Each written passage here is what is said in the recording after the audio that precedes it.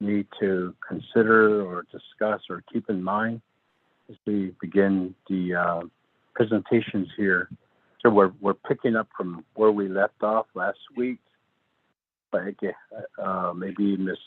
Jeremiah will kind of recap where we ended, and I'm sure she will. So, but is there anything we need to consider or keep in mind, Ms. Benali?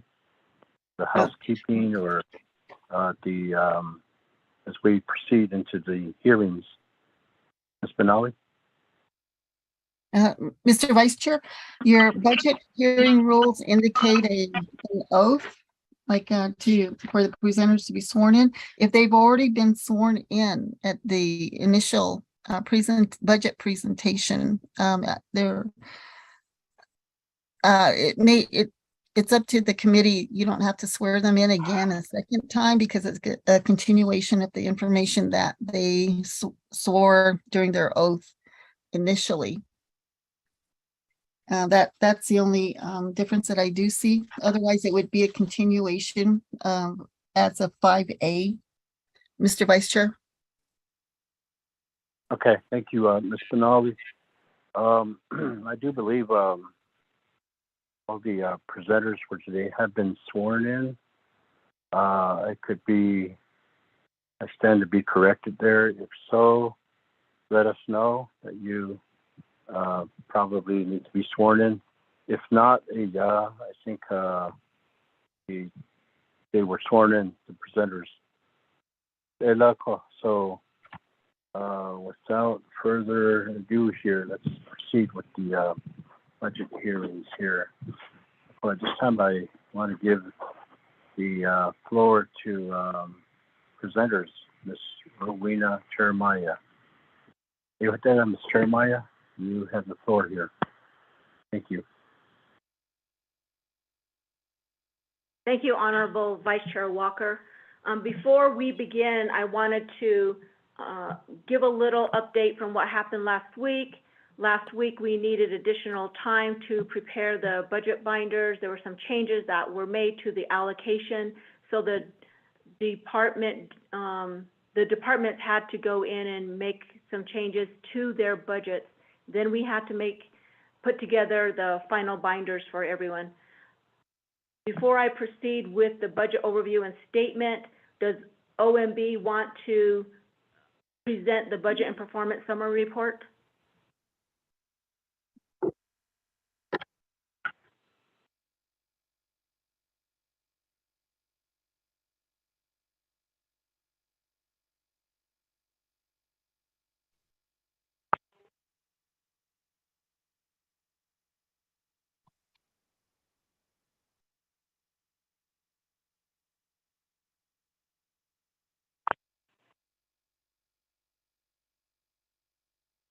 Vice Chair Thomas, Delegate Thomas, this is Darlene Sam. Do you want OMB to proceed now?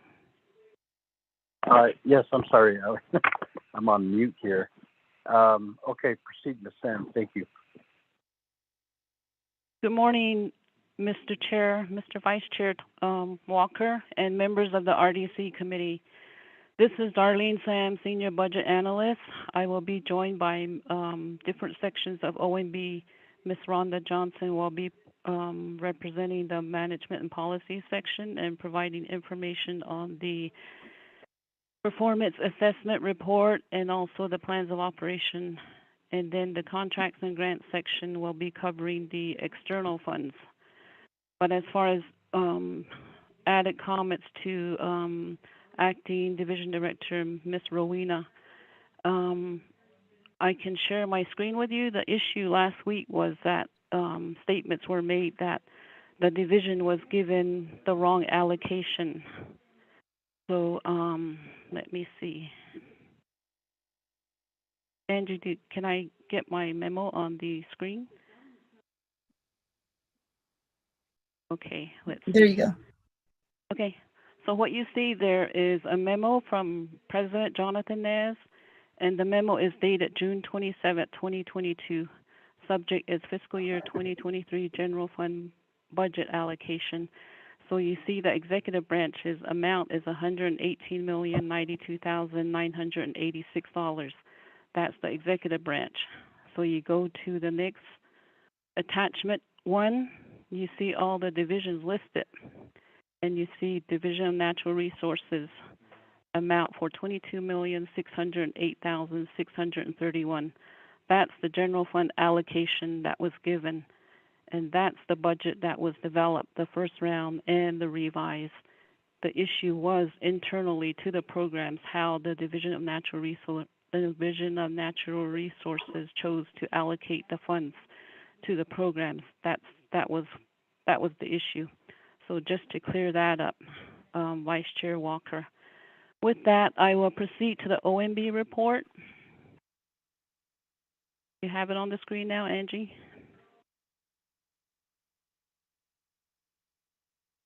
Hello? Okay. Okay, so we go to...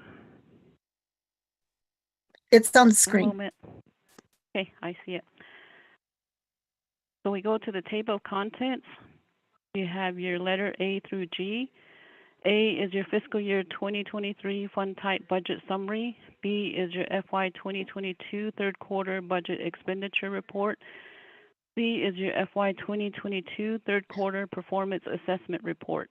D is your FY 2022 third quarter plans of operation status report. E is your FY 22 condition of appropriation / legislative concern report. F is your FY 2022 external funds expenditure report. G is your FY 2020 single audit report. Next.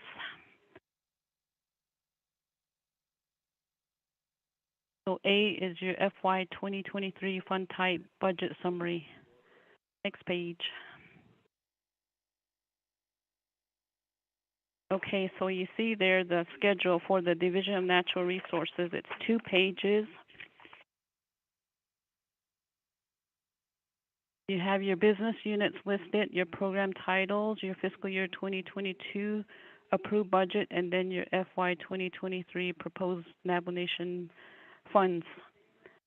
So if we go to the first page, the FY 2022, the business units listed from 1150.01 down to 1150.39. The bottom line total, the general fund total for FY 2022 approved budget is $19,958,631. For FY 2023 Navajo Nation funds, the proposed general fund is $22,608,631. Next column is your indirect cost fund, $235,938. Next column is the personal lapse fund for $381,127. And the proprietary, fiduciary, and special revenue internal will be on the next page. And then your special revenue external is $179,339,991. And the following page is your proprietary fund and your special revenue fund. For the FY 2022 approved budget for the proprietary and special revenue, it's $14,917,278. So together, the general fund on the previous page and the proprietary and special revenue, you have a grand total of $34,875,909 in FY 22. And you see the general fund listed again for $22,608,631. Indirect costs for $235,938, personal lapse fund for $381,127, and your proprietary funds listed there is $10,398,000, fiduciary fund 0, special revenue internal $4,261,309, and your special revenue external funds again is $179,339,981 for a total budget of $217,224,986. That's the budget summary by fund type. Next section is your B, which is your fiscal year Go to the next slide, Angie. Your fiscal year 2022 third quarter budget status report. And the next page shows the general fund budget status report as of June 30th, 2022. This is third quarter ending June 30th. And this is just the general fund for this page. So you have your business units listed 1150.01 through 1150.45, and then your account range, which is your program titles, and then you show your original budget. Bottom line grand total 22,116,639. Revised budget of $22,935,316.63. Actual expenditure of $11,808,114.58. Encumbrance of $655,087.07. Budget available $10,472,114.98. Last column is your percentage expenditure of total, and you see one asterisk and two asterisks to the left, to the right of the expenditure rates. Those indicate, you'll see the note on the bottom. One asterisk represents under expenditure by 65% or less. Two asterisks represent over expenditure by 85% or more. That's the general fund. The next page is your the same setup, but for your non-general funds, the special revenue funds, and then your proprietary funds. The total for the two special revenue fund, land acquisition and water code, and then your proprietary fund. Together, the original budget is $15,315,142. Revised budget is $17,034,497.88. Actual expenditure $7,100,990.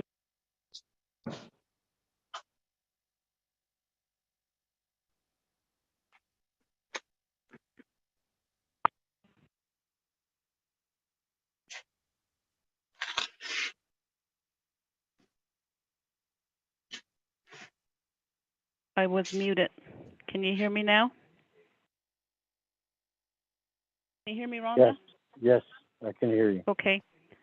Yes, So that was the I apologize, Darlene. That was my fault. I was trying to get the background noise muted and I accidentally did yours. My apologies. Okay, so I believe I was on revised budget column, $17,034,497.88. Actual $7,100,998.86. Encumbrance of $1,281,243.68. Budget available $8,652,264.34. Overall expenditure for the non-general fund accounts is 49.21%. And Ms. Rhonda Johnson will do the next reports. Thank you. Good morning, committee members. Under Section C is your FY 2022 third quarter performance assessment report. You will see your business unit listed from 1150.01 all the way down to K170.763, and this is for the 32 business unit within Division of Natural Resources. Your program names are listed. As a first quarter for the overall program is 2.18. Second quarter is 2.29. Third quarter is 2.29. And right below is the scoring system. Under Section D is your FY 2022 third quarter plans of operation status report for the Division of Natural Resource. You will note that all of the plan of operations are in place. Under tab E is your FY 2022 condition of appropriation legislative concern report. And for the COA, there is one for Division of Natural Resources, and it is for DNR Administration and Navajo Land Department. The business units that has the COA is Business Unit 115001, Business Unit 115021, and 104001. The due date for this COA was due at the end of second quarter. As of third quarter, we didn't get any responses from any of the programs, so the status at this point is non-compliant.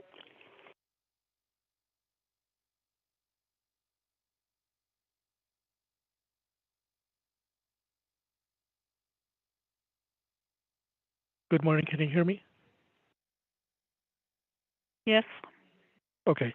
Good morning, Mr. Vice Chair, members of the RDC Committee. This is Riley Wilson, Senior Contract Analyst with Contracts and Grants section within OMB. I will be reading into record the next two sections for external funds. Section F, FY 2022 External Funds Expenditure Report.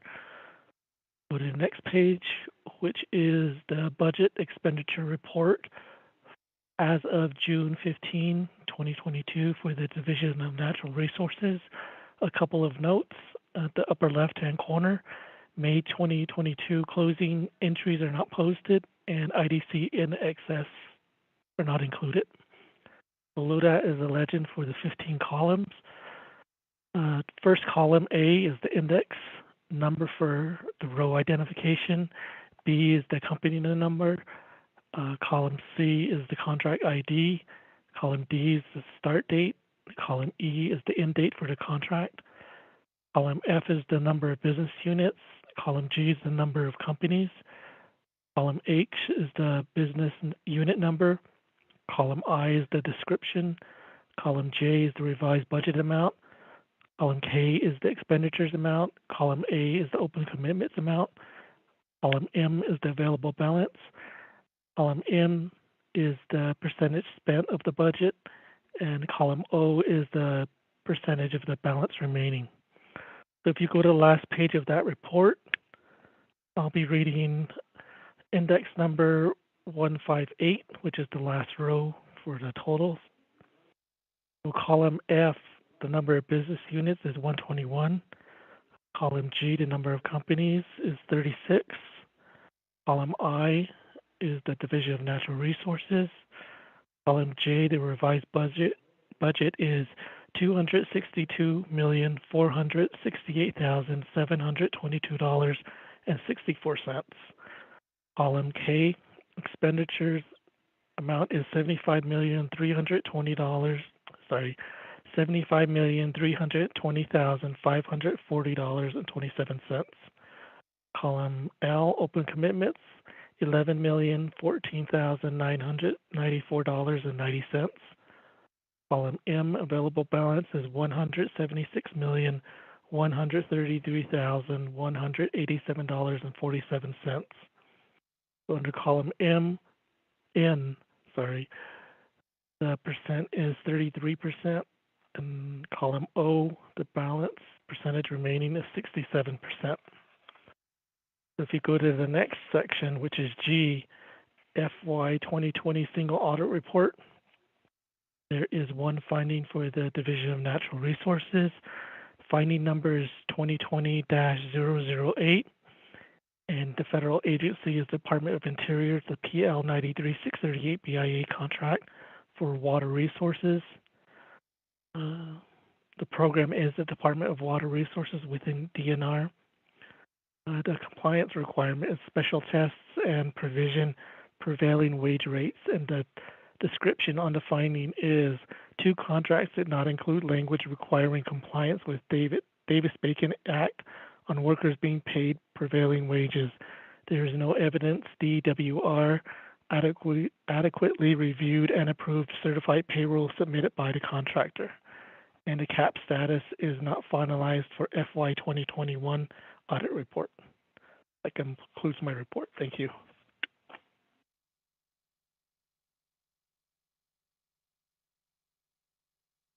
Vice Chair Walker, that completes OMB's report. Thank you. Okay, thank you, OMB. Mr. Wilson, Ms. Johnson, and Ms. Sam for the information on the from ONB, reading information into the record here. Committee members, that's fine. I don't get the translate.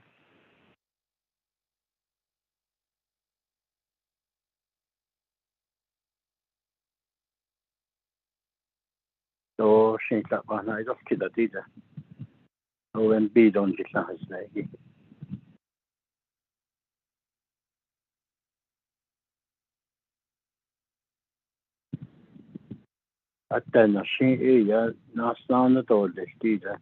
Moving on to the next item here, next bullet point, Division Director's Budget Overview and Statement. Back to Ms. Jeremiah. You have the floor. Chairman Kelly. Okay. Honorable Brigade. Yes. Chairman, did we just concluded the executive summary of the Division of Natural Resource Executive Summary's budget that's ready into record? Chairman, I apologize for coming on late. Okay, Honorable Brigade, welcome to the meeting. Thank you for joining us this morning. OMB, Division Director.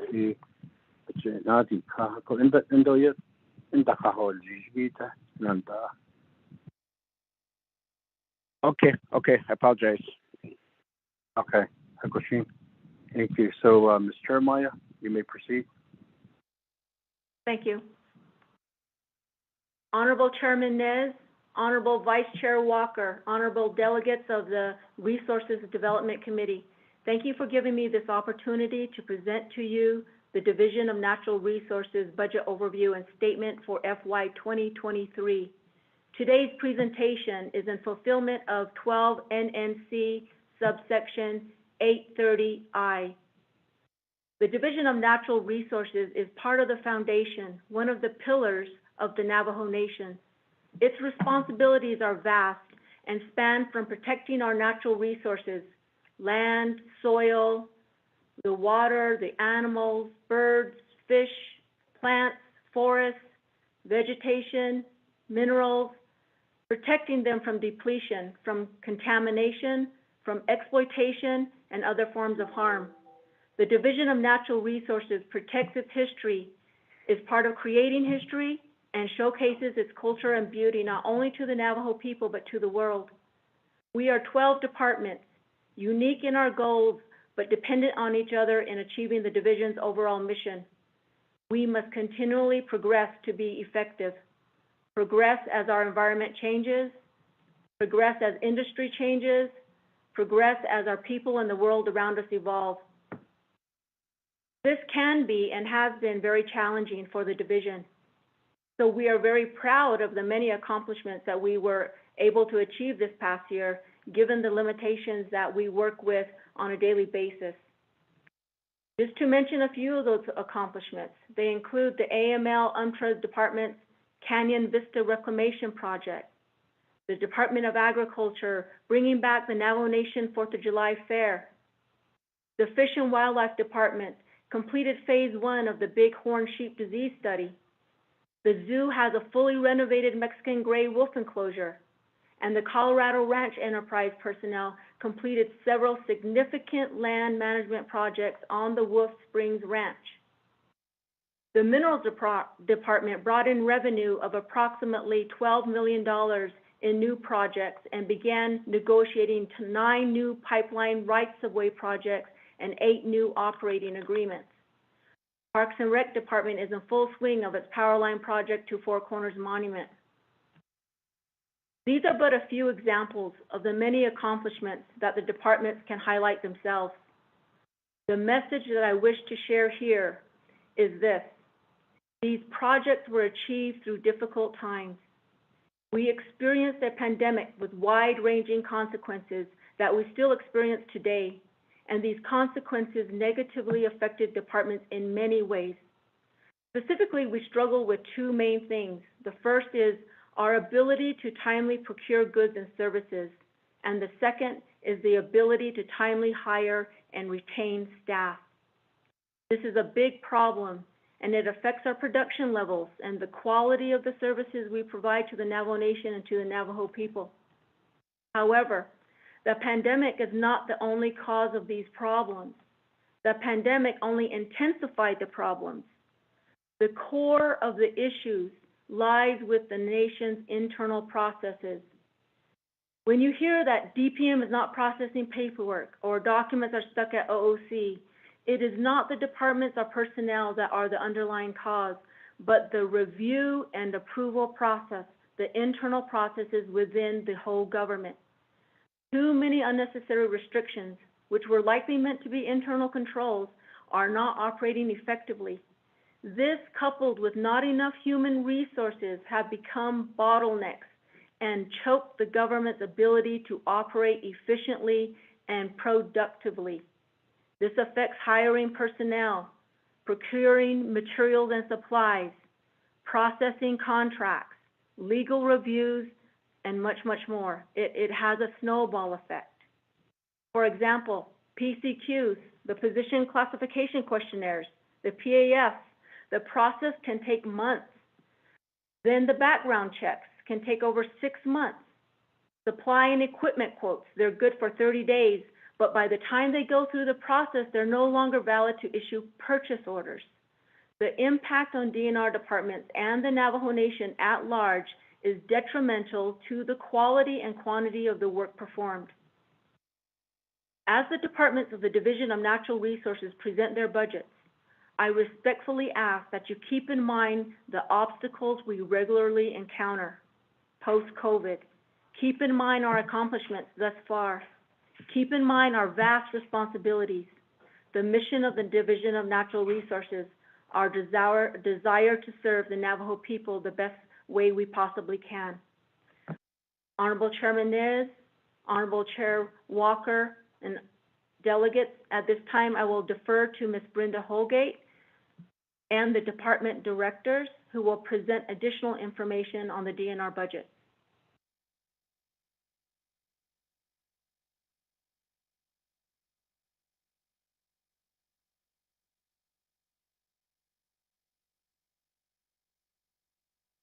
Okay, thank you, Ms. Chairmaya. Ms. Holgate and staff, you may proceed. Again, good morning. Vice Chair Walker, Chair Nance, Honorable RDC Committee. I just want to say thank you to OMB providing a report on behalf of the entire Division of Natural Resources, leading the summary fund type. Vice Chair Walker, do I just cover Budget Form 1, Part 1, Part 2, Part 3?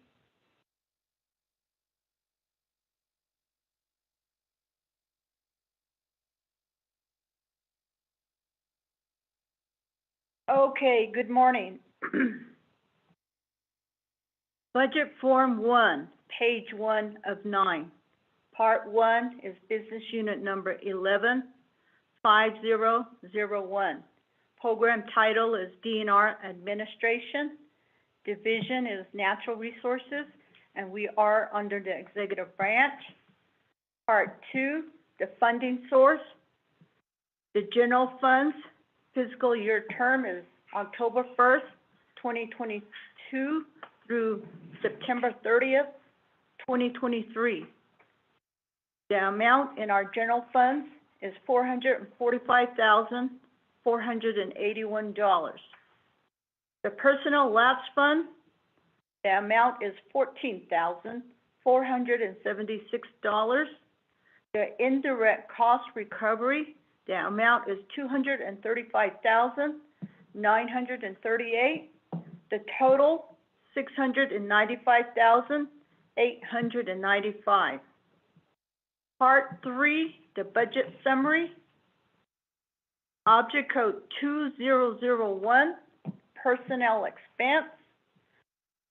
Column A, The Navajo Nation approved original budget was $635,103. Our FY 2023 proposed budget, $634,808. Column C shows the difference. We're in the negative $295. Object code 3000, the travel expense. Column A, Navajo Nation approved original budget was $41,858. Our proposed budget is $31,712. Column C shows a negative $10,146.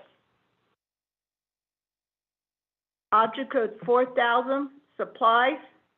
Navajo Nation Council approved original budget was $18,373. Column B, our proposed budget is $13,097. Column C shows a negative $5,276. Object code 5000, lease and rental. Column A, $3,272. Column B is the proposed is $1,400. Column C, a negative $1,872.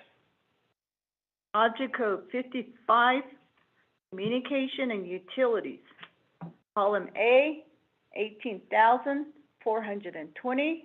The proposed budget is $7,865. Column C shows a difference of negative $10,555. The 6000 object code, repairs and maintenance. Column A, $1,998. Column B, $1,154. Column C, a negative $844. Object code 7000, special transactions. Column A, $9,334. Column B, $5,859. A difference in column C is a negative $3,475. The total,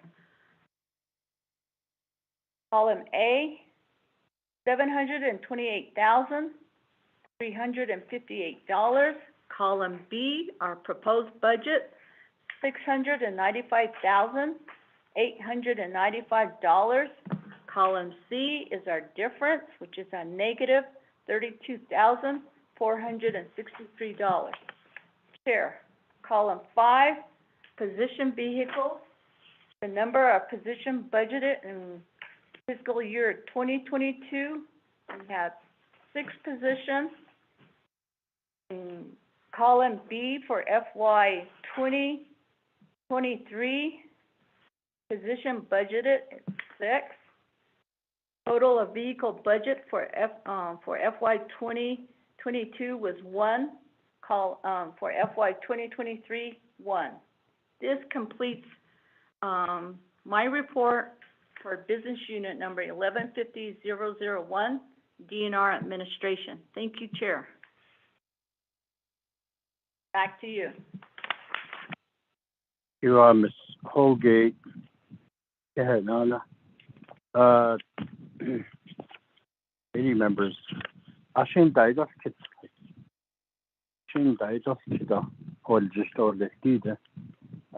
so in the meantime, we can continue with the presentations, and if you have questions, please let me know or text me. So back to you, Ms. Jeremiah.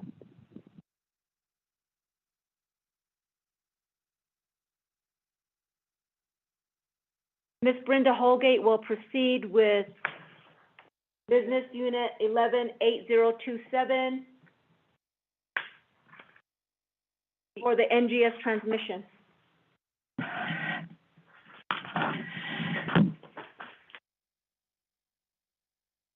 Okay. Vice Chair Honorable Walker. We have 3 budgets that are attached right behind DNR admin. The next set of budget is Part 1, Business Unit Number 118027, Program Title, Division of Natural Resources, NGS Transmission. Part 2, Funding Source is Fixed Cost, Fiscal Year Term, October 1st, 2022. Ending term, September 30th, 2023. The amount is $1,900,100. Part 3, under Object Code 6500, Contractual Service, column A, Navajo Nation Council approved original budget was $1,900,000. Column B, the proposed budget is $1,900,100. The difference, increase of $100. Part 4, positions and vehicles indicate 00. Okay, there's another budget, business unit number 115039. Program title, DNR-Energy. Part 2, the funding sources, general funds, fiscal year term, October 1st, 2022, ending September 30th, 2023. The amount is $250,000. Total, $252,245. Part 3 is the budget summary. Object code 2001, personnel expense. The proposed budget is $81,249. Column C, the difference, increase of $81,249. Object code 3000, travel expense. Column B, $39,765. Column C is an increase of $39,765. Column 4, supplies. Column B, $11,200. Column C, an increase of $11,200. $5,000 object code, lease and rental. Column B, $2,500. The column C, difference of an increase of $2,500. Object code 5500, communication and utilities. Column B, $4,390. Column C, an increase of $4,390. Object code 6000, repairs and maintenance. Column B, $2,443. The difference, column C, an increase of $2,443. Object code 6500, contractual service. Column B, $104,686. Column C, an increase of $104,686. Object code 7000, special transaction. Column B, $6,012. Column C, the difference is $6,012. Total in column B, $252,245. Column C, the difference is $252,245. Column 4, positions and vehicles. Total number of position budgeted, 1. Total number of vehicle budgeted, 0. Chair, this completes my report. Back to you.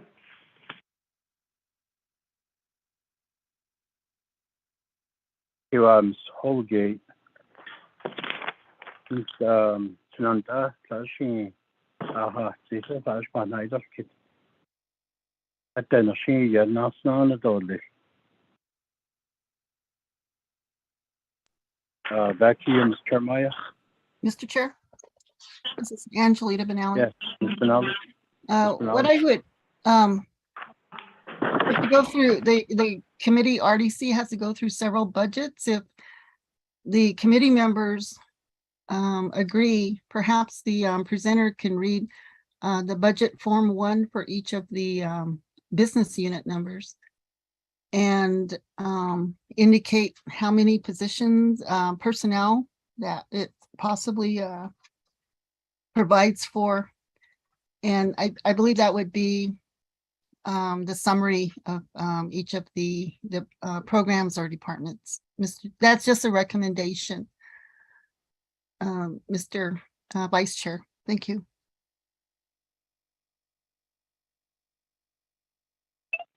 Okay, so we have the binders that we picked up yesterday. We drove into Winter Rock and stopped at the office and picked up this very thick binder. So important is to follow the presentations using the binder here. Can easily get bogged down.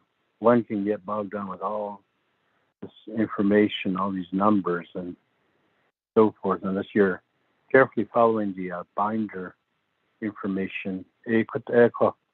So, there's a recommendation from our advisor here, Ms. Benali.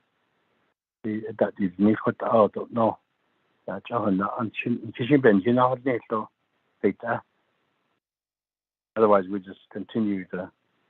Honorable Vice Chair Walker, request to speak. Yes. Delegate Rick Nez. Yes, Chair Nez. May speak.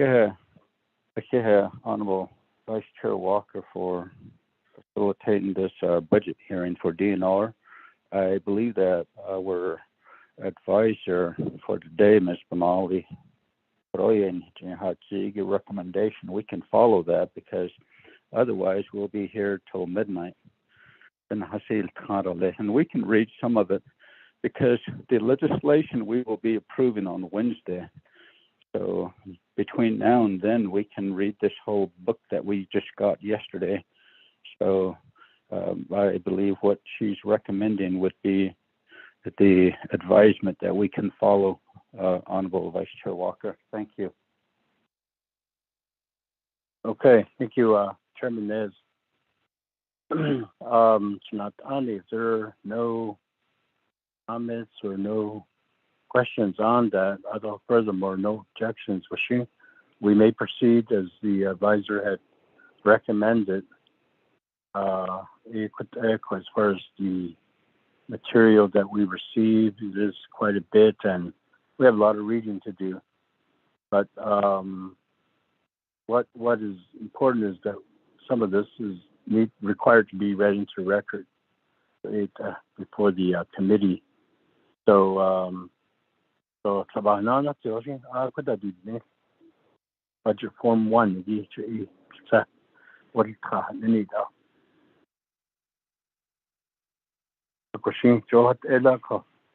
we will follow the recommendation of the advisor, Ms.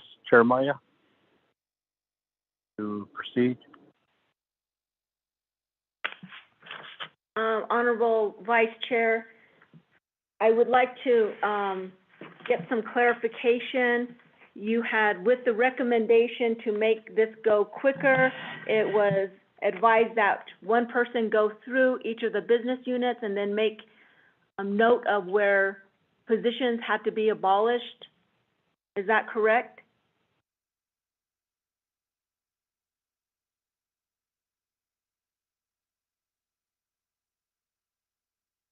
Yes, I believe that's correct. If that is correct, Honorable Walker, it is, I would not know exactly, recall what departments had to eliminate positions so that they could cover their budgets for FY 2023. Perhaps we could make it go faster by limiting the information that's presented. For example, the business unit number, the program title, the total of column A and the total of column B and the difference?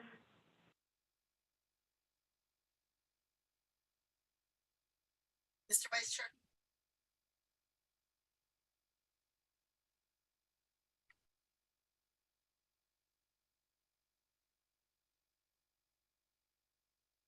Honorable Vice Chair Walker? Yes, yes. Advisor, Ms. Benali, can you provide some further clarification or guidance here? Thank you. Yes, Mr. Vice Chair Walker and members of the Resources and Development Committee, what I had recommended for your consideration is that the presenters of these program budgets for each of the business units, that they present budget form 1 in its entirety. Okay, and then if there are any particular like personnel changes, like how many personnel is being funded or abolished or changed, that could be of interest to the Resources and Development Committee. Also, I do see that there are quite a few budget forms regarding external funds. Those do not need to be covered since the council or the committee is considering general funds at this point and would be approving that. Mr. Vice Chair. Okay, thank you, Ms. Benali. So, Ms. Chair Maya, is that more clear? Yes, it is clear. Thank you for that clarification. However, I am not familiar with the personnel changes or the positions that needed to be abolished for each department. So it would still be advisable for the department directors to go over their Form 1.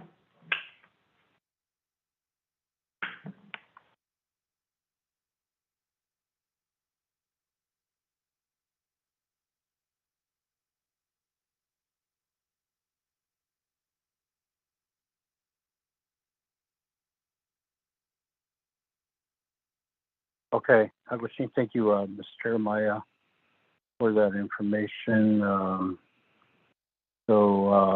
That's understandable because you are the delegated division director here, and you indicated the department chief, it's in their hands to provide the information as recommended here. So you may proceed. Thank you. Next, under tab 5 is the Department of Agriculture, starting with business unit number 115002. Tab 4, I'm sorry, tab 4. The Leo Watchman.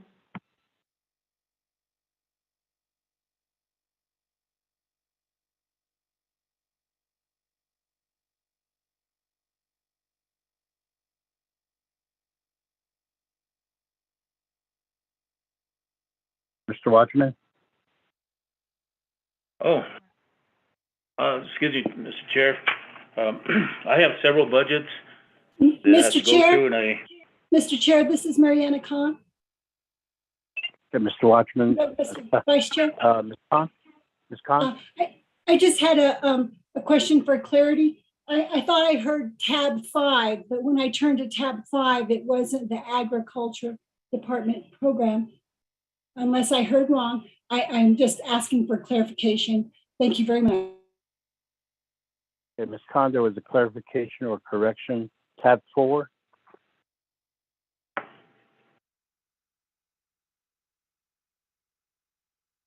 Thank you. We're on tab 4. Okay. Mr. Watchman? thank you, Mr. Chair, members of committee, also guests or staff as well. Thank you for the opportunity. There are several budgets I'll go over, and I'll go through the Form 1 and just sort of give what the base budget from the previous year and also what is being proposed. In the area of, it would be business unit 115002, These are elected officials, our grazing officials, District Grazing Committee. The previous year budget was 1.79776,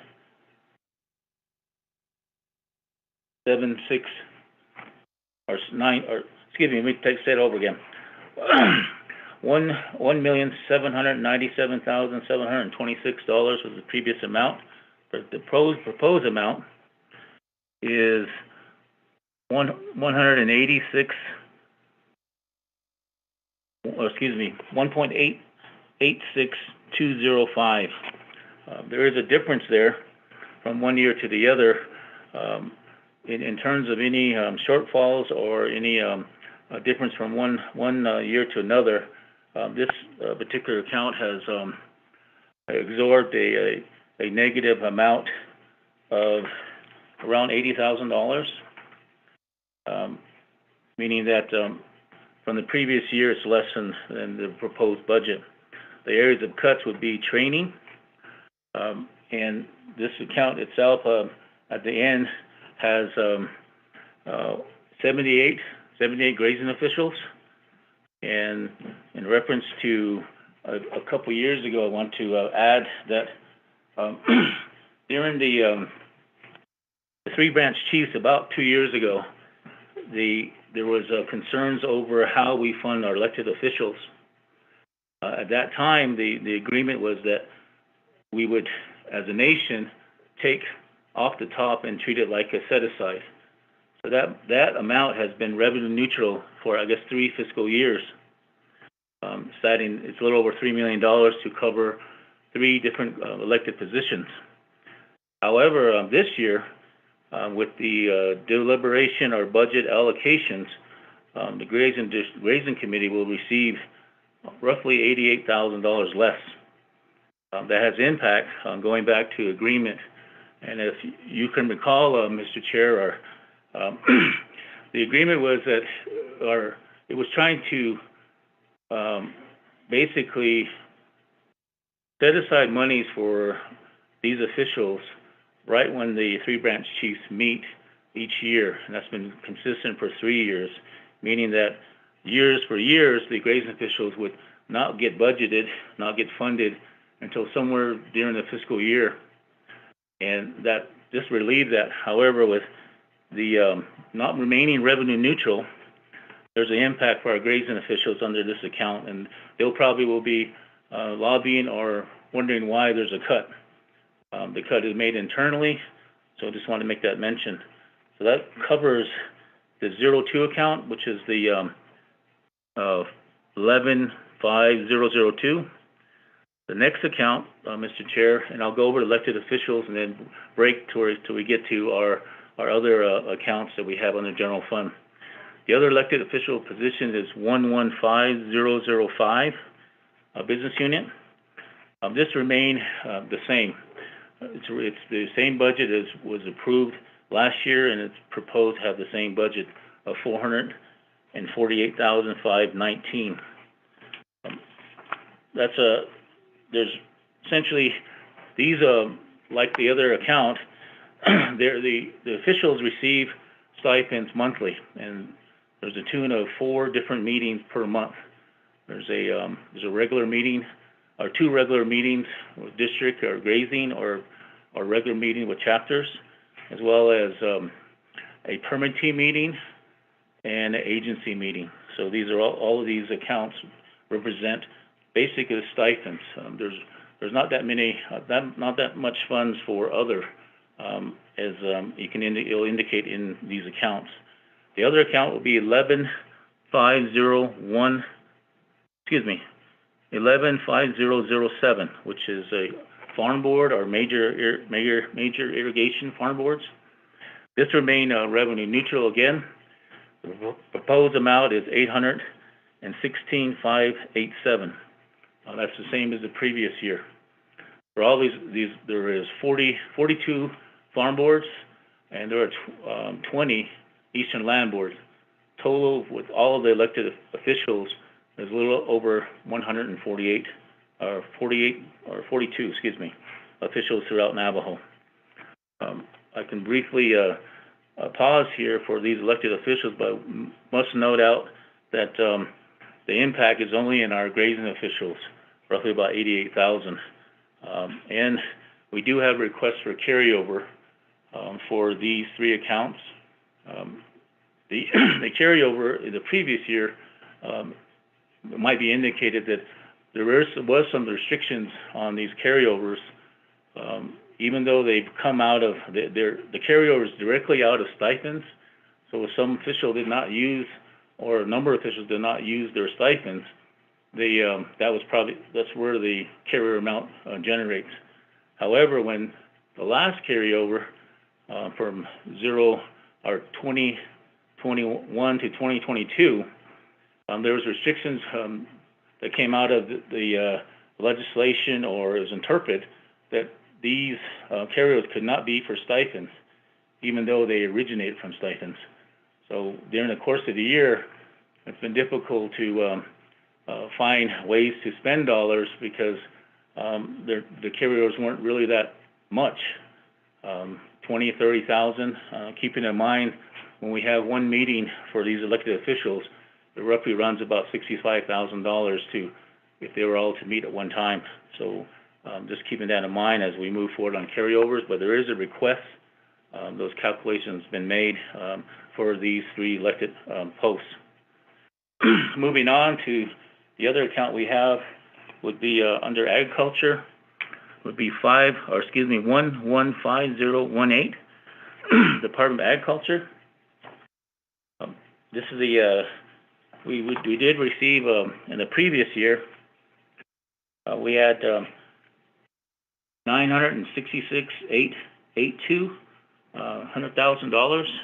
The proposed budget at this point, Mr. Chair, would be $985,982. There's a difference around $20,000 or $19,000 there.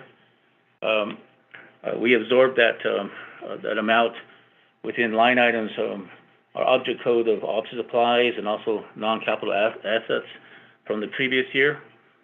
We feel we can move forward, but when you have cuts of $20,000, there is difficulty to absorb that. But however, that's the allocation we've been given and propose to move forward. The object codes we have, and if you go down this particular account, the only areas, and like I mentioned, that we have decreases is in our lease rental and communication utilities, as well as repairs and maintenance. In addition to that, those object codes to absorb the additional $20,000, Mr. Chair. Again, the next account we have is 115034, which is our Veterinarian Program. There's a increase, I guess you can say, but there's $498,189 for the past fiscal year. With this proposed budget is $510,482. The difference ranges from the increases is basically in our special transactions, but there is a significant difference here with operations. Just to highlight that under the fiscal year 2022, the Veterinarian Program received a one-time or a non-recurring budget increase, and that has significant impact to moving forward. They basically have a supplemental or unmet need of $1.4 million that they're currently going to be asking for, that offsets a one-time funding of around $900,000 they received the fiscal year, prior fiscal year. Moving on from there, we have our enterprise accounts. I don't think that's external, but it still comes out of the general fund. I'll quickly go over the business units that have proprietary or enterprise, Mr. Chair, and that will be 915013, veterinary medical supplies. There's an increase based on the performance from the previous year or years prior. Last year's budget was $120,000. Proposed budget is $172,000. The areas of increase are basically this account is just, I guess, support object codes to procure those sales. Moving on to the next one, Mr. Chair, would be the our custody fund, which is 915009. This is our account that we utilize for any kind of seizure sales with livestock or our horse roundups, as well as other livestock impoundments, and also grazing, hauling permits and other types of fines. This year's budget for that account would be $150,000, which is the same as the previous year. There's some changes within personnel. We did eliminate a position or proposed position because it wasn't filled. Other areas just to try to procure, I guess it would be supplies, mainly hay, feed, those type of things, and as well as repairs to our pump system with our poundment. Essentially, there's really no impact, negative impact. It's moving monies around, which the custody fund is basically a projection. I think right now we're roughly over 75% of the previous year projected amount to date, with I guess it would be 1 quarter remaining. The next account would be the Nomination Fair Office, which is the enterprise fund. That number is 915011. Nomination Fair. The previous year, which is $500,000. The proposed budget is $600,000, and again, working with the Office of Controller on these accounts that are projected based on revenue streams. The major difference would be we have some personnel that were moving, they weren't filled, and we're eliminating one of those, and also moving more of our monies into contractual services for upcoming event, which would be in 2023. That basically indicates $100,000, as you look at those monies moved around, any increase we have, and keeping in mind that we try to budget for any kind of revenue streams we have, and to procure the borrowed amount, you can use that term. The projection of $600,000 is based on revenues from ticket sales or events that we have that we either charge a rental or any kind of gate sales we have during the course of the year, as well as the annual event. The second account, or last account we have, would be our Tribal Ranch Program, which again, it's that particular account has, excuse me, move on here. The particular account we have, the amount would be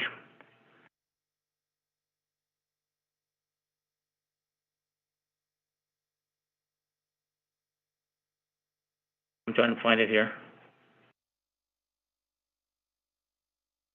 Well, we're offered this year in terms of 1 year from the previous year is $700,000. That is remains revenue neutral from the previous year. Those are amounts that we that are accumulated from from lease payments. We have roughly 80 plus ranches throughout Arizona, New Mexico, which is the largest ranch we have, which is in Big Boquillas, north of Seligman. We have upcoming lease rental renewals that are coming forward. These are all procuring what we are going to be collecting during the course of the year. So $700,000 is sort of a moderate amount in terms of if you add all the leases, and if we had all leases full, we would have close to $900,000 annual lease payments.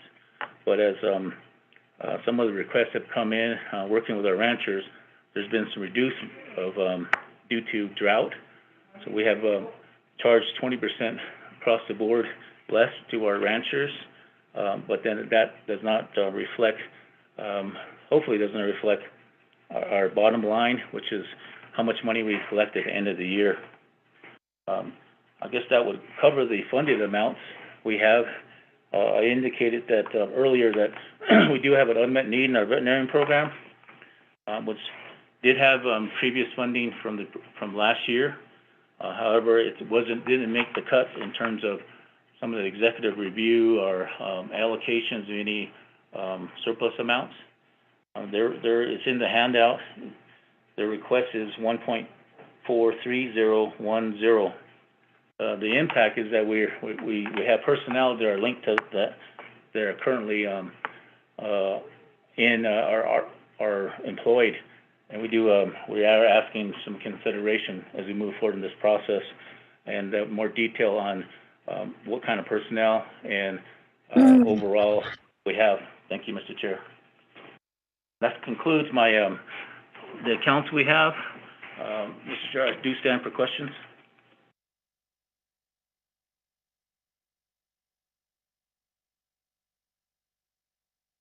Okay, thank you, Mr. Watchman. Questions, committee members, comments? If not, we move forward. Mr. Chair? Chairman Callan. Okay, hold on. Honorable Begay, go ahead. Oh, I think somebody else, one of the committee members, want to go first. Mr. Vice Chair, this is Angelita Benally. I'm willing to go after the committee members. I just had a question of a clarification. Thank you. Okay, Honorable Begay, you have the floor.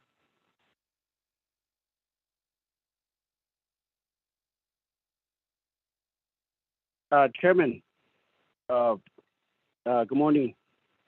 I'd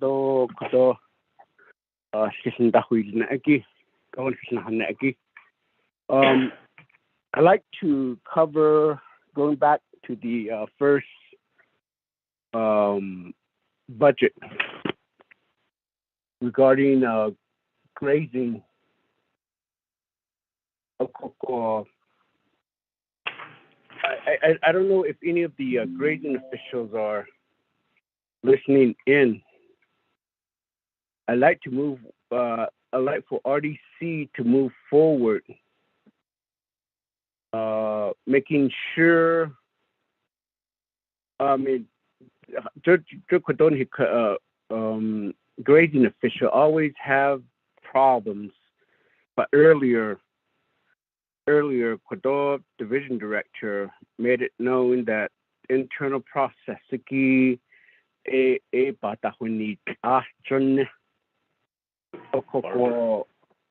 one question, Nikki, I laid out Quador grazing official stipends, I guess that's one question. I mean, through this process, last year we tried to have it be established at agency or chapter level. Other agency.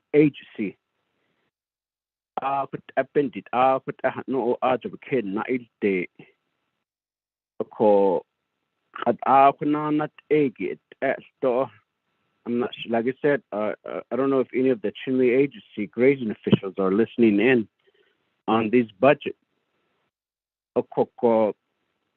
Enough the note hashin so ya ban ses case. A quacky hajo that's in his chitot asto. Sunday, if you look through majority, some of at least one or two personnel or vacancies that baka a dicky that's maybe advisor can provide a direction to say that, okay, most likely this particular position is not even going to, it's not going to be filled within 6 months. 6 months, don't know what you're in the personnel get a quite a bun, don't miss. A coco a peso. The first 6 months again, could you go hit the grazing official? Funny, Nisos Bohonet, if you look at the performance program performance criteria, because that itself, I even, I guess, don't like the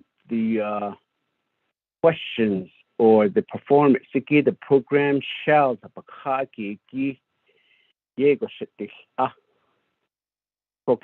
each, like for example, page 204, budget form 2.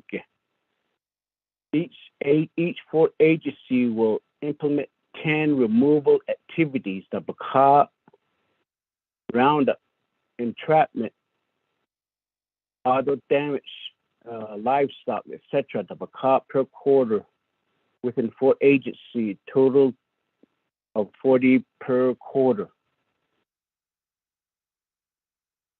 Although each agency shall assist in 10 activity per quarter to remove excessive unauthorized livestock within their agency. Because I believe that to me that would be extreme of the language in trying to, I mean, I don't know, just Halit on Sidna on Nistopen and Nish. The situation will be that you don't up a lot of things that no a quado response on it, Lindy open his head after listen that did our response on the Lindy budget. And that they had done it outside be now, I did ego quado be landa is you quado be they need niche over the dog niche. I could. Last chapter the night go in here could only net starting that you need all this. So I believe that the statement goal should be clarified in Senhajo. Yes, we're dealing with the policy, even the policy itself. In PLG, grazing officials need, they had to go by what just the what the policy is asking. In PLG, 10 sheep unit, Ecuador never they're requesting for 50 sheep unit. Adult apisko stop range management joba khayando li ni go stop halit alle ito peso aji ikipani nista stop. If you really truly want to reinvest into our range management and range land, I mean, why aren't we putting appropriate fundings in there? Other peso aji la pani nista. Ako ado kodo the nebana ol ni to ado kodo ni bebna so sikita des inki tit on hinan innocent bit ni go ko halet all ad kat immediate peso but honal e halet al peso diniki to sa laban ni just as far as resource and resource and supplies and operation bahaki. Why does the grazing official have to buy their own fuel? Why do grazing official have to buy some of these supplies? You got to keep up the tally. You got to do all these work, but on average, up to the Chinada, your age.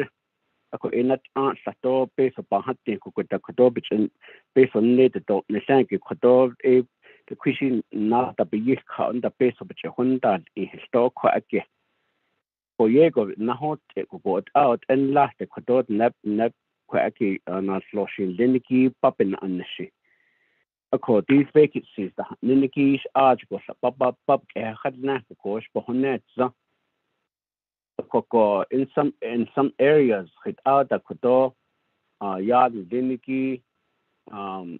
I mean, every year I do see whenever I see supplies, it always says a new computer. I mean, is it really necessary to have to purchase new computers every year? Those obsolete, or I mean, on those that were used the year before.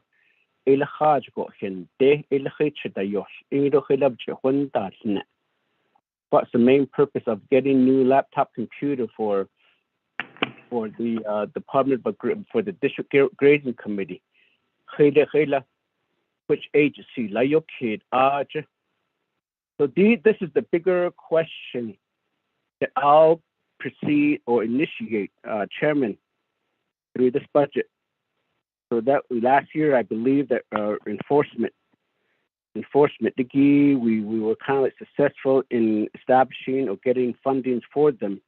Although a new position, but I believe I see some vacancies. This year, I like to push for grazing official. That's one area that I like to ask more. I mean, I like to get a response.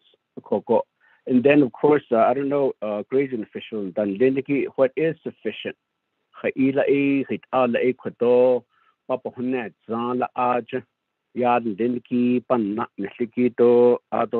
Supplies. I mean, I just provided this a small amount of justification of why more funding should be allocated for each of the grazing official. Better yet, what is the speeding process of getting their claim form? They're not social staff to say was better holes no the box beat now in the old behind the yika no the bayat shit. I mean, we're going into the automated system. I mean, is there a way that grazing official can submit some type of a submission of a document that would directly go to the main office in Window Rock, the Department of Agriculture, then directly to the accounts payable.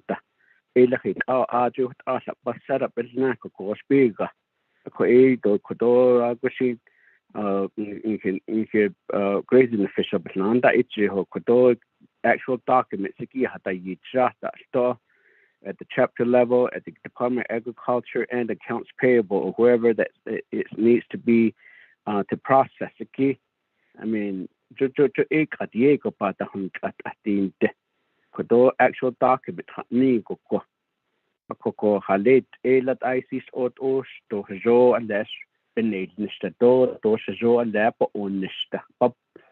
for improvement. For a lot of these areas, it just seems that it's just cut and paste of last year's performance criteria. It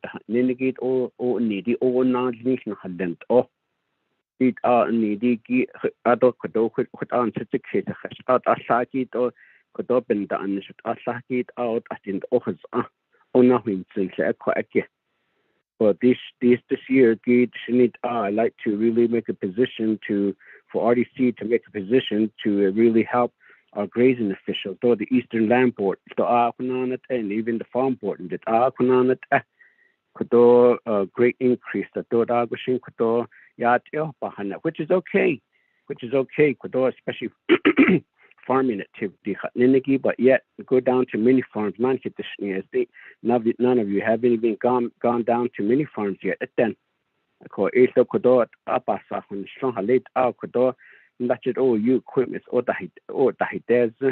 you're talking about almost $2 to $3 million worth of equipment. That's it. Has on the grade at the bounce zinc will quit all your tina at the hot as you don't need. That age like it out with door budget yard didn't keep a bund I don't need, because I know a lot of these farming equipments that were purchased for mini farms. I mean, I don't know what's going on in his shop as well. Kodot o aja has ado ado kat the slow dash what the English go peso yen or for the past 2 years. I mean, personnel had been kodot peso which is lag but yet I think that at all. I mean, why isn't that this particular equipment is not being utilized for Okodo irrigation office only? Ganado do all rat like Nigo, a call or the Ajugo Dabanon stuff along cutting. You see, has aunt the yet I think that what the hot at all. So did that. I think, I mean, it's all good and dandy talking about to get the funding, but the actual situation still exists. I should at 8. There's so much want to say that these are improvement. A lot of time I say that why isn't that none of these are in a situation at the region or the chapter or the agency that you're representing. Yes, equipment and this your new facility has been established, but the actual purpose of these services is there. But the actual service you see indeed. That don't machine I did what the hot because going back to grazing officials what that stuff you could land yeah, I mean, and they chose to go in there. Nobody forced them, but they were elected in a way. But yeah, we've got to provide a lot of these whatever their duties and all the duties that they're entitled that they're asked to do. Do did up and dash street up and Kodoya and Dindiki being hitch a hundred in the Nigo Godago baby yet, but yet other place on Dindiki baby a hundred little Yego between the youth cut on the hit the zit and the Sashita which a hundred in Quakia. Coela hit our is natural chairman. I like for us as RDC to get down to the nitty gritty to fix this for them. I mean, I can't just say that, okay, another initial but I do have other questions, additional questions for the farm board and the affair officer. So, Chairman, I'd like to conclude my comments or my questions on this particular grazing official. Again. Okay, thank you, Honorable Begay, for your questions and your comments.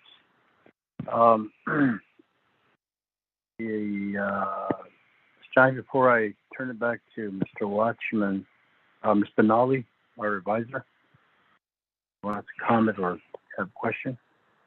Yes, a clarification, Mr. Vice Chair. I have, let's see, for example, business unit 115002.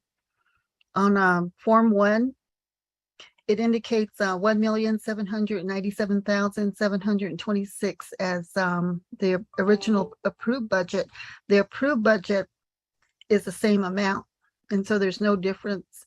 However, the fringe benefit rates have changed, have increased, as well as workman's comp percentages have increased. Is that, I'm just wondering, I'm just needed to clarify that that amount is correct, as well as the amount in 115005 Eastern Navajo Land Board. Last year's amount is the same as this year's amount, and they're all general funds. Also, the major irrigation farm board, the amounts from last year and this year's amounts are the same, as well as the 115018 Department of Agriculture. No, not that one. Those are different.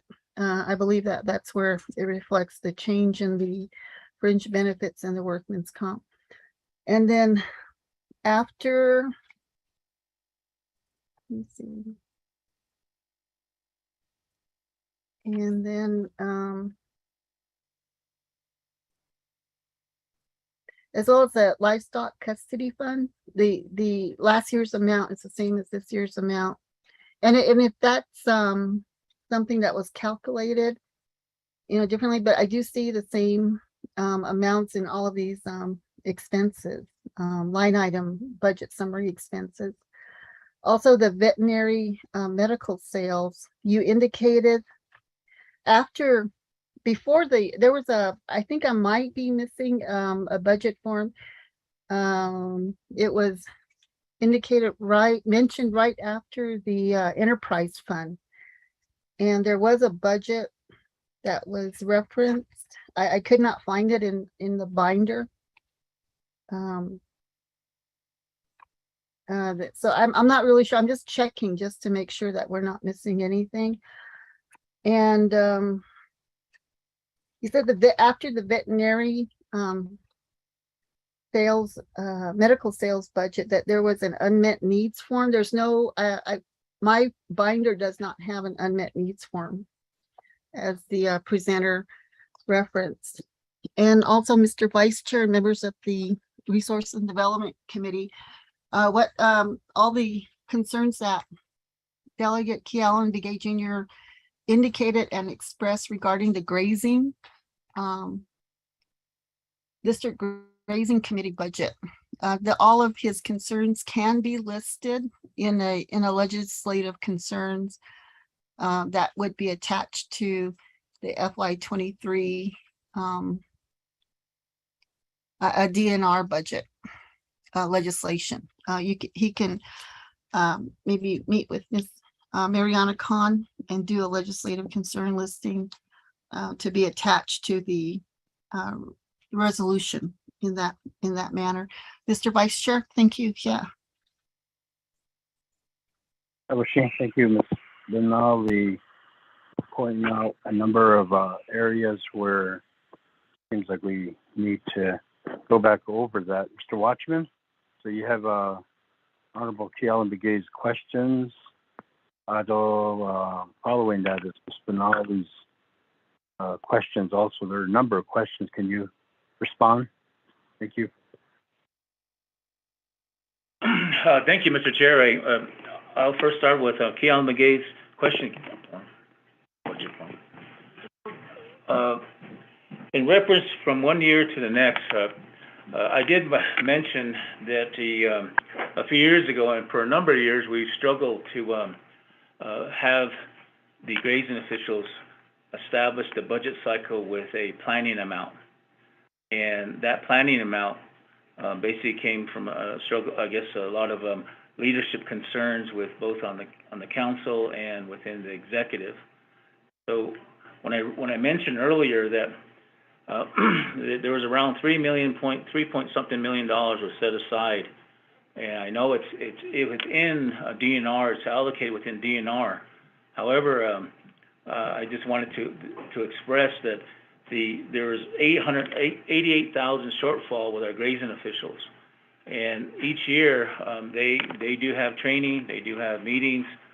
Last year was the first year of the elected position, so we had orientation and those kind of things. So it was important that those remain there.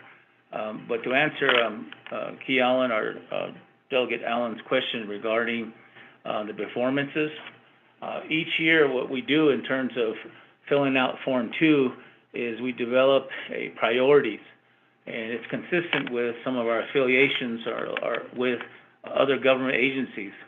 It's referred to as a resource need, and the resource need is what we use in communication with other governments, BIA as well as NRCS, as well as ourselves with our officials. So if there is a resource need which categorized like, say, horse roundups or feral horses, that would be the number one resource need that was throughout the Navajo Nation, the feral horse concern or feral livestock for that matter. So that's how that Form 2 is generated with the resource needs per district and agency, and trying to get what is common.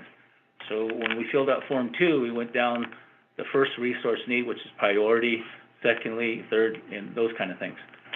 As you might be aware of, the pandemic and also played a key role in terms of our officials having contact with the general public or grazing officials, grazing permit holders.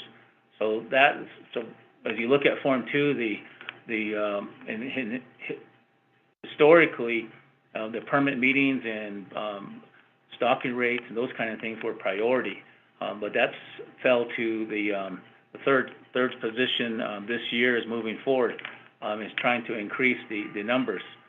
I know that you can't cookie cut the priorities, but this is as a whole of Navajo. Some districts might perform a little better in some of the categories. However, that was a priority. Working with our officials, the language itself, when we work with OMB, is how do you measure that? And some of the communities we have out there there's a process. So probably the first process to try to achieve what the Form 2 is trying to state would be doing a resolution for that activity, and that begins it. So working with OMB on what the officials are doing to actually conduct a roundup or some kind of enforcement utilizing our entrapments or this tally counts. So it's sort of hand in hand. Moving the other question regarding some of the requests moving forward in reference to pay to our officials. The entire budget, and when we receive these monies, it pretty much goes to stipend. There's very little, unless say the fringe benefit changes, whether it goes up or down, then there might be a little bit of overage that we could push to some other account that might be of help.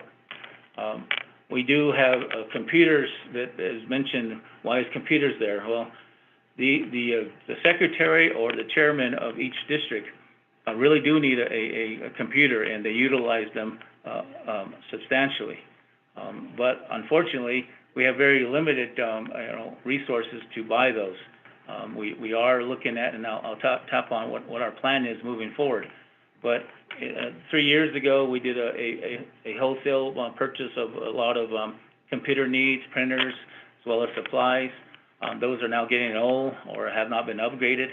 So we have decided to, with some of the monies we have, is to concentrate on our secretaries. And there's probably around, of each district, there's probably about 16 different secretaries, if you count all of our elected positions. So that's 16 computers plus printers and so forth, which is needed. And that was a priority in which the officials narrowed down to and said, this is what we need. So that's how it was budgeted, or moving forward, or are looking to put that as a unmet need in some of our business units cases. The last question I think was mentioned in terms of how we pay officials, whether it's the chapter through division of, I guess, OOC or payroll. That hasn't been determined on the method, and we are working on some legislation that would look at changing the central function of these officials when it comes to being recognized by the Internal Revenue Service, and that is probably the one option that will allow, say, a chapter to, say, pay an official. But historically, the chapters have been paid chapters have been did pay these officials in the past, but since there was a settlement, these all remain now as a function of payroll. And until we maybe look at maybe the options of maybe hiring them as a full-time employee, then that might be the overall answer. But meanwhile, when it's still a stipend, it's handled through a payroll system. That hasn't been changed at this point, but the avenues of changing it would be maybe looking at other forms of compensation. The question about mileage, the officials are paid $800 at the beginning of each payroll cycle, and they receive two mileage stipends a month, ranging from $200 a piece. The $800. So again, that was an effort, and moving forward was to put monies in their pockets for these activities go on in each chapter. But as you may realize that, the cost of fuel and other things have gone up dramatically. But since we did not have any movement, we had a decrease overall in our funding. The mileage did not increase. for any of the officials did not receive. It just remains the same amount. Moving forward, I guess we move down this process, the priorities of the officials come to more mileage, dollars for the activity because of the pricing, as well as stipend funds that may be at chapter level, or going back to the original amount that they receive right now. When they have a meeting outside of the district meeting or training, it's $125.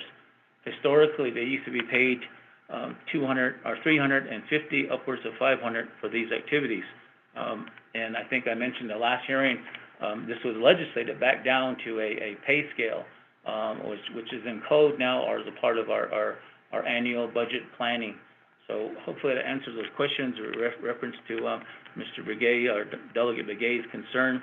On the flip side, we do have other funds that we're going to be moving forward with our Agriculture Infrastructure Fund. Inside that proposed budget, which is moving along through the process of the surname process, we have around, I think, $3 or $4 million for grazing officials. That would look at some target activities, tally count being one of them, for compensation, as well as the application or tally for incentive programs that we plan to fund, or hopefully will be funded through that scale. The total package we have in there that also includes some supplies is roughly $3.8 million total for some of our elected officials, or all of our elected officials. And in addition to that is mediation planning grants per district. So even though that is through our Agricultural Infrastructure Fund, it's not general fund, so it did not mention that as a part of a performance measure at this point. The other questions regarding the budget that was brought up by staff, we will look back through those. In the 11th hour, we had changes to our budgets, and I think we were dealing, and I think the reason why our delays here, I think maybe we didn't insert those changes. Mentioned that the master document that was received should have those totals, the subtotals, and those object codes. We will look through those and make sure they are correct.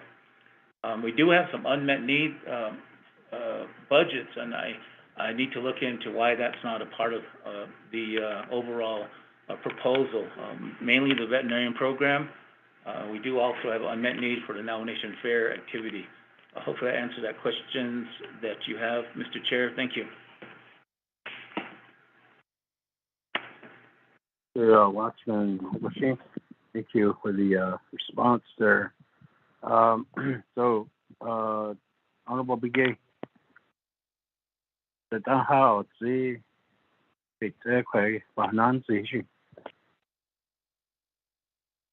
Chairman, maybe if other committee member wants to maybe they have comments as well, maybe allow them to go first, then come back to me. Thank you. Okay, appreciate that. Thank you. Although Mr. Nolly, the advisor, the response to your questions there, that suffice. What does the committee need to do with information that needs to be changed or later inserted again? Nolly?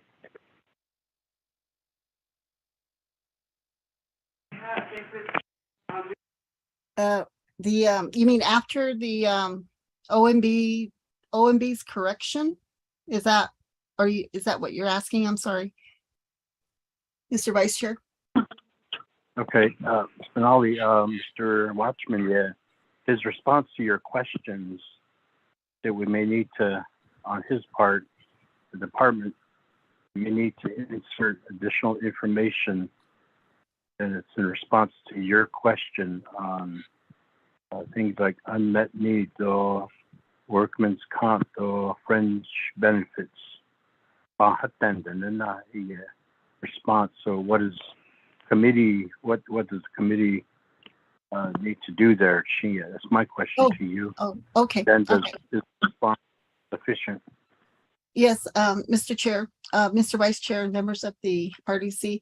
If OMB did review the Department of Agriculture's all their budgets, then that would, I believe, suffice, and it would indicate that all the budget figures are correct.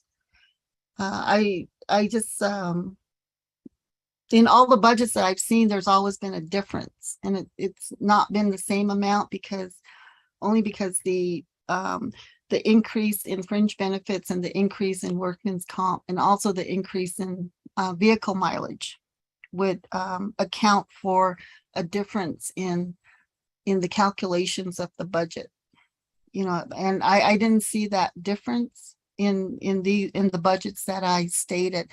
But if OMB did review them, that would be sufficient. I just needed to have that clarified. But if there is a correction that needs to be made, Department of Agriculture can make the corrections, have OMB review it, and then they can, submit an exchange of budget forms before RDC approves the legislation for DNR's budget. Mr. Vice Chair. Shane, thank you for the your response to the questions, the response to your question. Yeah, Shane, we'll keep that in mind, and it is noted here. But we have another comment or questions from Honorable Wilson Stewart. You have the floor. Vice Chair, put me in the queue. Vice Chairman Walker, this is OMB.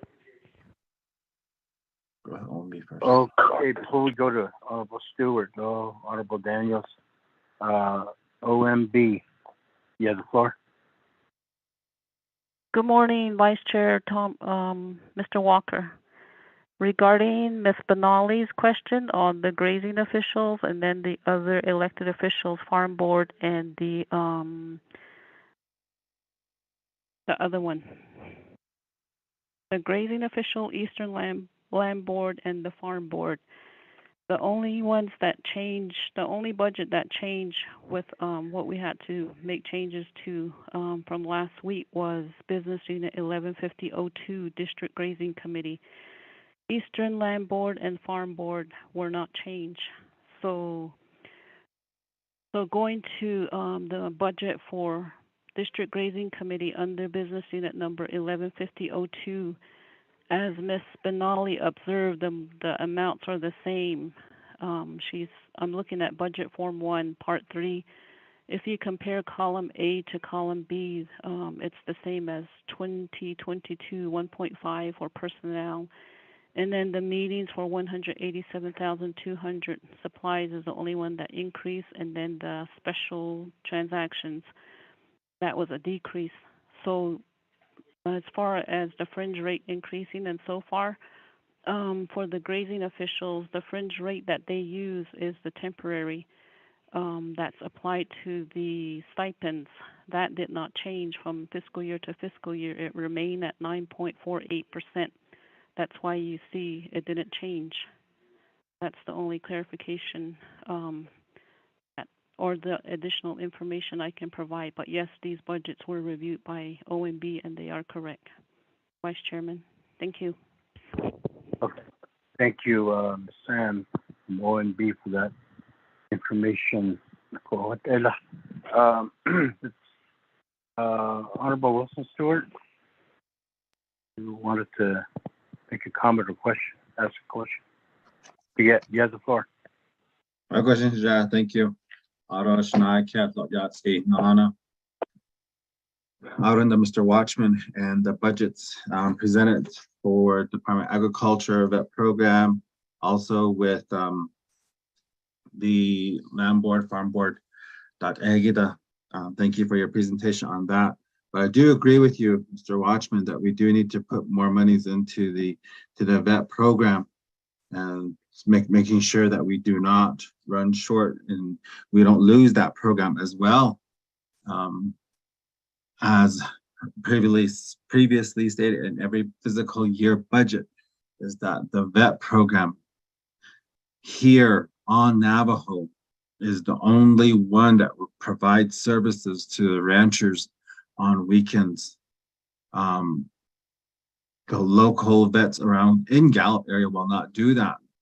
Right now, we've gotten to a point where they even require 2 to 3 weeks appointments in advance with large animals, including what they're working on. So I really do support this vet program. Going through the tour last year, I know that we were supposed to have done that on-site tour as Resource Development Committee, which we never got to do up to this point again, knowing that their equipment and their supplies are a major need.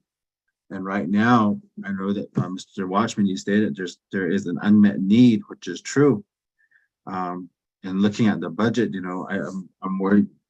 I see that we need these funds in there to do that. So I would like to ask for us as RDC members to figure out how can we get more funding into the vet clinic as well, to make sure we don't lose any of those services for our ranchers and our pet owners that use this facility. Yes, there is concerns, and they are comments and also emails which float around and calls that people get saying the vet clinic is never open. But we have to remember too, we only have one vet. How are we employing another vet? How are we getting the funds to get the technicians out there as well to keep them employed? So this is my major concern on this side, is we need that service to be continued.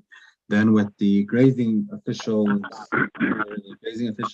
account, what Shama Tsanali stated, the other area as well is through the services with the BIA, knowing that the grazing officials do work with BIA. Mr. Watchman, has there ever been a request from BIA or to BIA to say, hey, we need to get some funding, or how can that be done and handled? What do we need to do on that part? Because I do support our grazing officials as well and the work that they do. But also, knowing that, we are going through several areas of, what do you call that? Transfers, or with the probates and whatnot. How I see that they're meeting on them, but I don't see, when I attend the meeting, I haven't heard of a follow-up with those individuals with BIA in those areas, in those realms of that expertise, and then also with getting funding for the fair, that is needed as well, to make sure that we have those fundings. The 4th of July was a good success, with the Department of Ag's Expo, Educational Expo. And I know that with the Farm Board and the Grazing and the Eastern Land Board, you have in there that, we need funding for or they're supposed to do some type of educational expo, educational programming for the communities. Of the days that I was there, I didn't see too many of the grazing officials or land board or farm board members there to intake those areas, or even to share their expertise as well. I think that's one thing that somehow, some way, maybe in the future, we can improve in those areas as well, to make sure that these officials are out there as well to share and to intake that information as well. Those are my questions and comments up to this point. Shaja, thank you. Thank you, Honorable Stewart.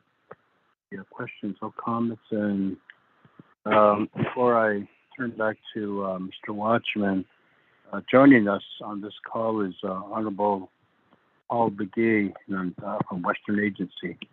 Mr.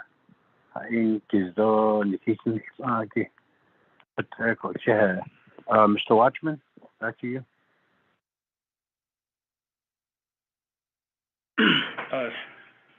Yes, Mr. Chair, thank you again. Also, Delegate Stewart, referencing some of the questions you had. or suggestions you've made.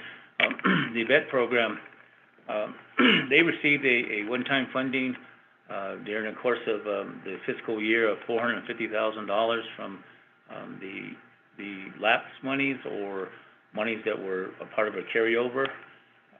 Those are monies they utilized to establish some positions. And today, I guess would be 8-9 months later, we were able to successfully establish those positions and increase our salary base for recruiting veterinarians. And yes, it is true we only have one vet. We're hoping to have three positions within the next 30 days. And moving forward, there's two avenues we're looking at. If we don't receive or not successful in a unmet need, which is cited at 1.4 million, within that is our vet program increase in veterinarians. We did change the salaries and made it competitive. Hopefully we can recruit. Right now in the region, a veterinarian just starting is making well over $100,000, and for 20-something years, we've been paying our veterinarians under 70, and so there's been non-recruitment. Is the reason why there's a scarcity to our vet program for our vet, and that affects operations. And we plan to have hopefully some better hours and more conveniently for our Navajo customers, as well as maintaining our low cost to these services. The outlook would be we have two senior type classifications for veterinarian, and those are now working through personnel, which we got salary bases, and we'll begin advertising next week. Hopefully recruitment will change that. And moving forward, the question is, how do we pay for this? Just to have two vets at the classification is substantially a lot higher than what we have general funds for. The avenue of unmet need is one, as well as our agriculture infrastructure fund. There is a request into that pool of money. Hopefully, as we move through this budget cycle, we'll have some gains on both ends and continue and improve our vet program. That's my comment to Delegate Stewart's question regarding the vets. The other areas of grazing officials, I did start off the conversation or this budget hearing with the grazing officials have lost close to $88 or beyond $88,000, and that has impact, significant impact during the course of the year. Especially during, I'm not sure what the future holds, but we've had to utilize our monies to hold special meetings and had to fight to qualify those meetings, since during the course of the last budget hearing, we said we're going to have certain meetings, but the pandemic disallowed us for gathering majority of the year, or a good portion of the year. So as we move forward, those training dollars will help us and help our officials, but they're needing more beyond that. With the activities and different funding out there, ARPA as being one of them, or even the CARES Act, there's more activities happening with home sites, also right-of-ways. This also needs the involvement of a official. So we can already see the workload is substantially higher than it has been in the previous fiscal cycle. So as we move and see what our planning amount is, which we have, and what is approved, and maybe we can come back, or maybe during this process, we can develop an unmet need for what we're seeing in terms of priorities. I mentioned one of the biggest priorities, right-of-ways and so forth, and that activity with home sites. Lastly, the other question, we're referencing the activities that go on a monthly basis, which is transfers and I guess mediation of grazing permits. The BIA and through Navajo Nation, I guess we're both in deadlock when it comes to the NEPA requirements. So those those permits that have been transferred for the past 5 years, roughly have not gone anywhere significantly to be reissued or canceled, what have you, due to the fact that we haven't met the compliance to the federal law, and there may be some avenues we may need to explore bringing it to the resource committee. One avenue is, since they've been non-active, meaning that they've been in hole, sort of administrative hole, if you can say that, for all these years, maybe there might be some avenues to look at an operator's permit, doing away with the grazing permit itself and move into an operator's agreement, which we can institute that ourselves as a nation, or maybe looking with the BIA in providing temporary permits to those actions that have been taken on the original permit. So people are not waiting for actions from the nation. They can continue, and if their conservation plan is accepted, then maybe at some point reissue. But at this point right now, the follow-up has been done on a monthly basis, asking where we're at. But the return question from BIA is, well, it's within your Fish and Wildlife Program, or we haven't got any word back on all those permits. There's roughly, it's closing in on 1,000 permits, and each month those are increasing with activities and actions taken by our local districts. Mr. Chair, I stand for questions. Thank you, Mr. Watchman. Honorable Stewart, Nancy. Yeah. Just one more to that, Mr. Watchman. So going back to the vet program and maybe thinking of something else to do with grazing and whatnot to up boost funds in those areas. I know that we're always looking at that, because as a livestock owner and as a person who is into agriculture, I want to see this program and these services increase. And so with that, I want to ask, is there a maybe I should look it up myself too, but I'm going to ask straight out. Is there legislation to say that the funds from the vet program will go back into the vet program itself, or does it just automatically go back into general funds as usual with other programs? That would be my last question. Go ahead, Honorable Stewart. Mr. Watchman, your response? Right now, when we refer to the vet as low cost, right now the permit, or excuse me, the animal owner pays a medication bill. The services are paid by the Navajo Nation.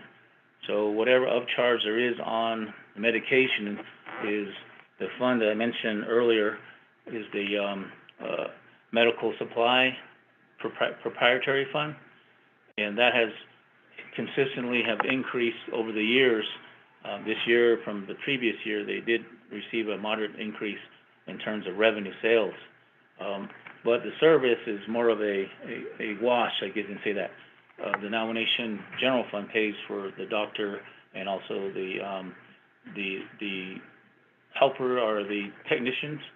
So we don't charge a labor cost, I guess you can say, but we do charge activity, say, a flat fee, but the majority of it is for the medical supplies, and that goes into proprietary.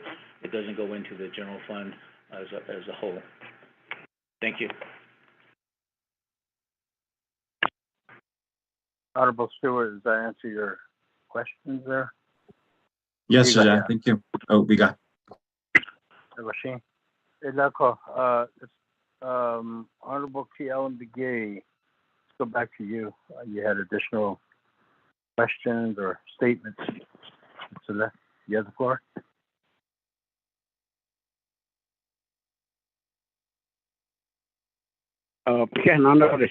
Chairman. Again, going back to the recommendation,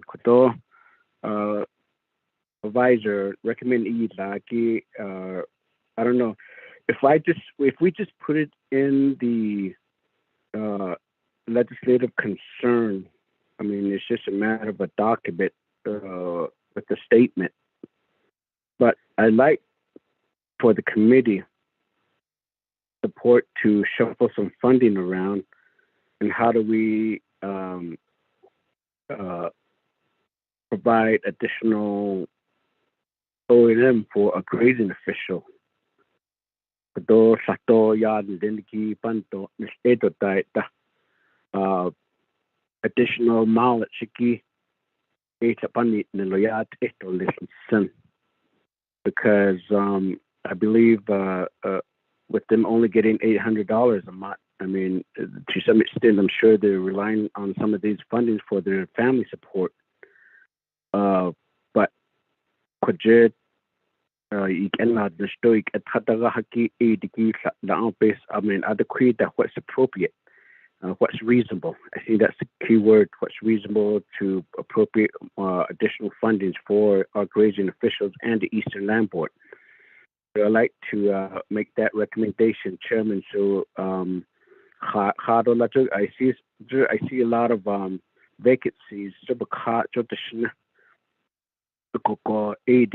Even as of today, you're talking about an average about 6 months of funding or first quarter. Peso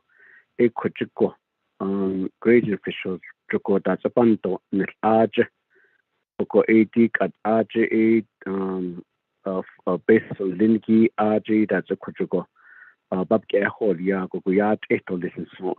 that's my recommendation, and I like to get the response maybe from OMB and then Department Personnel and also the Legislative Council on this request. Yes, I don't mind putting a legislative concern in there, but I'd like to see how much of a budget transfer that we could do for revisit, Chairman. To Honorable Brigade Hakushi. OMB's on the call, and I guess they're on standby with responses and answering questions and that. So they're here with us today. OMB, that would give these recommendations and questions. Can you respond to that?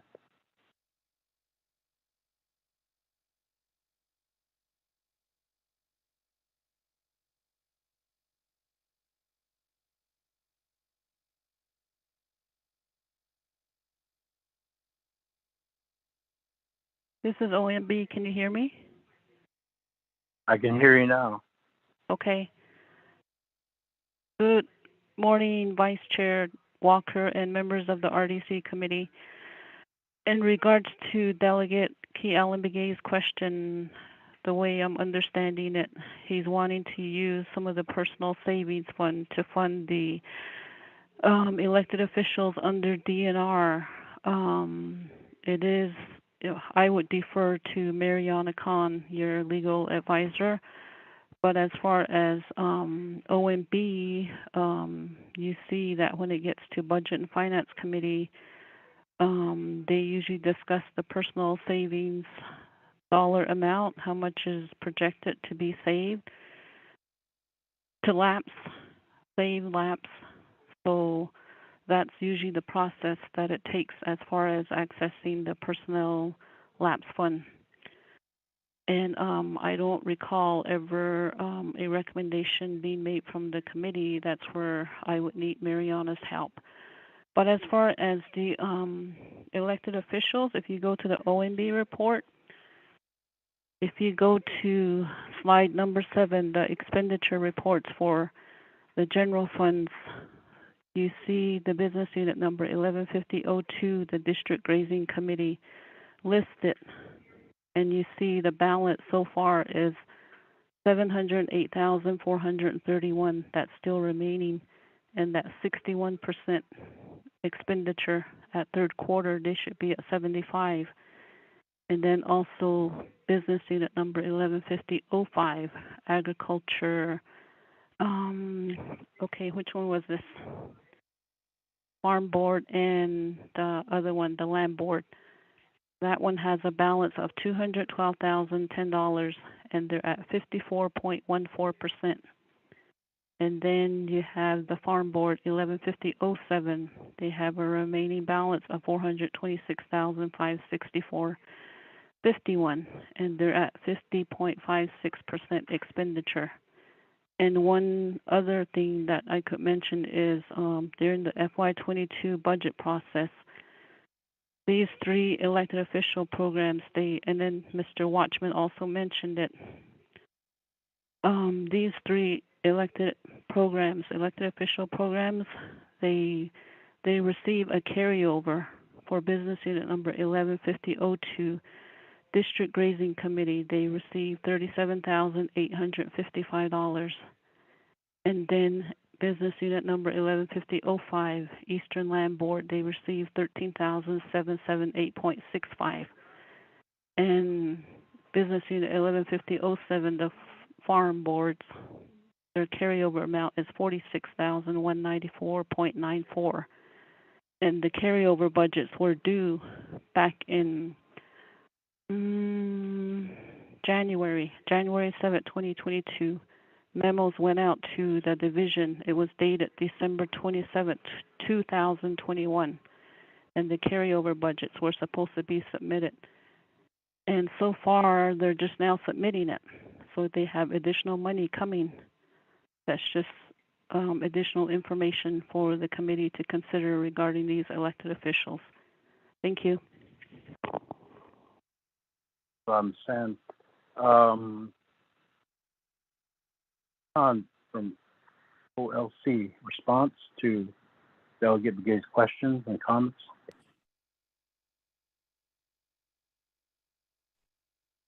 Yes, this is Mariana Khan. Delegate Key Allen Begay was asking about budget transfers and to cover additional money to cover the elected officials' expenses such as additional mileage costs. And from what I understand from the Office of Management and Budget, I'm thinking through that maybe one way is to add to the legislation Resources and Development Committee's legislation in which Resources and Development Committee recommends to the Budget and Finance Committee. In that resolution, we put a particular paragraph, paragraph 4, section 4, in which language is put in for carryovers of the certain amounts that are left in budget units having to do with the District Grazing Committee and the Farm Board and the Eastern Land Board, remaining funds that are unexpended, that those be carried over. That can be put into the legislation, and the carryover is used for what the original expenditure was approved for.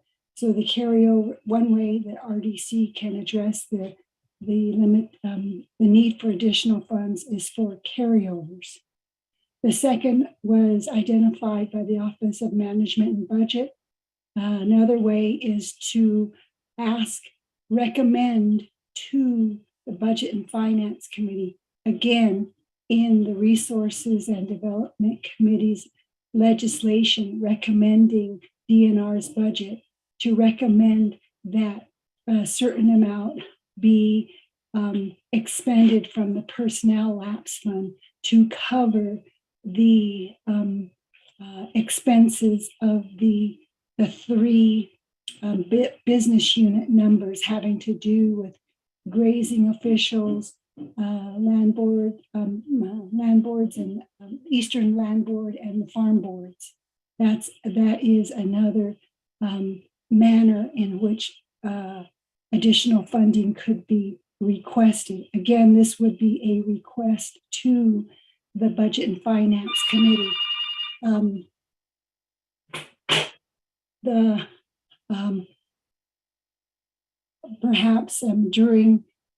Perhaps the Department of Ag could give particular amounts that could be requested to be allocated from the Personnel Lapse Fund for these expenditures, for the increase in the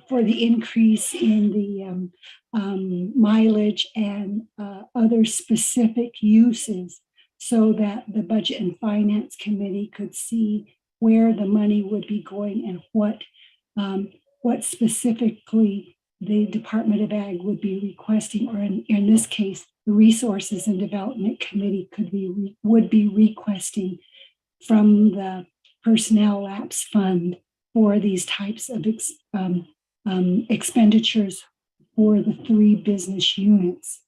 The other way, the third possibility, which would be the hardest to do, or maybe it's not hard, but the third possibility is for the Resources and Development Committee to identify certain business units that would, to take money from certain business units and add them to the 3 business units that we are talking about, in which case the Resources and Development Committee themselves would need to identify which budgets would be needed to be lowered in order to supply the funding for the 3 business units, the grazing officials, Eastern Navajo Land Board, and the Farm Board business units. That would be the third possibility.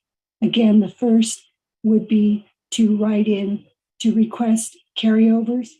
The second would be to request specific funding from the Personnel Lapse Fund. And the third would be to make changes to the existing budget that is before you and move certain funds into the 3 business units.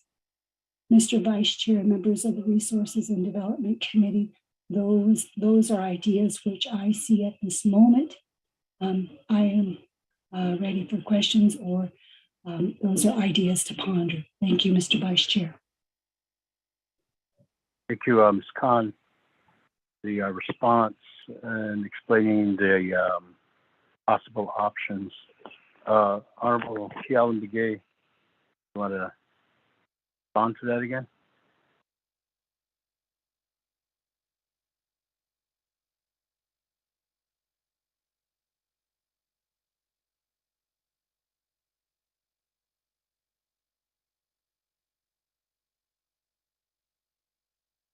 May have to unmute, Honorable Begay.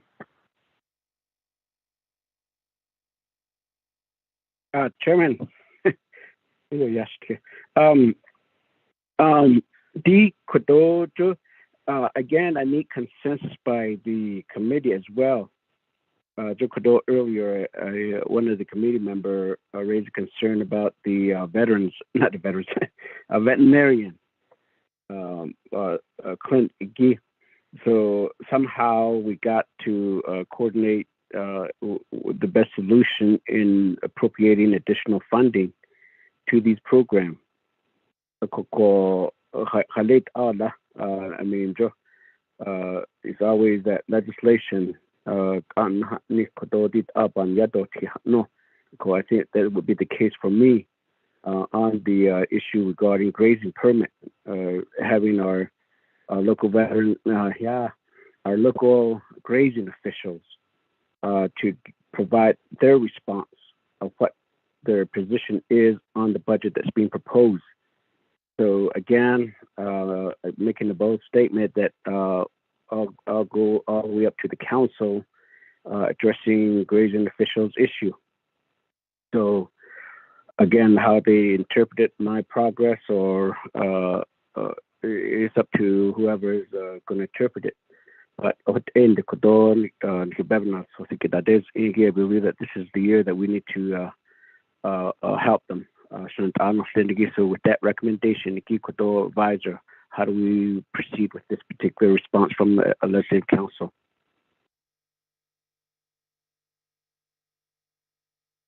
Thank you, Honorable Begay. Advisor, Ms. Benali, give some guidance here.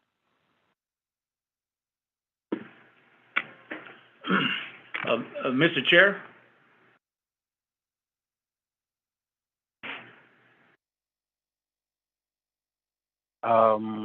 Okay, before we go to Ms. Benali, Mr. Watchman. Mr. Chair, maybe I can offer something to look at in terms of planning and as a part of this process again. Ms. Khan, or no, excuse me, O&B, Ms. Sam mentioned that there were some balances that came from the previous year they were currently working on to expend. I did mention that how we interpret what we're told is that these carryovers could not be used for stipend. So that became a delay when we have a number of grazing officials, elected officials, and even though 47,000 sounds like a lot of money, I mentioned that just to have one meeting, it exceeds that. So what we've been trying to do is look at how to fund other things for them. But moving forward in terms of Delegate Begay, as a question, it is cited to have, we do know that there's going to be a large amount of carryover amounts per business unit. Maybe there can be language that could be offered that to increase those line items in which have stipends as a part of some of the restrictions that we were disallowed to do in the previous fiscal year. Basically what I'm saying is utilizing and asking the committee to offer language during this budget that the carryover amount for 2023, there are amounts that are exceeding $100,000 in one or two of these business units. That could be utilized to increase the monthly stipend, to offer that as since there's no, that's just money that's already been, it's a carryover amount, so it doesn't hurt any other program or the planning amount in which we are working with. That's just a suggestion. We did calculate those amounts and are going to be submitted that to the chair. Some of the amounts could cover an increase in stipend in 2023, more or less after the first quarter. I think that's when the carryovers are accessible. Thank you, Mr. Chair. Thank you, Mr. Watchman. Nahid, advisor, can you provide some assistance here? Finale.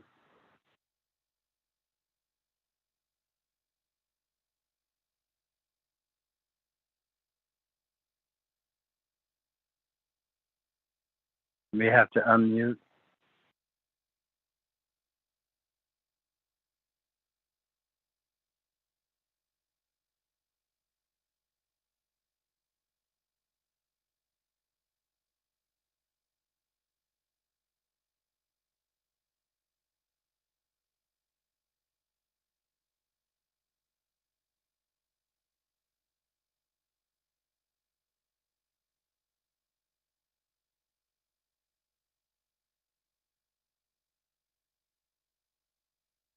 Ms. Chi, is Ms. Finale still on the call?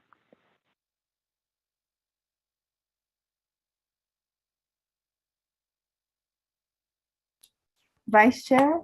Yeah, she is still on the call. Okay. Finale? Yes, Mr. Chair. I'm sorry, I stepped away to pick up a printout. What is the question, or what was stated? Yes, Honorable Begay is asking advisement from yourself on RDC's how RDC can approach this, the use of carryovers for stipends and maybe other costs for the three elected officials categories. Oh, okay. Thank you, Mr. Vice Chair and members of the Resources and Development Committee. What the committee can do is indicate in an amendment allowing or recommending an amendment for carryover in the legislation of the division or department that the FY23 budget is for. Okay, thank you. Honorable Begay, there you go, yeah. Chairman, appreciate the assistance. Thank you. Okay, thank you. Honorable Herman Daniels, Chief, you had your hands up. You have the floor.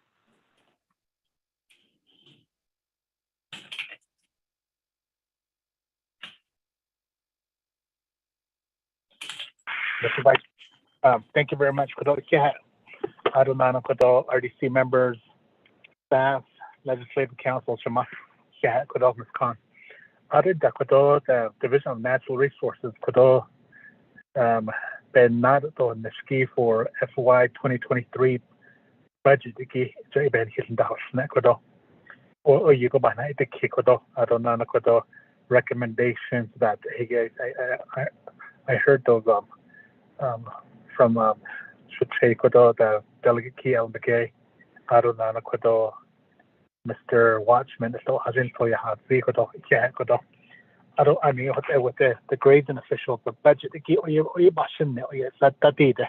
But what, after hearing from Mr. Watchman, I like his recommendation, Kodona Grade, carryovers again. Kodona Grade, Beso Chadapi, or again. I like that recommendation. So you bashin that deco. So Bahui Yabla be big at all lessons so you on this case of so with that recommendation I the case as I don't know what I should say I didn't my brother the delegate Stewart so all the committees seeing what I knew with the grazing officials they're out here and right now they're doing tally counts.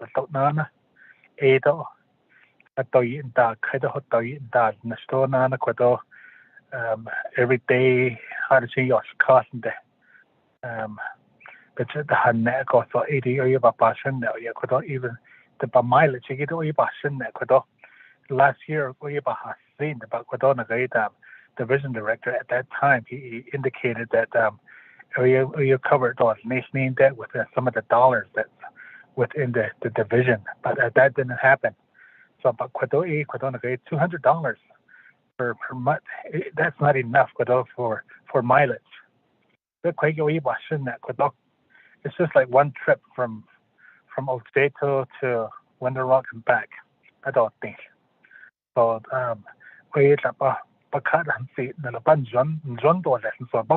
case mileage again so the begena with the I think hard now the peso so equal you passion the mileage again and hagi see that but you cut the dal yeah get even public hand out all nation for you papa this since so the idiom so ba sit on the thank you for the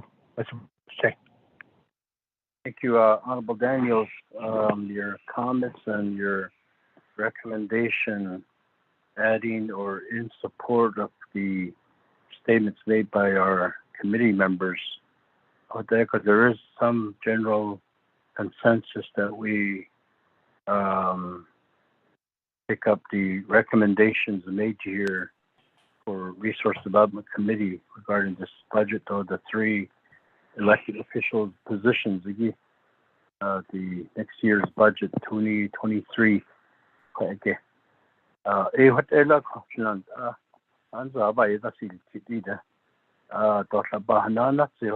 next presentation Mr. Chair. Ms. Benali? Yes, thank you, Mr. Vice Chair. In addition to that previous answer that I provided, it would the other caveat is that DNR would provide, like for any kind of carryovers they're requesting is to provide the budget numbers, the program names, and the carryover amount, and probably an explanation of where the carryovers will fit within FY23 budget. Thank you. And that can be attached to the legislation. Thank you. Okay, if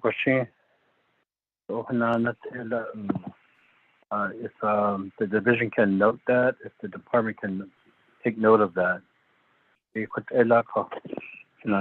Any other questions, comments on the... Mr. Chair?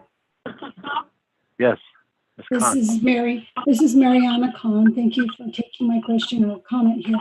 I do want to make known to the Resources and Development Committee that as far as the stipends that have been that are paid to the Grazing Committee members, the Navajo Nation Code sets that amount. And so I do that's set at in Title 3, Section 878, the compensation amount. So for the purposes of this particular budget legislation, the amount that is set in Title 3 is the amount that I see that the grazing officials are allowed to be compensated, and as that's I just want to bring that to your attention. As far as designating the carryover amounts, so that would. My understanding is that the carryover amounts are usually what the program initially used that amount for. And unless Mr. Leo Watchman suggests that the remaining amounts in those accounts be used for something other than what was the initially appropriated purpose, that those amounts would need to be used for the initial appropriated purpose. Mr. Watchman may or may not want to expound on this more, but that would be how I would write the carryover, would be for those particular budget units, whatever is remaining, and it would be used for whatever purpose it was initially allocated for. If there needs to be more discussion on this point of changing the purpose of the carryover, then I would listen to that and then consult with the other attorneys in my office of how to change the amount that was the purpose of the original allocation. I sure hope I have not confused everybody, but I'm trying to be as clear as possible on that particular point. Mr. Vice Chair, thank you.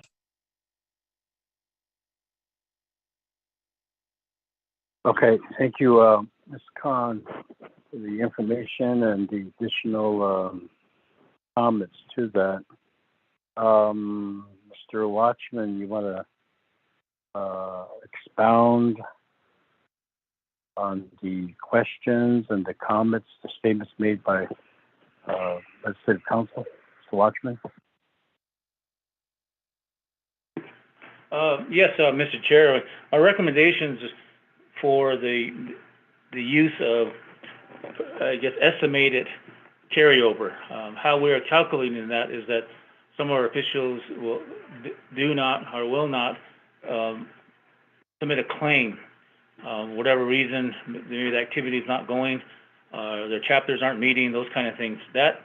Those monies that will build up and as an estimate is under the object code that's in the 2000 series, which falls under, say, the personal lapse, calculation. What I basically is suggesting, since the previous year, those were what generated the carryover was just that from 2021 to 2022, as well as 2023. So again, I know that the code says up to we as a funding, meaning Navajo government funding these officials, it's set in code, but it's at the will of the council and appropriation if it goes beyond that. But the code sort of protects that we do not fund underneath that. So, and this has happened in the past, and I made reference that even though the meeting stipends are cited, it's the will of the council and the appropriated entity to approve amount that could be higher or comparable. And in the past, we utilized the chapter stipends as the comparable entity the nation is funding, and they are receiving, I think, $500 at some of their meetings. So again, it's just a matter of finding the funds and then at the will of the council approving that with the language.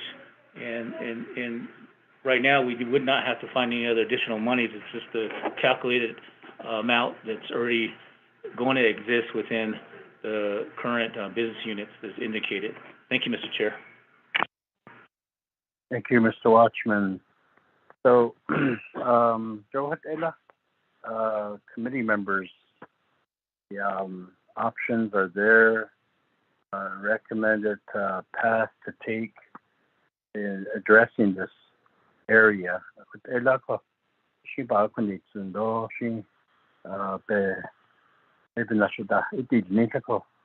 So, Ms. Khan, you have any additional statements or comments, questions? Ms. Khan? Mr. Vice Chair, I do not have additional comments. I will continue to listen to this discussion. Thank you. Okay, thank you. So at this time, we should move on to the next presentation. So back to Ms. Chair Maya, your presenters.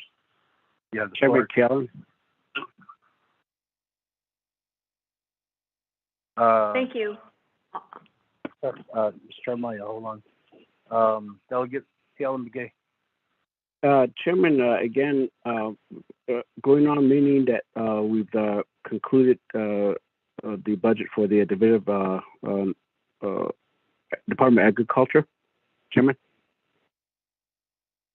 Yes, taking in the recommendations and, to I guess, look to the legislation that RDC will be considering with regards to this DNR budget.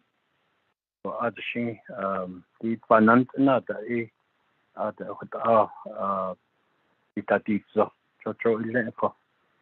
all indications lead to that. Honorable Begay. Chairman, may I make a statement regarding the farm board again? Okay. Go ahead. Chairman, could the Department of Agriculture do well 2 areas. Yego be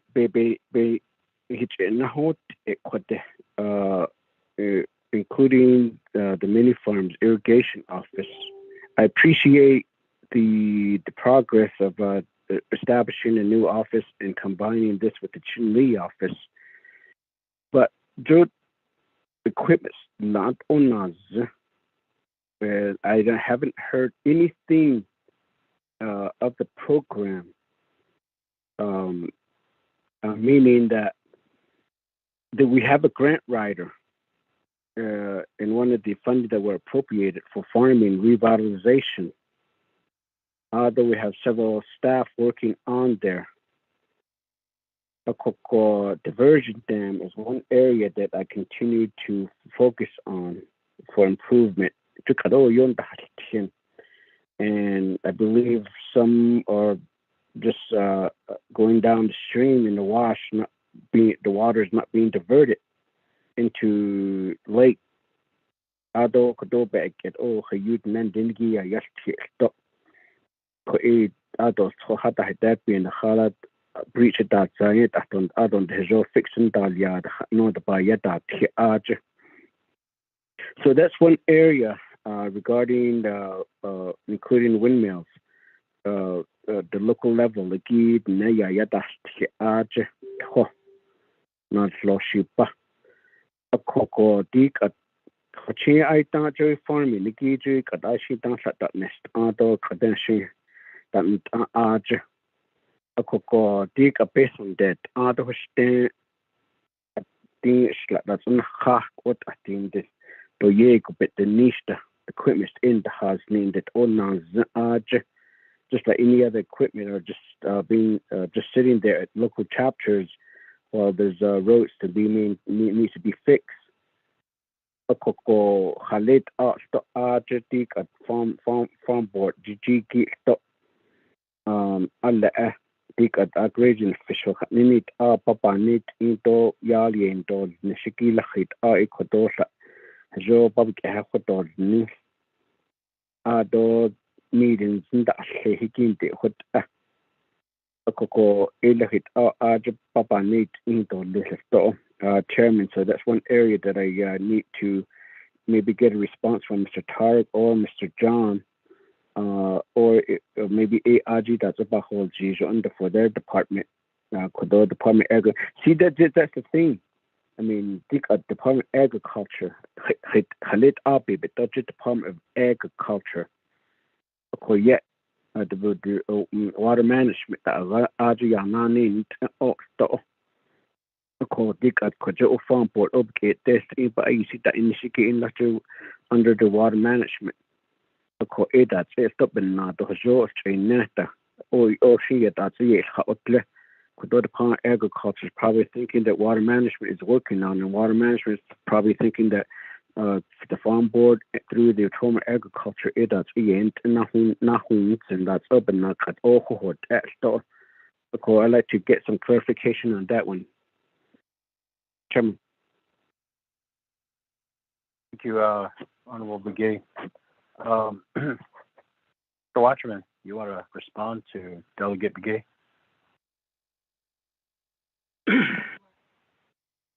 Yes, Mr. Chair.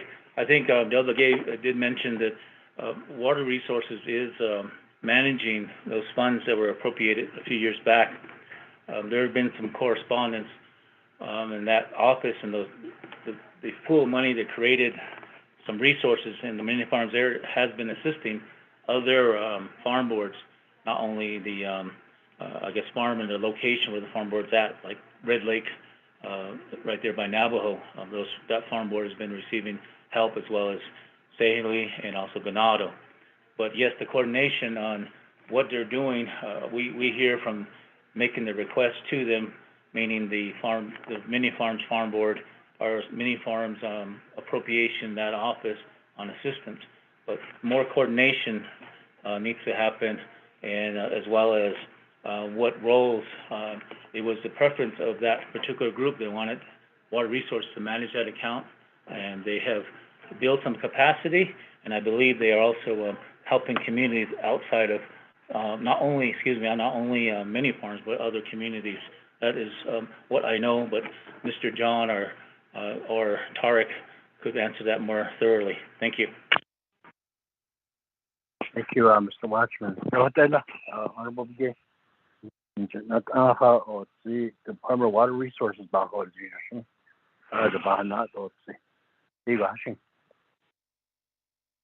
Chairman, maybe that's another reason that we might as well change the Department of Agriculture to a different program.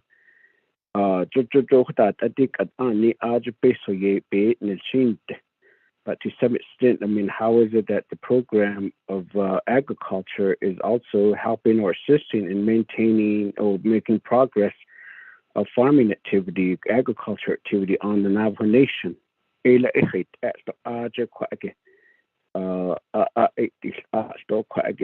the midst of a budget, I don't know if we can be able to work. Maybe after the budget, maybe we can work on the plan of operation to make some changes.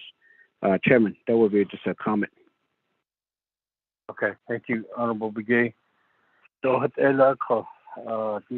we are on record, and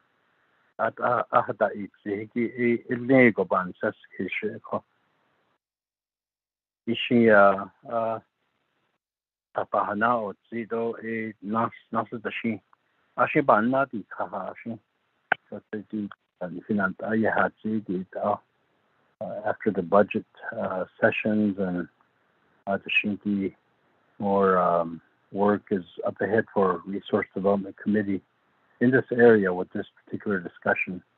Ms. Cheremia, now you may proceed with the next report.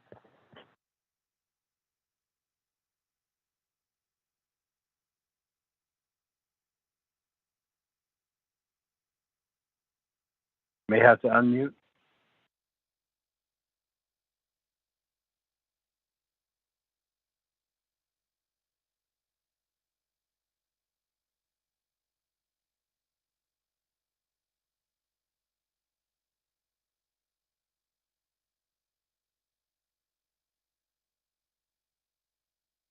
Honorable Walker, Yes. are we ready to move on? Yes. Thank you. The next Department of Wildlife, this would be the budget under tab 5 in the binder. Ms. Gloria Tom will present her budget.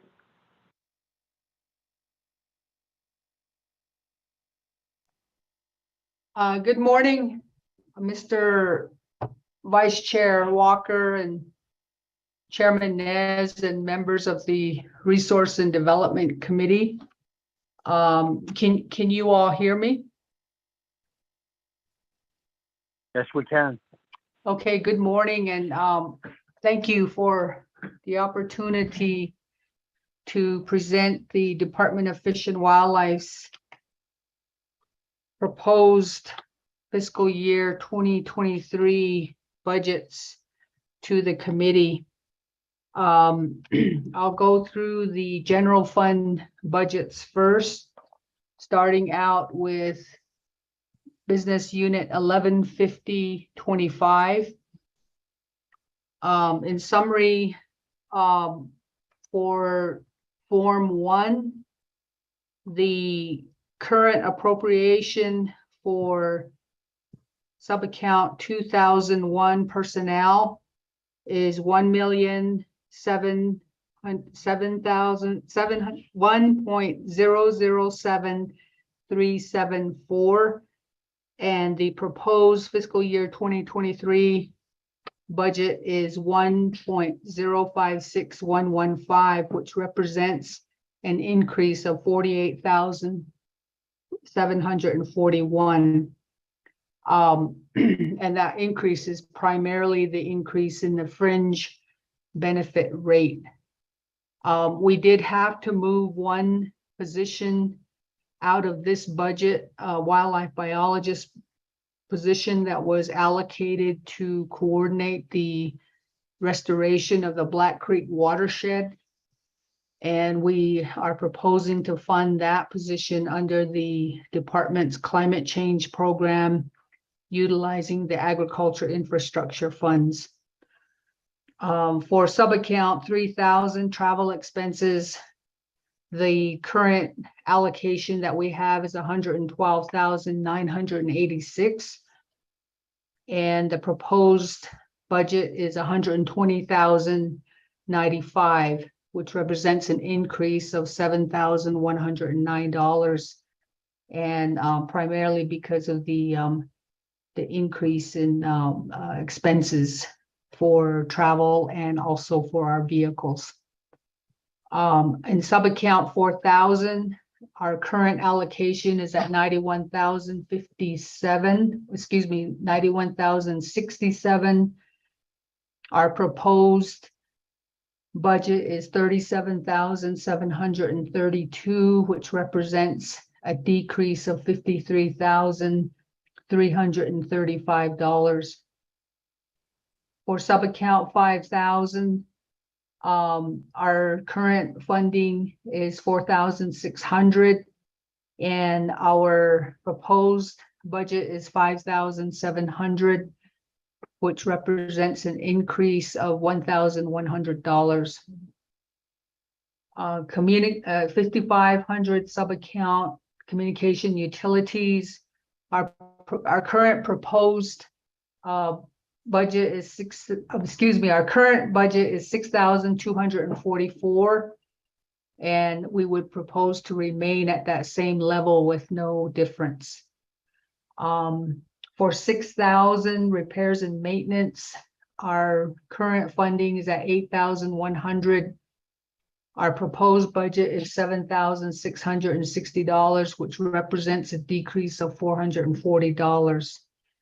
And then in subaccount 7,000 special transactions, our current funding is at 20,998, and our proposed budget is 19,230, which represents a decrease of 1,768. So our base funding for this year is 1,251,369. Our proposed funding, base funding for fiscal year 2023 is 1,252,776, which represents an increase of 1,407. The total number of positions will move from this year of 17 fully funded positions to 16. I mentioned we're moving one wildlife biologist position to our climate change, and then we're also losing one vehicle. We are at 5 units currently, and we'll be down to 4. That is our 115025 business unit, and the next business unit is 115026.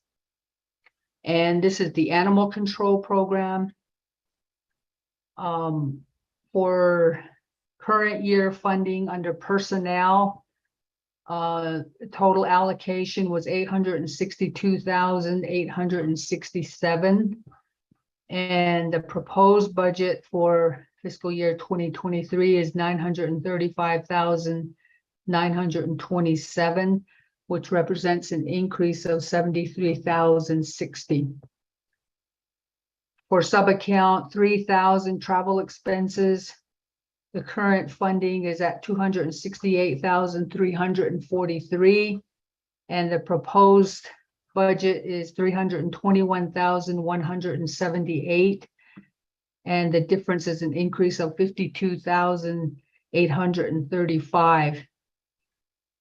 For sub-account 4,000, our current funding is at 295,726, and our proposed budget is 496,611, and an increase of 200,885.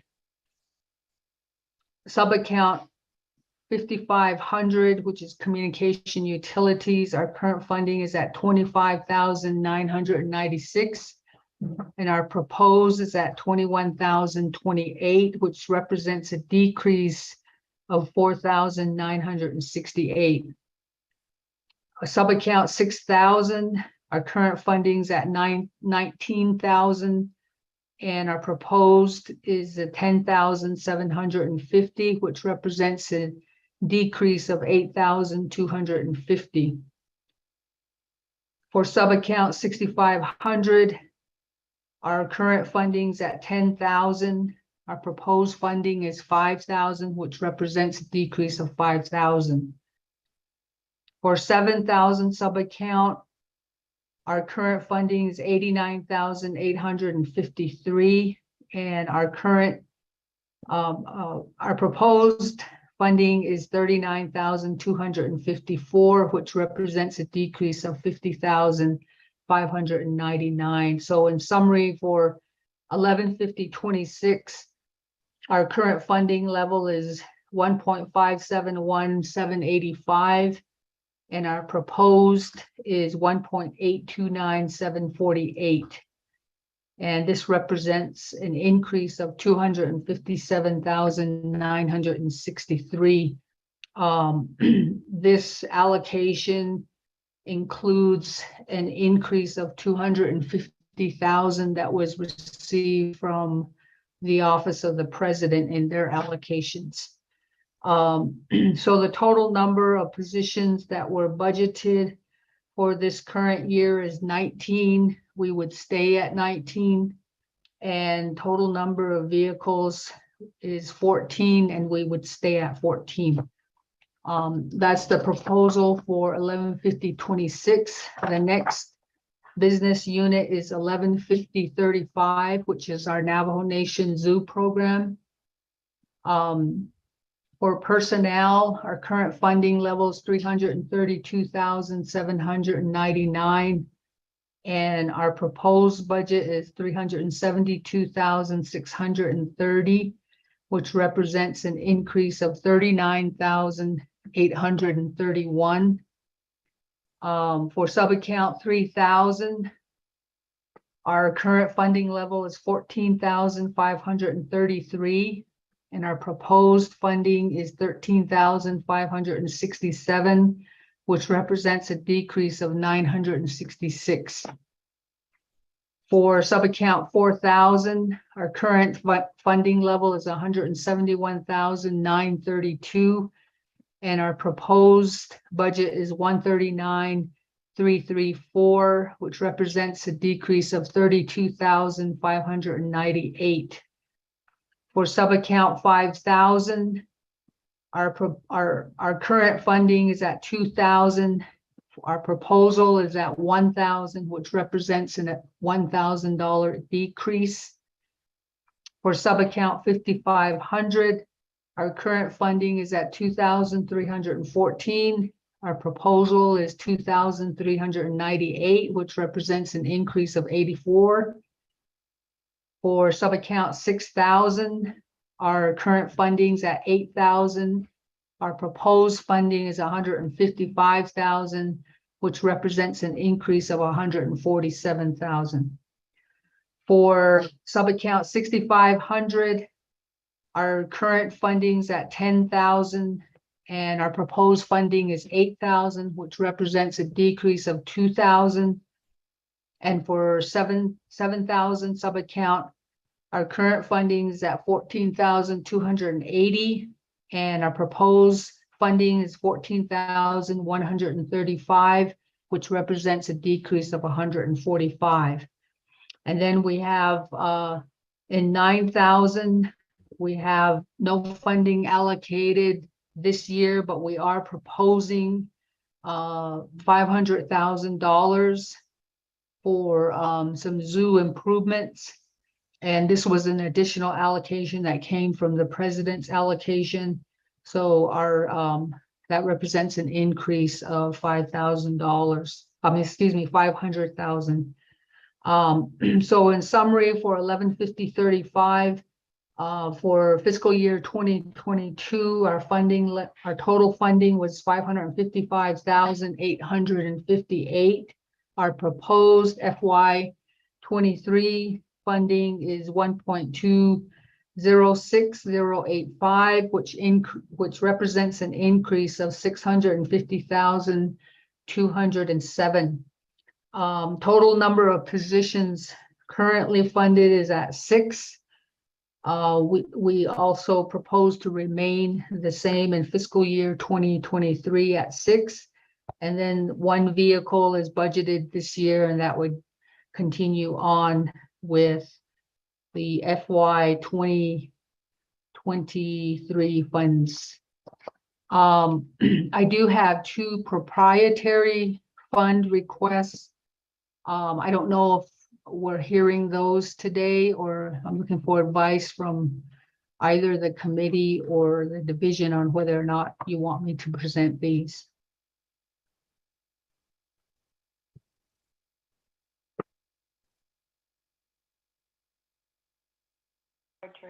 Brenda, this is, I'm sorry, Gloria, this is Rowena. You don't need to present your proprietary or your K accounts as far as I understand.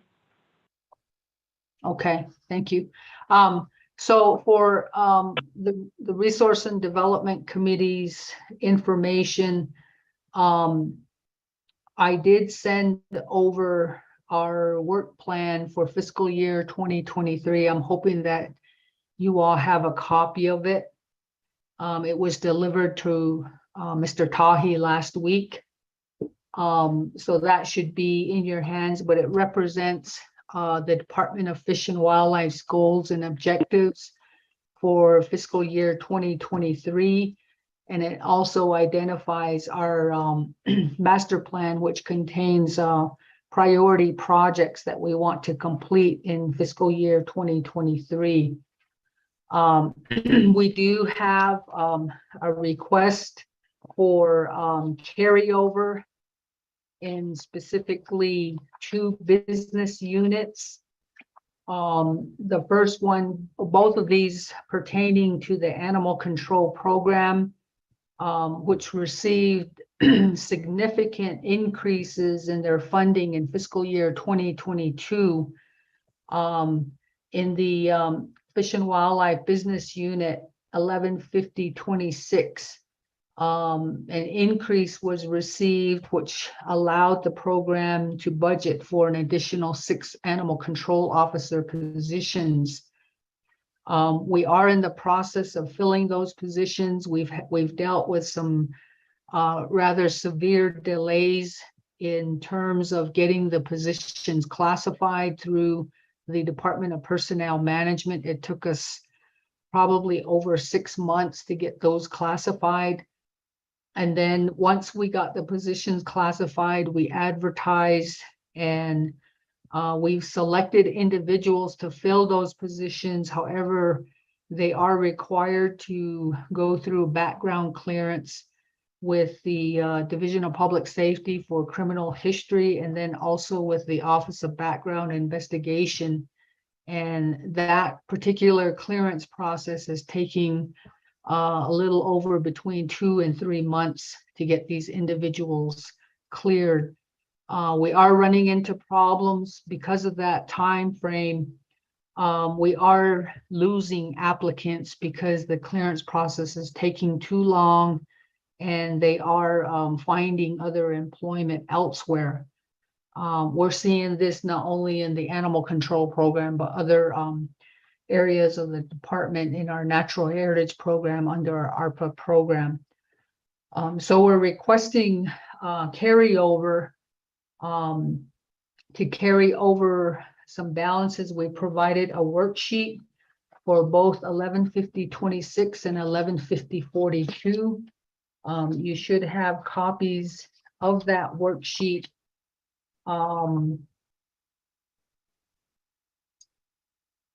We've identified by sub-account, by object code, what needs to carry over into fiscal year 2023.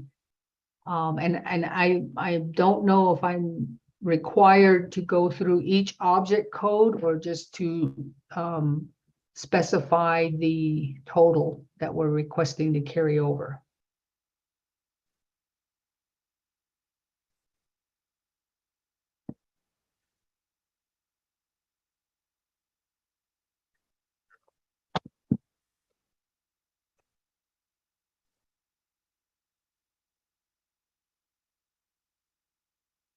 Can I get some guidance from DNR or the committee? Okay. Advisor, can you provide assistance to the committee here in giving guidance?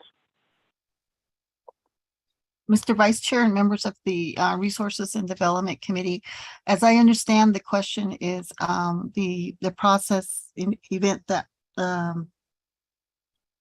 the department wants to request for carryover monies. It's the same as we had discussed before in the Department of Agriculture's proposal. Or consideration if they were going to be carrying over, it would be the same process. Mr. Chair. Okay, thank you. So, Ms. Tom, you have the response there. Okay, thank you, Mr. Vice Chair and Advisor. So in essence, for 1150-26, which is the animal control program, we're requesting a carryover amount of $443,164. And from another business unit for animal control, 1150-42, we're requesting a carryover amount of $181,858. And copies of those specific object codes and the amounts identified for carryover should be in the binder. The final thing I want to cover is the unmet needs request for the department. And I understand in reviewing the budget package for Exhibit E, which lists the unmet needs budgets for the division, there's some edits that I'm requesting to be made to this chart. The first one being that the business unit listed as 1150-26 animal control programs requests for unmet needs. We would like to recommend that be removed. And then we would also like to bring to the committee's attention 3 unmet needs requests that were not included in the packet, but were submitted to our division. The first one was doing some lake improvements at the Wheatfields Lake Recreation Area, providing for additional manpower support to maintain the restroom facilities there, as well as the waste, the trash disposal activities, and then to do some improvements to some of the facilities in terms of picnic tables, campgrounds, etc. And the total unmet need request for that is $2 million. Through the I guess the confusion about the allocations for fiscal year 2023, two of our programs were basically zeroed out of the division's fiscal year 2023 funding requests, and that was the Colorado Ranches and the Natural Heritage Program. Both of these were originally allocated by funding by Dr. Shabala when he made the allocations known to DNR programs. However, with the confusion in the base funding amounts, and they ended up having to zero those two budgets out because they were not part of the base funding from fiscal year 2022. So the Colorado Ranches submitted an unmet needs request for $100,000. And again, this is just to purchase or replace old equipment and do some improvement on some of the water and range resources up there. And then finally, the Natural Heritage Program, they're requesting $245,389 for personnel support for the biological clearance function that they're responsible for completing. They're requesting funding there for 2 wildlife biologist positions and to continue funding for our GIS supervisor position, which is currently filled. And I understand that he was under the under the Natural Heritage Program's 115045 business unit that was zeroed out. So we are facing potentially one layoff there if we don't find funding for our GIS supervisor. That pretty much concludes my presentation of the department's fiscal year 2023 proposal. And as mentioned earlier, I did provide a copy of our goals and objectives and our priority projects for fiscal year 2023. You should all have copies of that. Thank you, Mr. Vice Chair. I'll stand for questions. Thank you. The presentation. Committee members.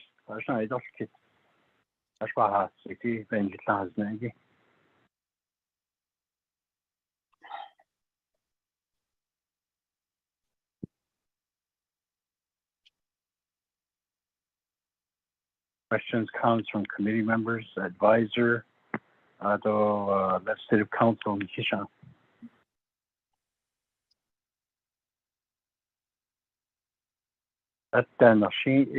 We continue with the next presentation.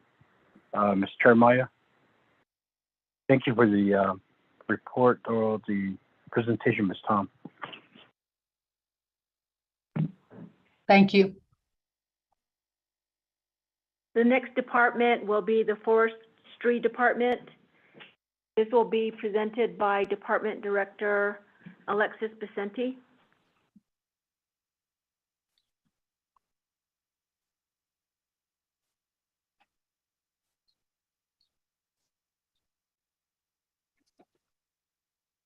Good morning, Mr. Vice Chair, members of the Resources and Development Committee. Again, my name is Alexis Becenti. I'm the Department Manager for the Navajo Forestry Department. I will be reviewing information for Business Unit 115023. General fund allocation of 193,822. Personal lapse allocation of 4,911. Part 3, the budget summary, Form 1.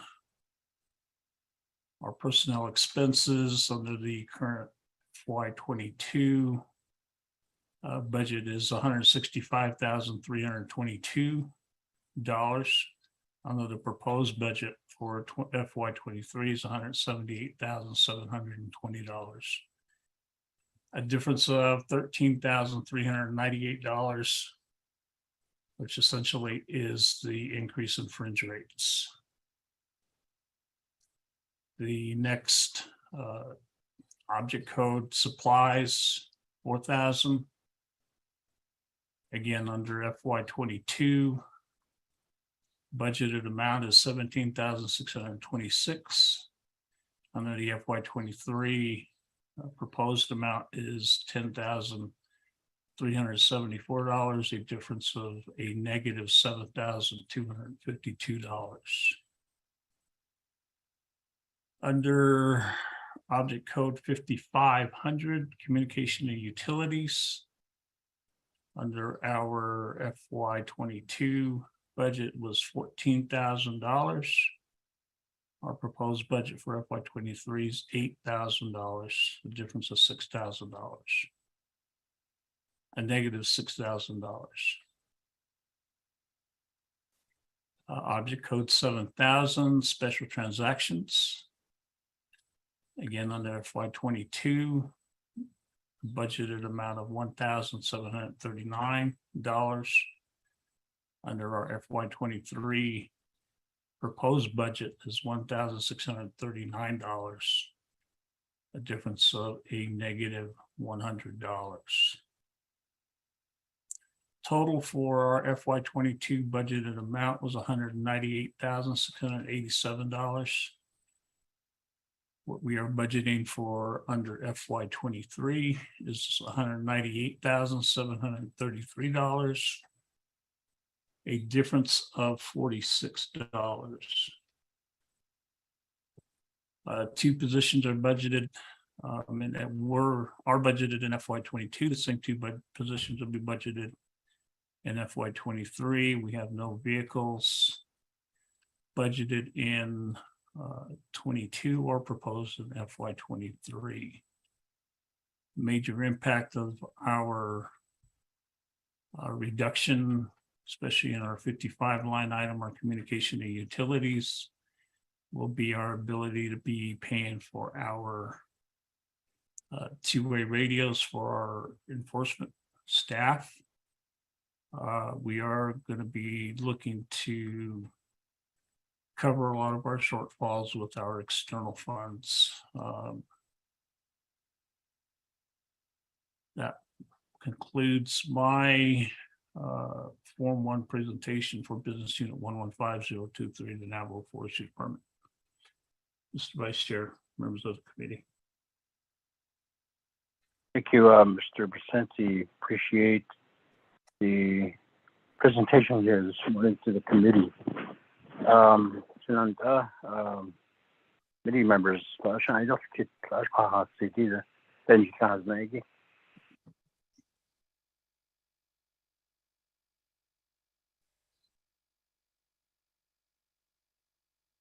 committee members and advisor and legislative council, any questions, comments?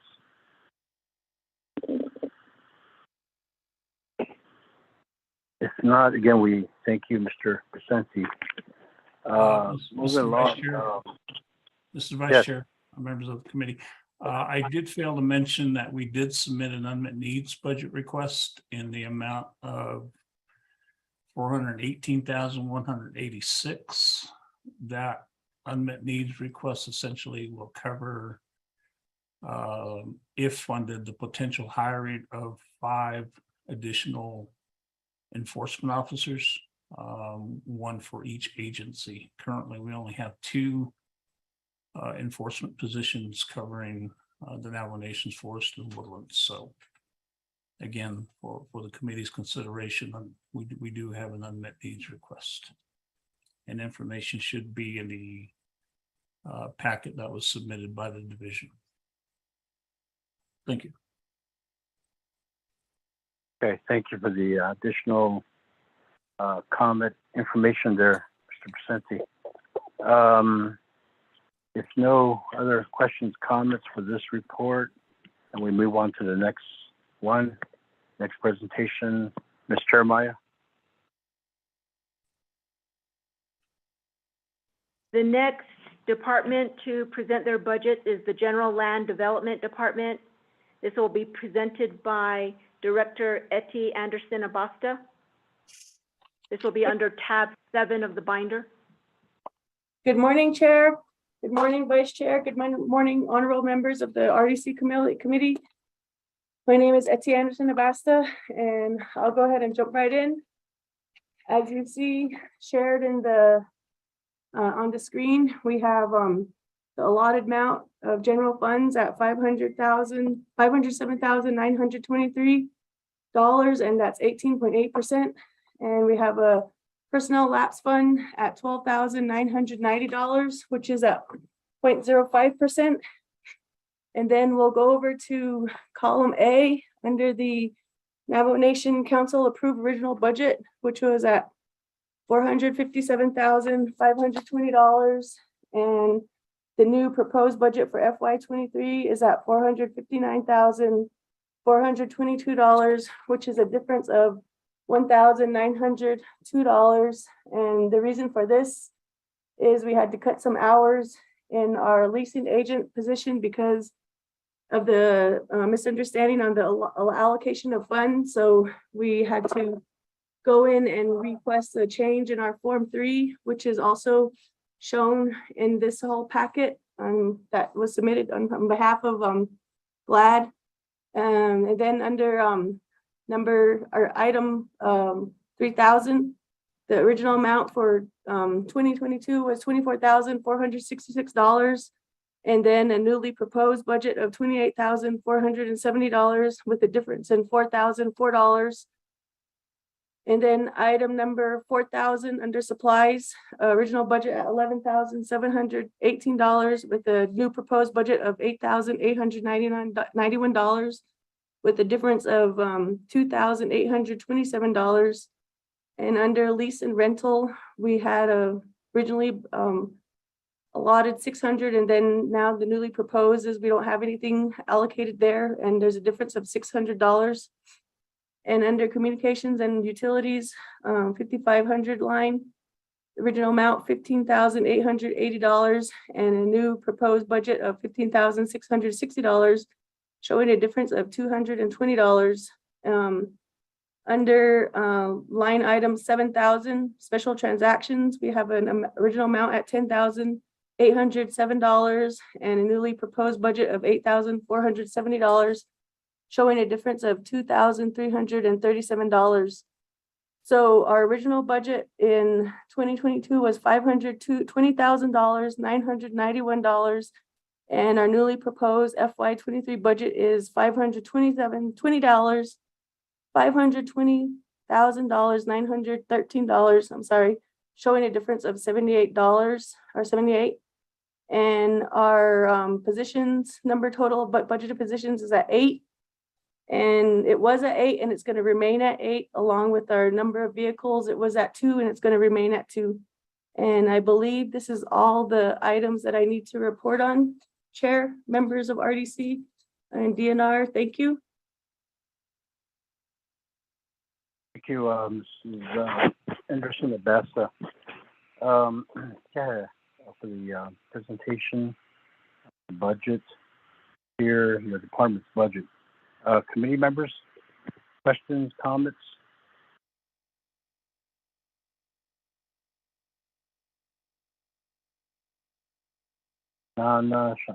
Committee members, questions or comments? The advisor on the legislative council, though. Questions or comments on the budget? If not, again, we thank you, Mrs. Anderson Basta, for the presentation. Okay. So moving along, back to Ms. Chairmaya, the next budget presentation. Presenting for Heritage and Historic Preservation Department is Mr. Richard Begay. This is tab 8 of the binder.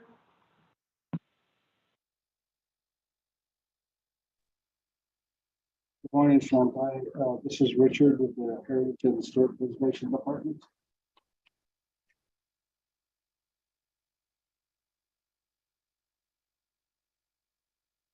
Yes, Mr. Begay, you may proceed.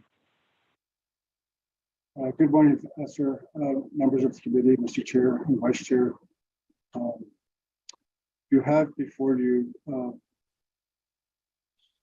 Budget Form 1 that provides an overview of our budget, the current budget, which is column A, and our proposed budget, which is column B. As you can see, there's not a whole lot of change in the bottom line. The original budget, the current budget is $605,000.80, excuse me, $605,860. And the proposed budget is increased a little bit to $606,537. Like many of the programs, if you look down in the differences, you'll see the biggest increases, of course, in personnel expenses.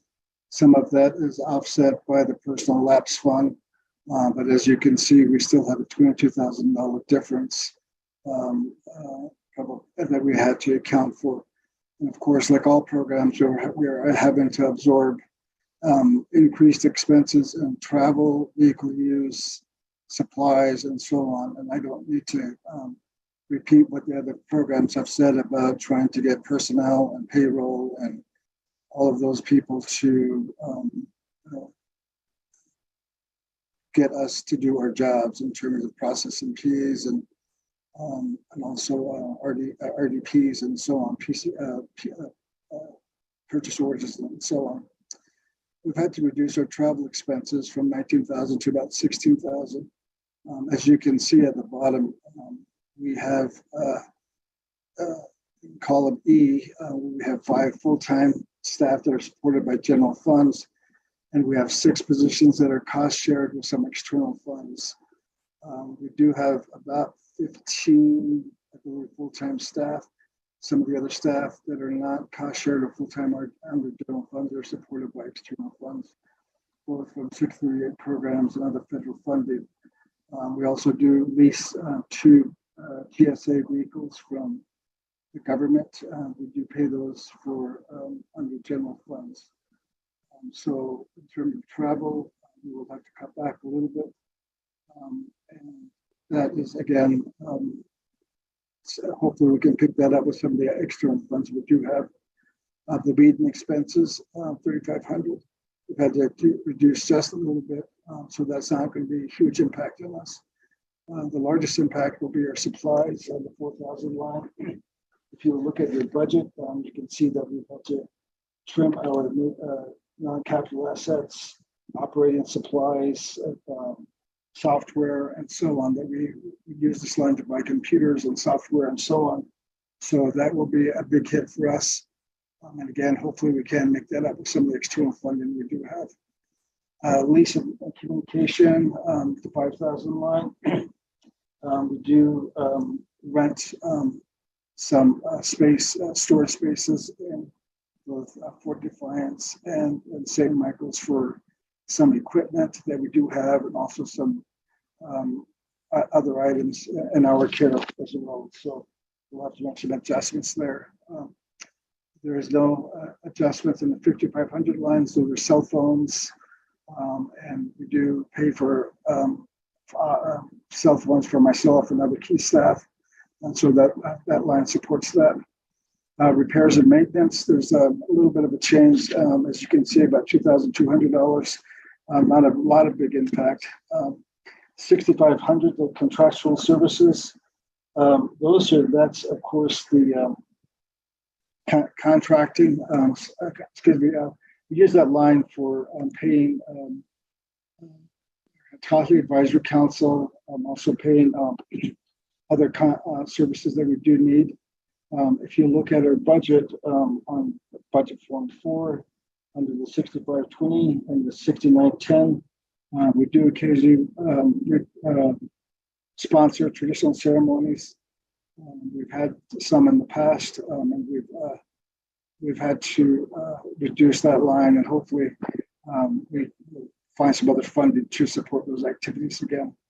We have about 10 Hatatis from across the reservation that we normally work with, and at least one of them is on the council, Mr. Altuso. And then we also have others from across the reservation. Also, in the special transaction, the 7,000 line, we do use that money to pay for background checks. We also do that for liability, legal liability, and workman's comp and all those sorts of things. So we've had to adjust that a little bit overall. So that, again, we do support 5 full-time staff and then 6 cost-shared programs under this, or cost-shared positions under this. Mr. Chair, that's my report, and I'm open for questions. Thank you. Thank you, Mr. Begay. Thank you for the budget presentation. Committee members, questions and comments? Even advisor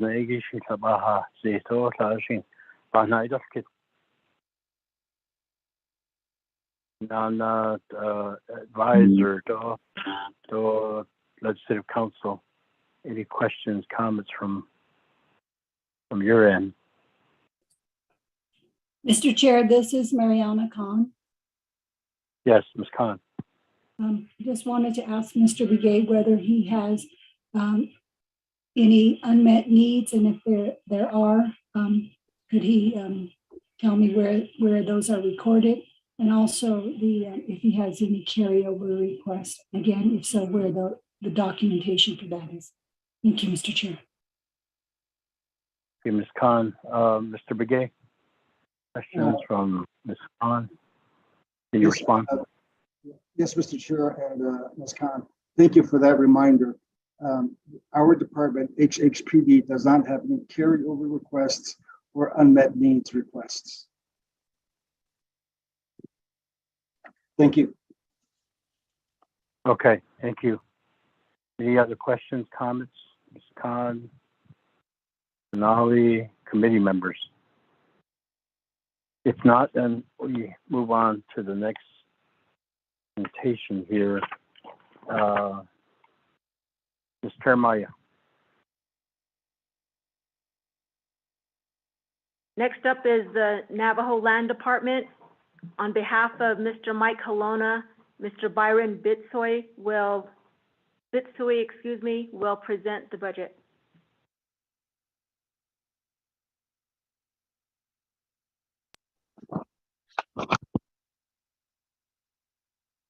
Good afternoon, Vice Chair Walker and Chair Nez, along with members of RDC and fellow staff members all listening. My name is Byron Bitsui. I'm the GIS supervisor. I will be giving the budget summary for Land Department. There will be 2 business units. I'm not sure if we have to do the land acquisition and title, but if we do, then when we get to that, you guys can let me know. Well, we'll begin with business unit number 115021. That's the Navajo Land Department, the administration. We'll start with line item 2001 personal expenses. We had our approved original budget at $1,118,864. We do have our proposed budget at $1,214,251, and the difference, the total is $95,387.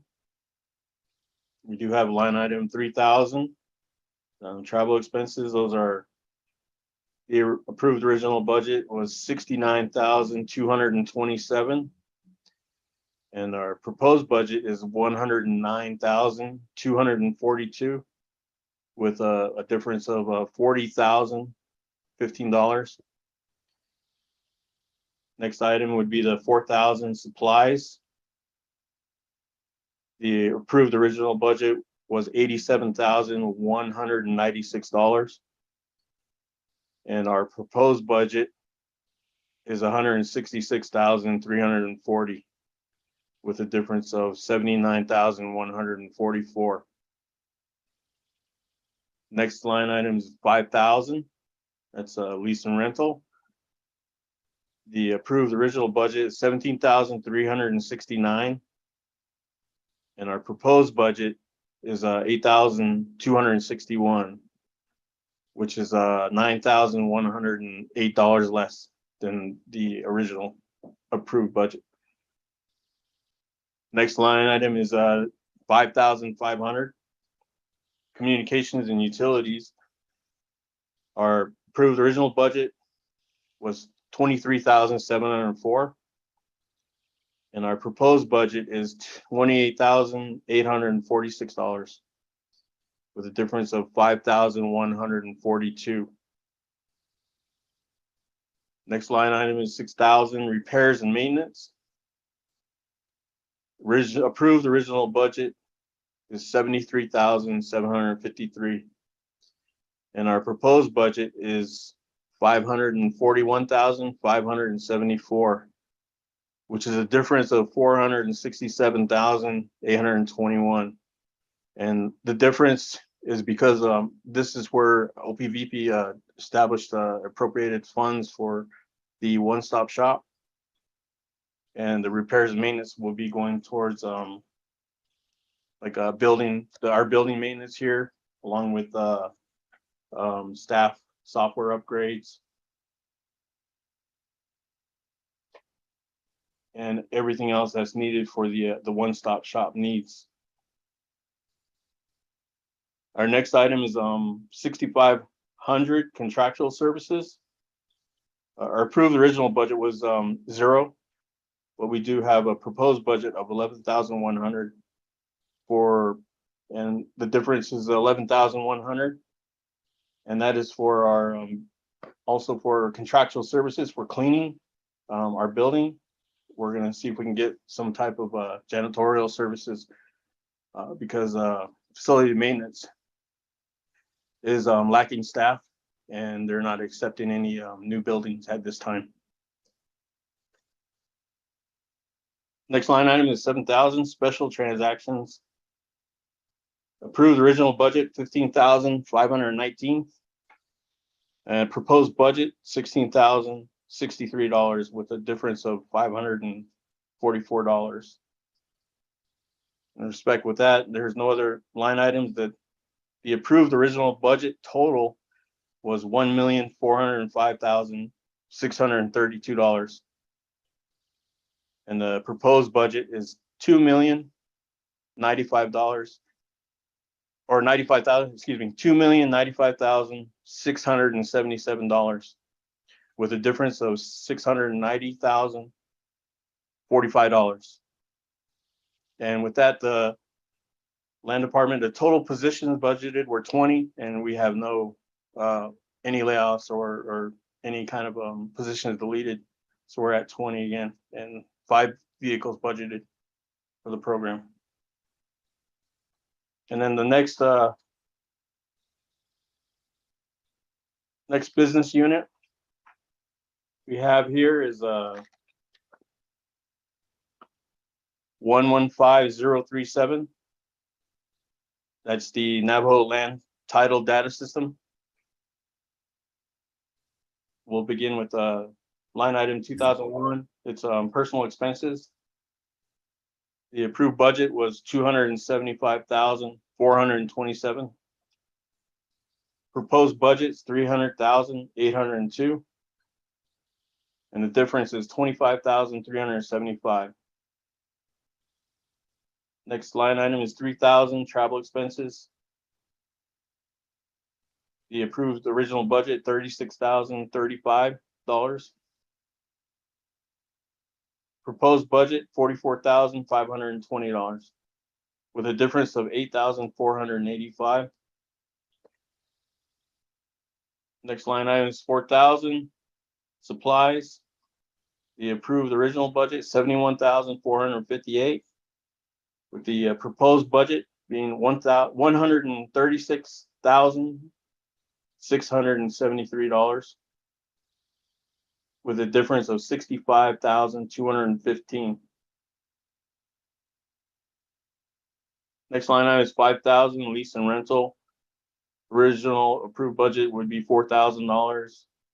Proposed budget $6,500, with a difference of $2,500.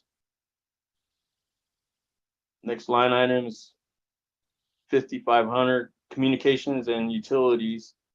Original budget 16,180, and the proposed budget 16,180, with a difference of 0. Next line item is 6,000. It's repairs and maintenance. We had an approved original budget of $157,350. Our proposed budget $48,000, with a difference of a minus $109,350. Next line item is 7,000 special transactions. We have an approved original budget $10,171, and the proposed budget $17,980, with a difference of $7,809. And then with all that, we go back down to the totals. The approved original budget, $570,621. Our proposed budget, $570,655, with a difference in total of positive $34. And with that, the Navajo Land Title Data System, we have a total number of positions budgeted. Last year was 7, and this year we're going to do 7 again, with 2 vehicles budgeted.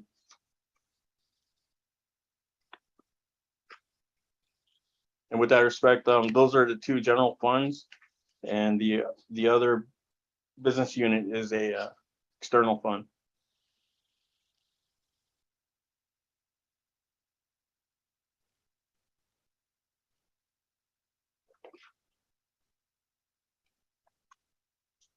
Thank you, Byron. I do not think you need to present the external fund.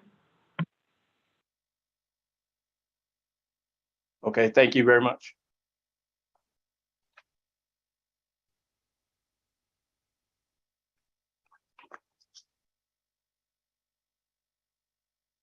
And with that, Vice Chair, that's Navajo Land Department's budget. Okay, thank you, presenter. You're Patui, right? Yes, sir. Oh, Yateho. Yate. For the presentation for your department's budget. Are the committee members questions and comments from Mr. Batsui on the budget presentation?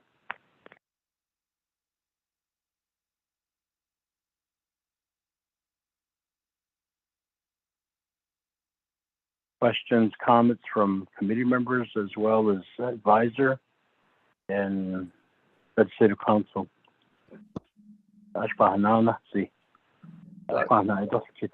Vice Chair? Yes. This is Mr. Batsui again. Yes. At this time, we do not have any unmet needs and no carryover requests as well. Okay. Thank you for that information. Mr. Vice Chair, I have a question. Yes, Ms. Khan? Yes, this is Mariana Khan, Office of Legislative Counsel. In last year's fiscal year budget, the Land Department was a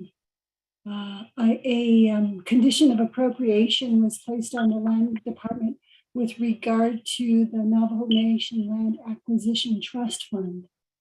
And that particular condition of appropriation said that the Navajo, that the Division of Natural Resources and the Navajo Land Department Director shall work with the Department of Justice in preparing appropriate amendments to the Navajo Nation Land Acquisition Trust Fund.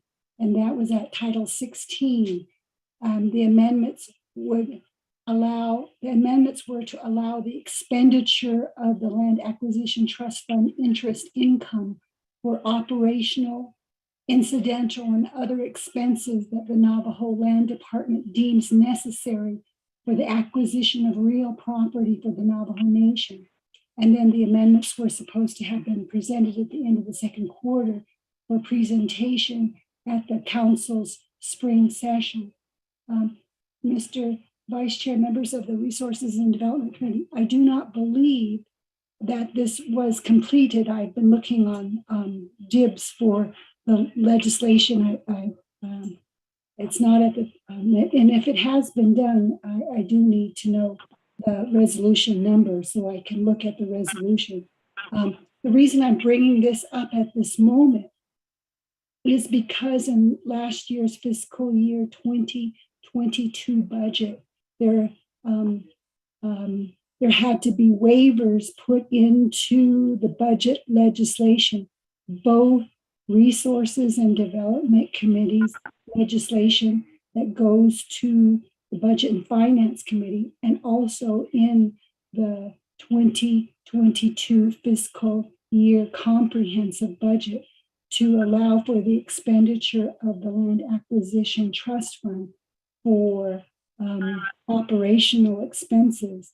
And ordinarily, the resolution for the trust fund at Title 16 states that how the money is to be spent, and it does not have for operational expenses. And so I was listening for that information in this presentation.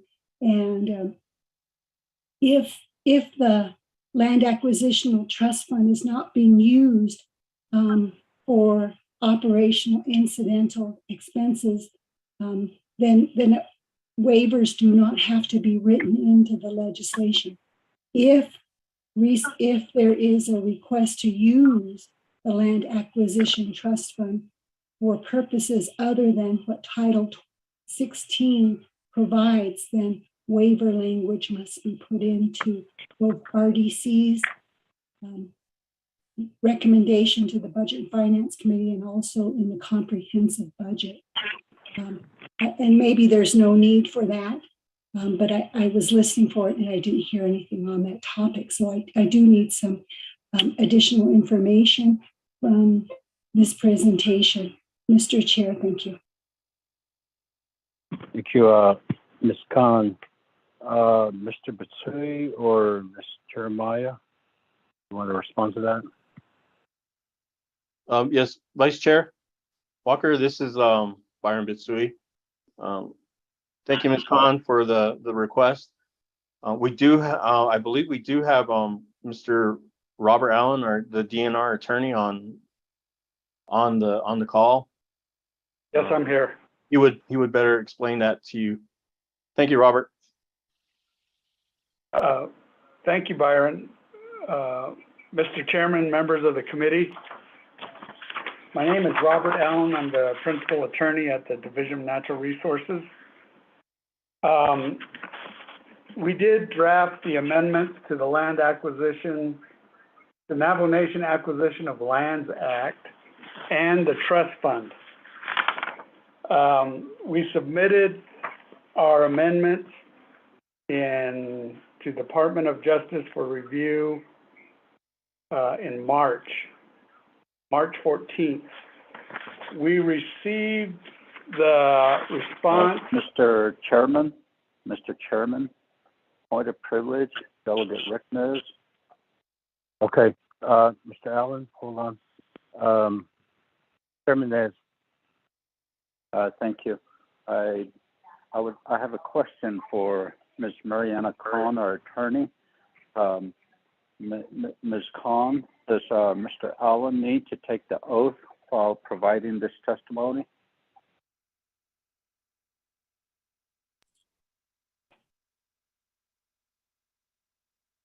Mr. Vice Chair. Back to you, Mr. Vice Chairman. Ms. Khan, do you respond? Mr. Chair and members of the Resources and Development Committee, the attorney, Mr. Robert Allen, has a very special responsibility as an attorney for the Navajo Nation. And in his attorney status, just to be privileged to be a member of the Navajo Nation Bar Association, there are ethics responsibilities within that. And for myself also, as an attorney with the Navajo Nation Bar Association. In addition, the Navajo Nation Ethics Code as an employee applies to us with regard for truthful statements. Mr. Chairman Nez and Vice Chairman, members of the Resources and Development Committee, there is sufficient ties to the responsibilities of an attorney barred with the Navajo Nation Bar Association, and also with the ethics law responsibilities for Navajo Nation employees, such that his statements now would be covered, and he knows, and as I do, that these statements have to be truthful. It is up to you, Mr. Vice Chair, and members of the committee, if you would like to have him further taken to swear an oath. But as I've stated, as a Navajo Nation Bar attorney and with a Navajo Nation employee, there are currently sufficient safeguards, but it is up to you, Mr. Vice Chair. You're running this meeting. Thank you very much, and thank you for bringing that to our attention, Mr. Chairman. Mr. Vice Chair, back to you. Yes, thank you, Ms. Khan, for providing that response. Although Chairman Nez, Johat Elako,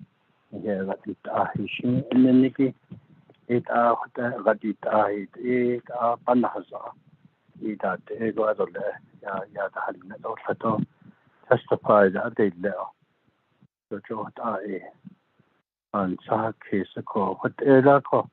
Thank you for raising that question, Chairman. Mr. Allen, can you proceed? Your response? Thank you, Mr. Chairman.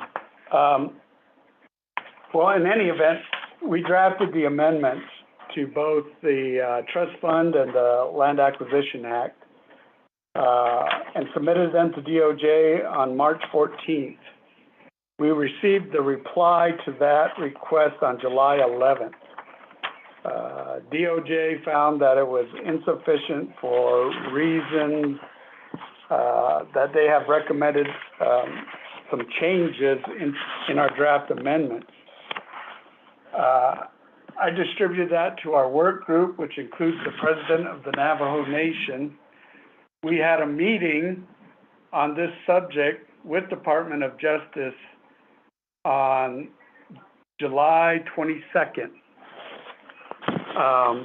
After that meeting, I submitted my written comments regarding their findings and recommended additional amendments.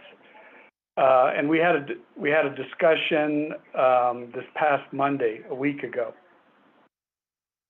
As for the objections that we raised to their findings, the first is the amendments that we drafted include all of the comments and recommendations we received from RDC, Office of the President and Vice President, Navajo Land Department, and our Division of Natural Resources. So that's what the draft reflected. In that draft, it appears that they wanted to also include participation of OOC and Budget and Finance Committee. In any event, it wasn't very clear. So we had our meeting this past Monday as to there's 5 points. The first point, we can go ahead and put in the changes we think are needed based on their recommended markups. As for the other 4 points, we have to interview an attorney who drafted that from the taxation unit who was not here last week and won't be back until Wednesday. So we have to interview her to see about those other points. As soon as we conclude that, I will make the final changes and submit it to the legislative process. In response to the particular condition of appropriation as stated in the budget. In these amendments, yes, we did draft in the amendments of the act itself and the trust fund that expenditures for expenses, personnel expenses, expenses to render the property in the state that we would like to have it on acquisition or disposal, all of those items are approved and authorized in our amendments. It's very clear, both the trust fund and the land acquisition amendments. So we are just about to, within the next 2 weeks, we will put it into the formal legislative bill process and have it proceed through to Navajo Nation Council approval. It just has taken that much time to get through all of the details, and some of them are highly technical issues that we've had to work through. And we are in substantial compliance with the condition of appropriation. Thank you. Thank you, Mr. Allen. Ms. Khan, do you have any further comments, questions? Yes, Mr. Chair, Mr. Vice Chair, members of the Resources and Development Committee. I will need from the Land Department the specific amounts of the Land Acquisition Trust Fund, amounts similar to, as a guideline, they could look at last year's comprehensive budget. It seems that the amendment will not have been made to the Land Acquisition Trust Fund Navajo Nation Code provisions before the legislation, the comprehensive budget legislation, is ready for the Navajo Nation Council. And certainly those amendments will not be completed by the time Resources and Development Committee completes its legislation this coming Wednesday. That legislation will recommend the Land Department's budget to the Budget and Finance Committee. So what I need is to draft waiver language, and I will need the specific amounts in the 2001 series, 3000 series, 4000, all the way down, the specific amounts that will need to be waived, and to place that language and those monetary figures in the legislation that the Resources and Development Committee will recommend to the Budget and Finance Committee. This was done last year, this very same topic. And so I'll be using the same format to request a waiver of the Land Acquisition Trust Fund purposes to include the amounts that the Land Department is requesting come from that Land Acquisition Trust Fund. Mr. Chair, I need those for the director to provide the exact numbers, and then I can put those numbers into the budget the Resources and Development Committee will consider this coming Wednesday. So thank you very much ahead of time for your assistance, Land Department, in providing me those figures. Thank you, Mr. Chair.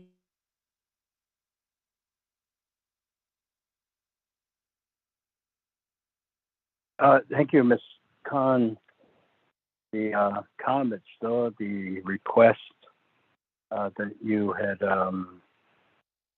put forth before the committee, and then the department, and then DNR, shall be noted. And I don't know when to get back to this item to say this is a recommendation or actually a request put forth. Hey, local advisor, can you give some guidance here?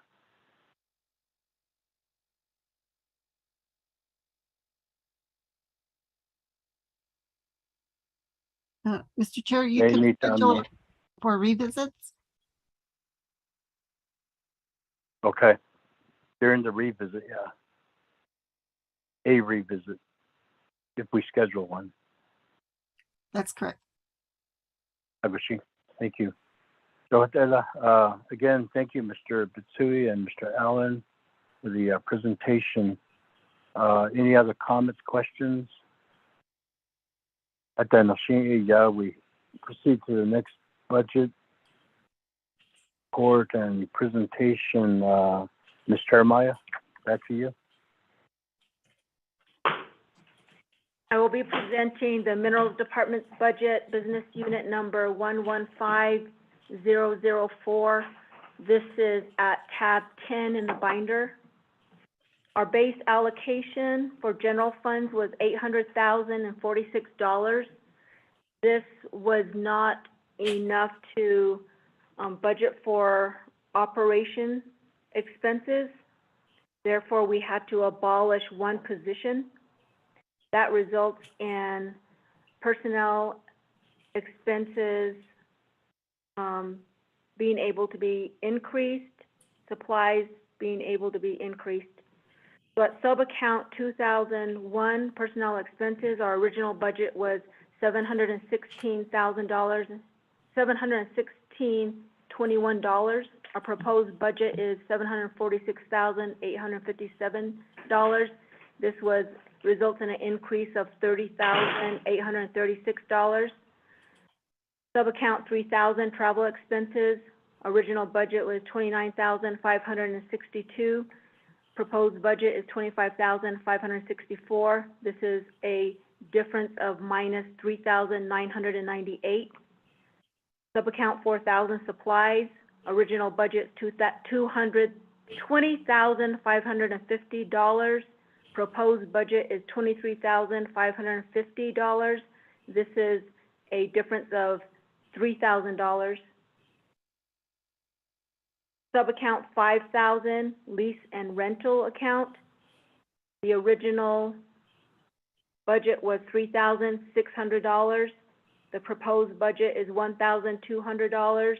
The difference is minus $2,400. Sub-account 5500, communications and utilities. The original budget is $13,400. The proposed budget is $3,600. This is a difference of minus $9,800. Sub-account 6000, repairs and maintenance. The original budget was $26,970. Proposed budget is $15,574. This is a difference of minus $11,396. Sub-account 7000, special transactions. The original budget was $10,600. Proposed budget is $5,195. The difference is minus $5,405. Overall total, the current budget, $820,703. The proposed budget, $821,540. The difference is $837. As I stated before, the total positions changed from 7 to 6. The budgeted vehicles remains at 1. We do have an unmet needs request of $54,405. We do have a carryover request of $6,500. Thank you.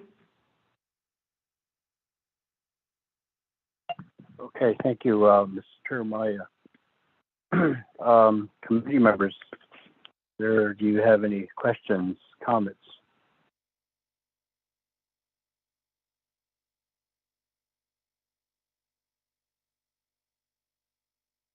Non-committee members and advisor and legislative council, do you have any questions and comments for Ms. Jeremiah?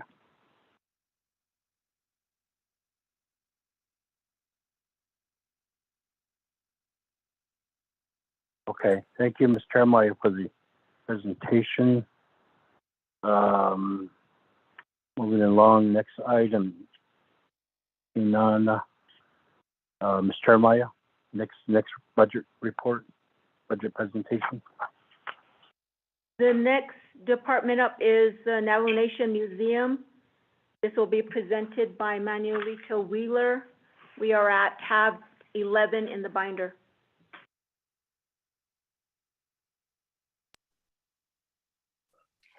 Thank you, Rowena. And thank you again, members of Resource Development Committee, for your time. I'd like to present the budget for the Navajo Nation Museum, Business Unit 115017. Mr. Wheeler? Can I begin? As Vice Chairman, you can take an oath here before the committee. Okay. Let's take some time to do that.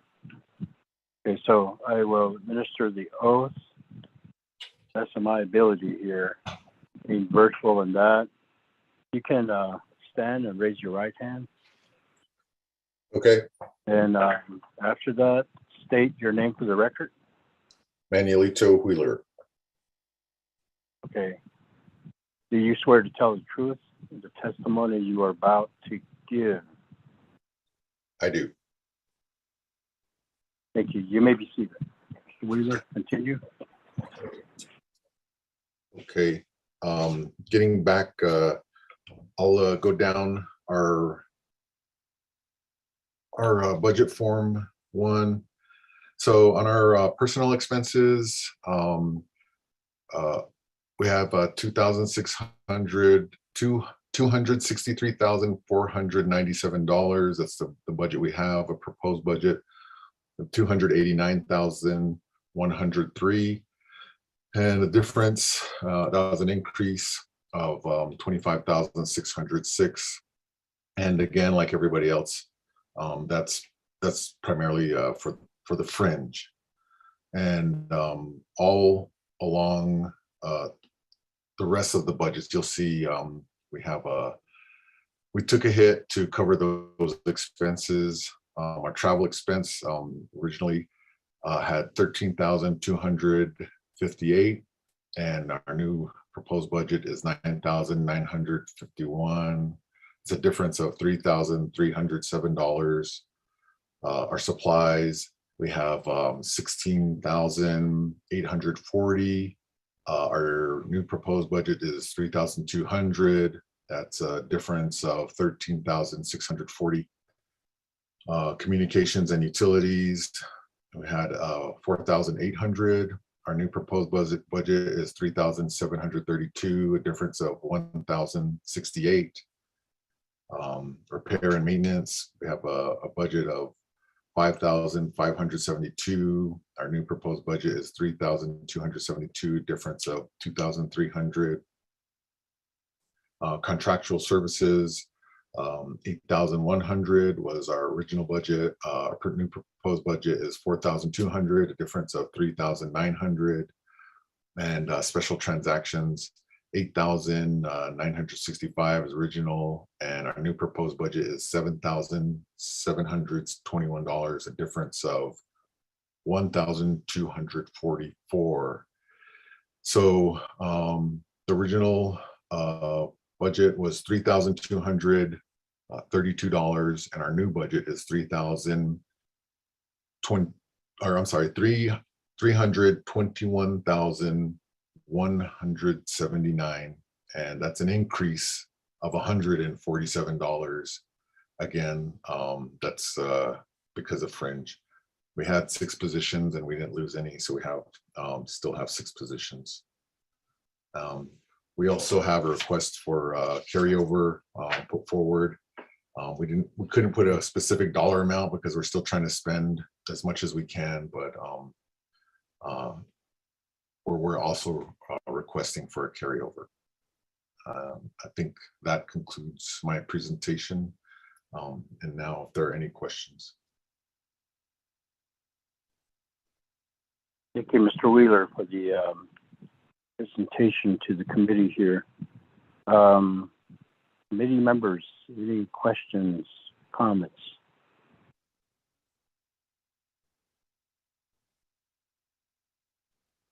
non-advisor, the Legislative Council, any questions, comments for Mr. Wheeler?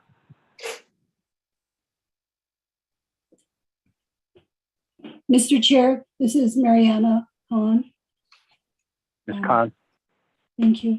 I would just like to state that the carryover amounts we realize are not, it's an ongoing process how much money is still in accounts. However, if we could, if the programs would give the current amount that is needing for carryover at this point, that will be helpful in drafting the legislation. I do put specific language into the legislation that provides for whatever funds are currently in those account numbers to be carried over. But I do need a specific amount to start out with, and then I do have the additional language that allows for whatever is currently in that fund to be carried over. I just wanted the program and the division to know that we do our best to provide that all of the money in that particular account is included in the carryover with about 5 additional words. So admittedly, we don't know how much will be in the account when the legislation is written, but provision is made in the drafting. Thank you, Mr. Chair, Vice Chair. Thank you, Ms. Khan. Mr. Wheeler, you have a response to that? Okay, I think a conservative amount to put in there would be 25,000, but I'm pretty sure we're going to try and spend more than that before the fiscal year is over. But if that's a number that's appropriate, that's the number I will put forward is 25,000.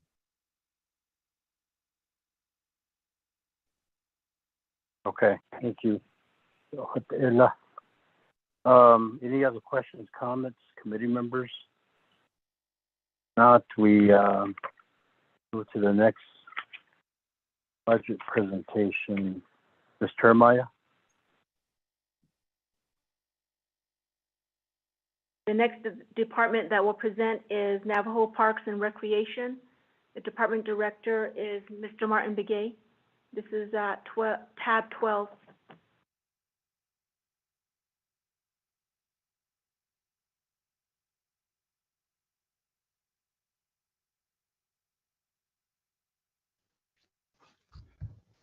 Yeah, thank you. This is Martin Begay.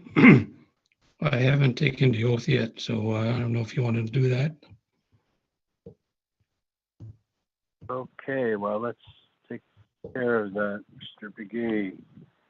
So, Machine A, you can please stand, raise your right hand. State your name for the record. Martin Begay. Mr. Begay, do you swear to tell the truth in the testimony that you are about to give? I do. Okay, thank you. You may be seated. Okay, proceed with your presentation. Thank you, Vice Chair Walker and members of the Resource and Development Committee.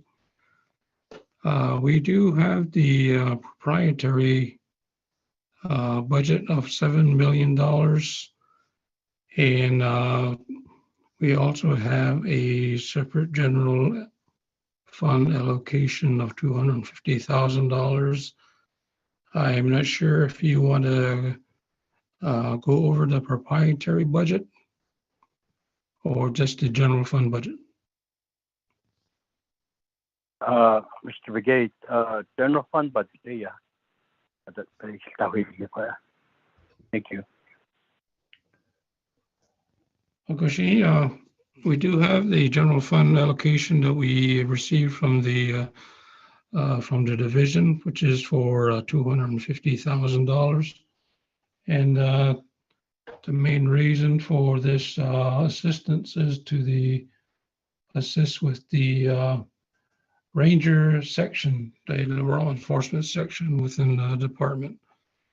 And we do have the $250,000. This is a one-time, probably a one-time or first-time allocation of the general funds. And so we do have 5 ranger positions and within the current budget. And those current positions are currently filled. Proposed to have 2 more positions added in the proprietary fund for the 2 additional rangers.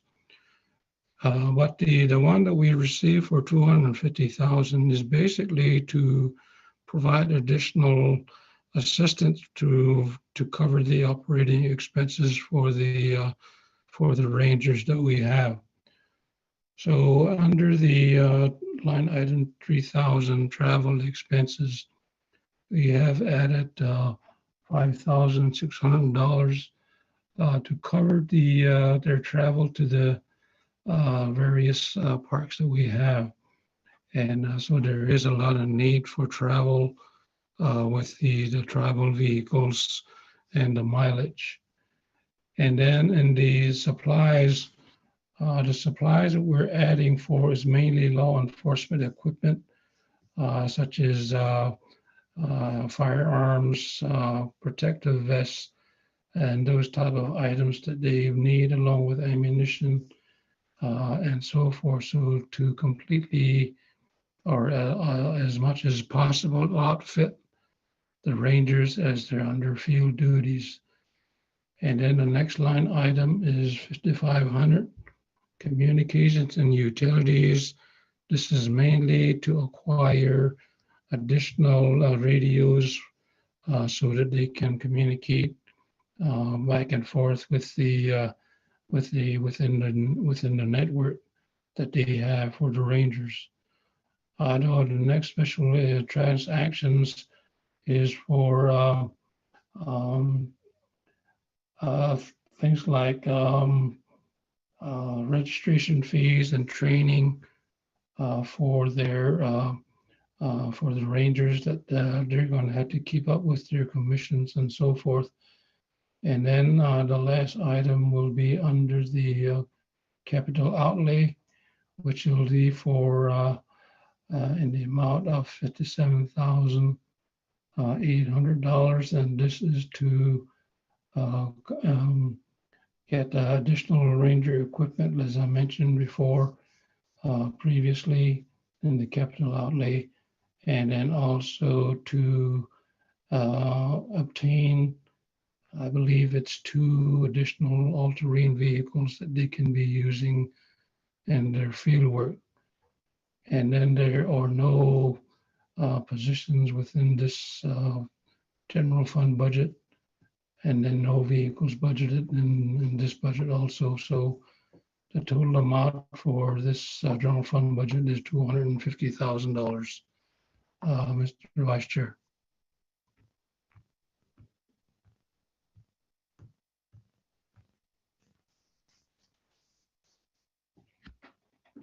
Okay, thank you, Mr. Begay. Shananta, First Development Committee members, any questions, comments on the budget presentation? And the advisor, the legislative council, do you have any questions and comments or comments?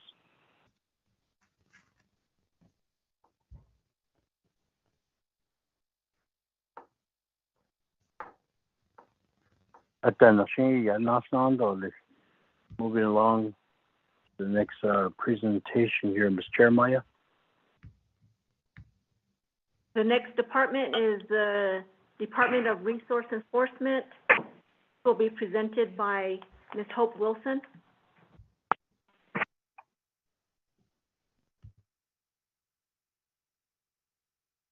Good afternoon, Vice Chair Walker, Chairman Nez, and members of the RDC committee. For the Department of Resource Enforcement, our FY23 overall allocation was $1,987,780. And our proposed budget under personnel expenses is $1,082,922. Travel expenses is $599,828. Supplies is $174,165. Communication utilities is $62,120. Repairs and maintenance, $32,000. Special transactions is $36,746.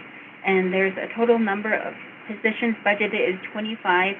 Total number of vehicles budgeted is 24. And there is an overall difference between the FY22 versus the FY23 budget. The overall difference is $11,291. However, overall, the department was cut a total of $33,251. The difference between that and the 11,000 is because we were allowed the personnel lapse fund to assist covering the general wage adjustment. For the personnel positions that our budget is, that represents a total of 13 prorated positions, and that includes a number of the unclassified positions, which are to be classified for ranger positions. There's a total of 9, and we're abolishing an office assistant position. We have a ranger sergeant position that's prorated, 3 ranger recruit positions that are prorated, and an administrative assistant position that is prorated as well. And what happened this year is that the overall fringe benefit rate increased for the Navajo Nation, 8.68% overall for commission versus regular permanent positions as well, and the department absorbs that. So that resulted in the department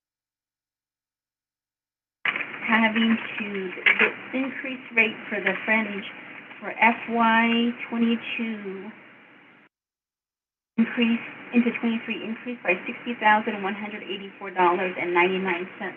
And also with fleet, the rate changed from $457 to $525 a month, and mileage increased from 33 cents. That resulted in the increase in the budget for the overall fleet travel expenses for the department. And the department has a carryover request that is in the packet. That amount is for an estimated $511,237.91. And we also have an unmet need request that we submitted, and this is for 2 projects.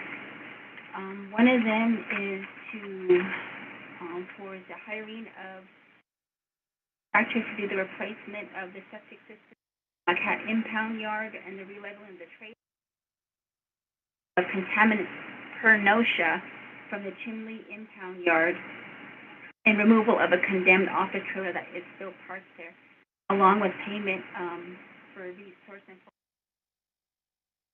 annual software maintenance, and also to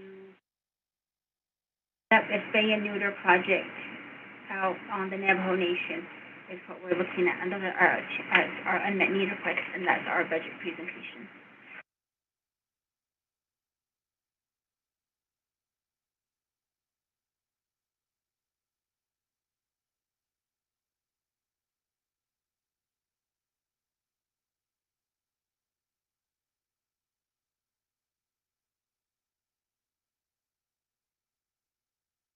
Ms. Wilson, does that conclude your presentation? Yes, it does, sir. Okay, you were your call was cutting in and out. Just know that there may be bits and pieces of information we missed. But I'm going to go to the floor. Committee members for your questions and comments. Ms. Wilson and the Department of Resource Enforcement budget presentation. Nanda,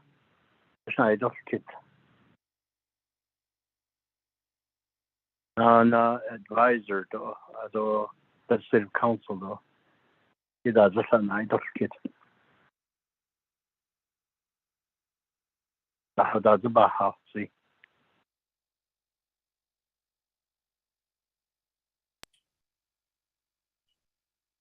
Mr. Chair, this is Mariana Khan. At this point, I do not Yes. have any questions. I do not have any questions. Just want to make sure Okay. that the carryover amounts and unmet needs are put together in the final packet that the Division of Natural Resources has given us. If there's any changes, please let me know. Otherwise, I will go with what the Division of Natural Resources has provided. Thank you. Okay, thank you for that, Ms. Khan. Mr. Vice Chair. Yes, Ms. Uh, Denali. Also, if there are more than one unmet needs that are mentioned or listed, if the departments could prioritize the unmet needs, because I think at this point we don't have a base amount of funds that would be considered to cover unmet needs among all of the committee oversights that they're conducting budgets for that from the executive departments that submit unmet needs. Okay, thank you for that, Ms. Benali.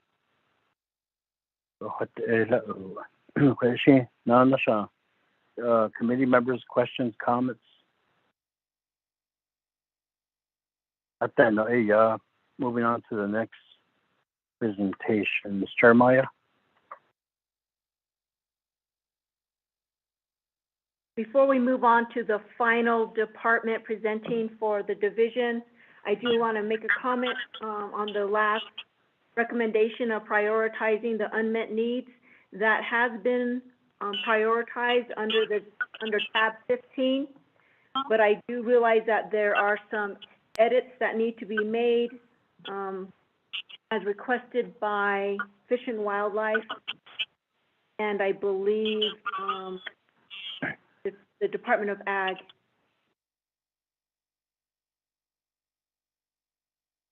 But moving on to the last department, that would be the Department of Water Resources, and Mr. Jason John will be presenting.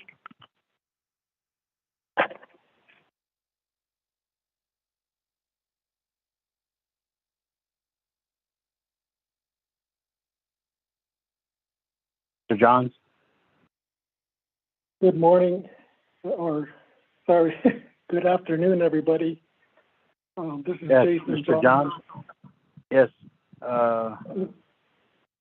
Can you please stand and raise your right hand to be sworn in? Yes, Okay, thank you. State your name for the record. Jason John. Okay, Mr. John, do you swear to tell the truth and the testimony you are about to give? Yes, I do. Okay, thank you. You may be seated and proceed with your presentation. Thank you. Good afternoon, Vice Chair and committee members. The Department of Water Resources has 4 general fund business units and 1 special revenue fund for the water code. We're going to talk about the 4 general fund business units. The first one is business unit 115009. The second is 115011. The third is 115012, and the fourth is 115013. Right at this point, I will be describing the details of business unit 9 and 11, and then I'll ask the assistance of the technical construction branch to help summarize the business units for 12 and 13. I was unable to download the final versions last night or today. For some reason, it wouldn't open up. But beginning with business unit 115009, the water management branch, they had a base allocation that was the same as fiscal year 21 and fiscal year 22 of $227,470. There was a personnel lapse fund in the amount of $5,000 $658 for a total FY23 budget of $233,128. We had budgeted line items in personnel expenses, travel expenses, supplies, communications and utilities, repairs and maintenance, contractual services, and special transactions. The only line item that increased was the personnel expenses, and that increased by over $22,000 from last year.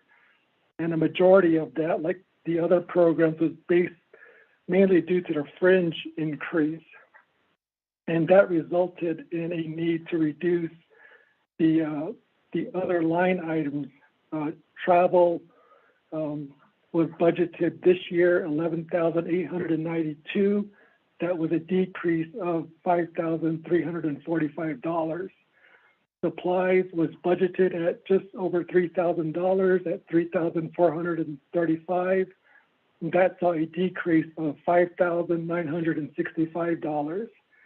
The communications and utilities line item was budgeted at $4,320. That was a decrease of $335 from last year. The repairs and maintenance and the contractual services, those were actually zeroed out. Repairs and maintenance lost $2,000 and contractual services lost $3,000. The special transactions was budgeted this year at $2,375, and that saw a reduction of $5,377. And there are 3 positions budgeted under this business unit and 1 vehicle. That is the same as last year, so there's no loss of staff or vehicles, but the operating budget is very, very thin, and there is little to no room for travel and other expenses underneath this business unit.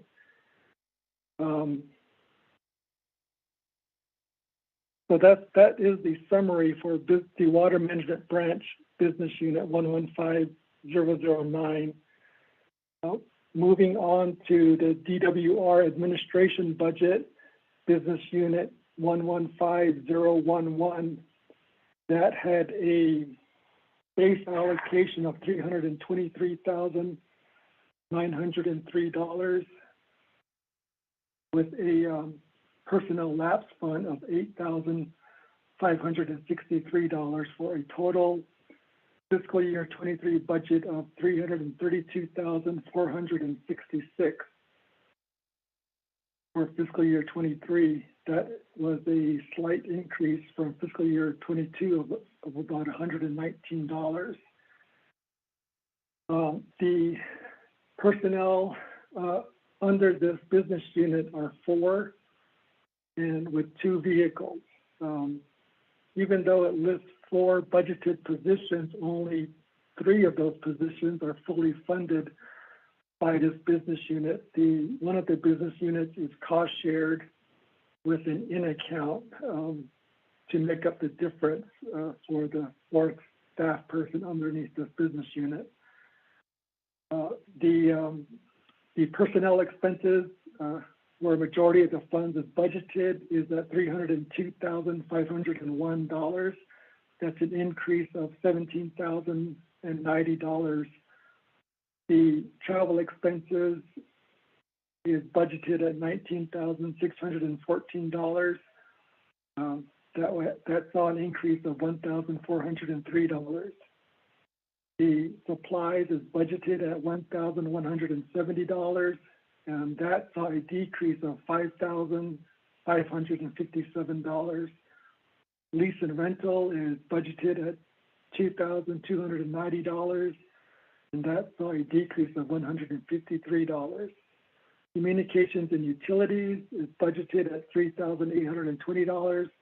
That saw a decrease of $9,356. The repairs and maintenance budget was zeroed out for this year. That saw a decrease of $2,003. The special transactions was budgeted at $3,071. and that saw a decrease of $1,611. And as I mentioned before, there are 4 staff budgeted underneath the business unit. One of them is cost shared with an in account, and there's no changes to the staffing from last year. And there's 2 vehicles, and there's no changes in the vehicles as well. Now, I'm going to ask if Mildred Begay could assist with the summaries of business units 115011 and 115012 and 115013. Thank you, Chair. Thank you, Mr. John. Ms. Begay, before you begin, did you take an oath previously, like last week, from this committee?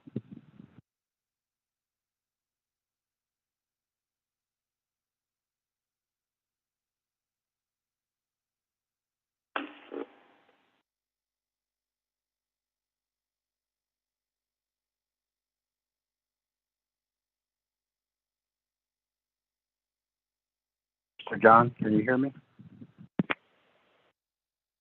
Yes, I can hear you. I can't confirm if she's on the call. Okay. We may need to administer an oath to presenters if they haven't done so before.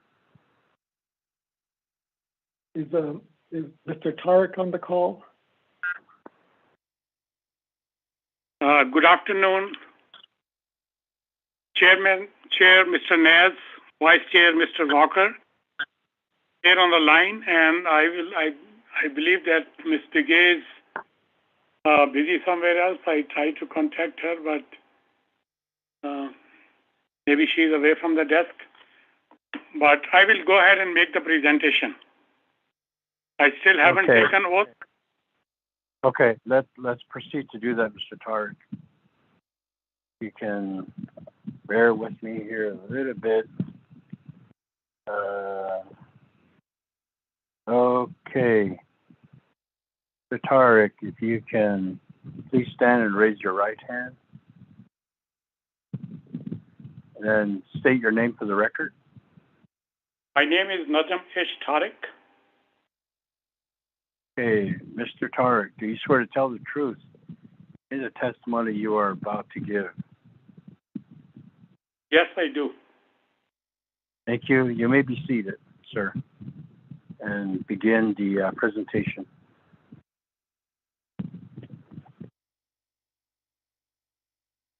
Good afternoon, Chairman Mr. Nez, Vice Chairman Mr. Walker, honorable members of the Resource Committee. I will go ahead and make the presentation first on business unit number 115012. It relates to the technical construction and operations, and the unit is actually for technical and construction. I will go ahead and read the budget. I start with the personnel expense. The original budget is $1,361,208, and the proposed budget is $1,311,224. There's a decrease of $49,984. Next line item is the travel, $3,000.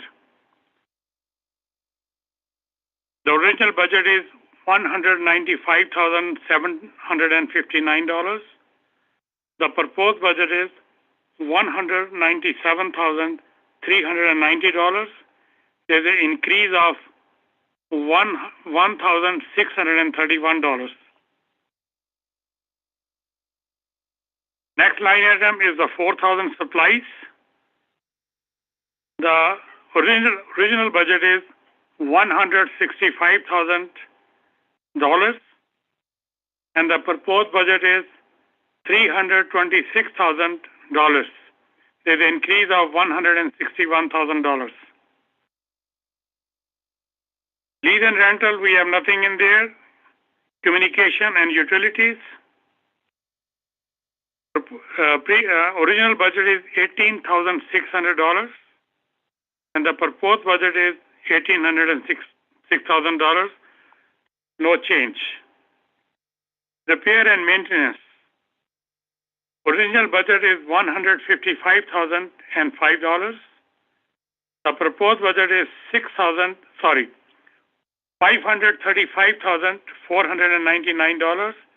There's an increase of $380,494. The contractual services. The proposed original budget is $5,600. The proposed budget is $18,000. The increase is $12,400. Special transaction. Original budget is $54,288. Proposed budget is $52,271. There is a decrease of $2,017. The total approved original budget is $1,955,460, and the proposed budget is $2,458,984. The total position we have is 21 positions in that budget. Out of that, 7 are vacant. We have total of 11 vehicles, no change in the vehicles, and we still have 11 vehicles. So that is what is the summary of the budget under 115012, technical and construction. Mr. Chair. Thank you, Mr. Tariq. Okay, back to the committee members. Questions and comments for Mr. Tariq on his budget presentation. And advisor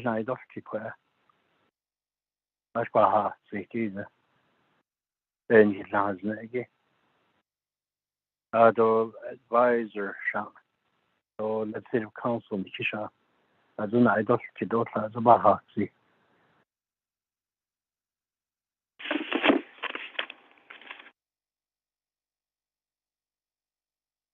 Chairman, if no other committee members are asking to ask question, I'll ask question. Kalen here. Okay. Honorable Kalen Begay, you have the floor.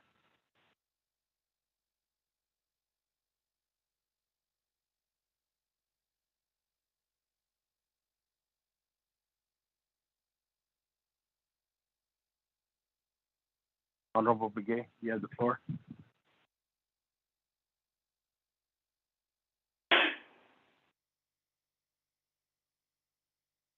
Chairman, I apologize.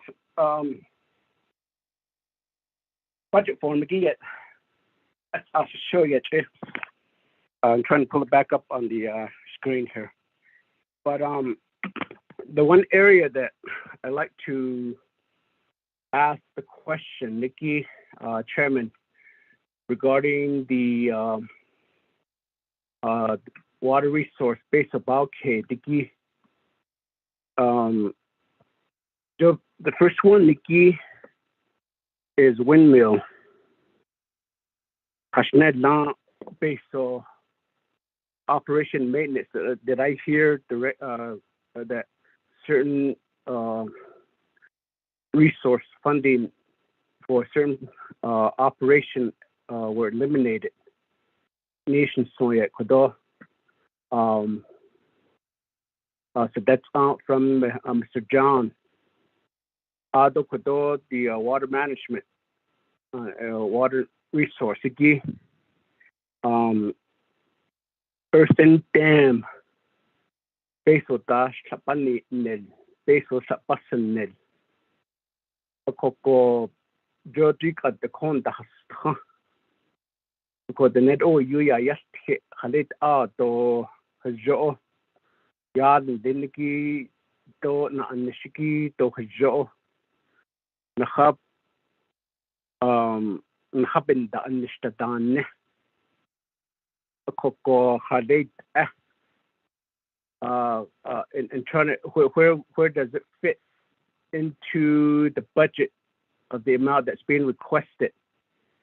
Earthen dam iki ado khashnet lamp based on jaho bohnet za. How much funding is needed to address the issue about earthen dam fixing and the windmill? Koko chairman, maybe through the committee and through the budget, put others in the response at the you know that I sent a contingency plan for drought kodo height all be the inisto be the inish the snow bahasi as of today ato nahan dato ato it after aden ako halit all kodo 11 idea kid by a statement in writing, but yet it seems it's not being don't have a thing that to show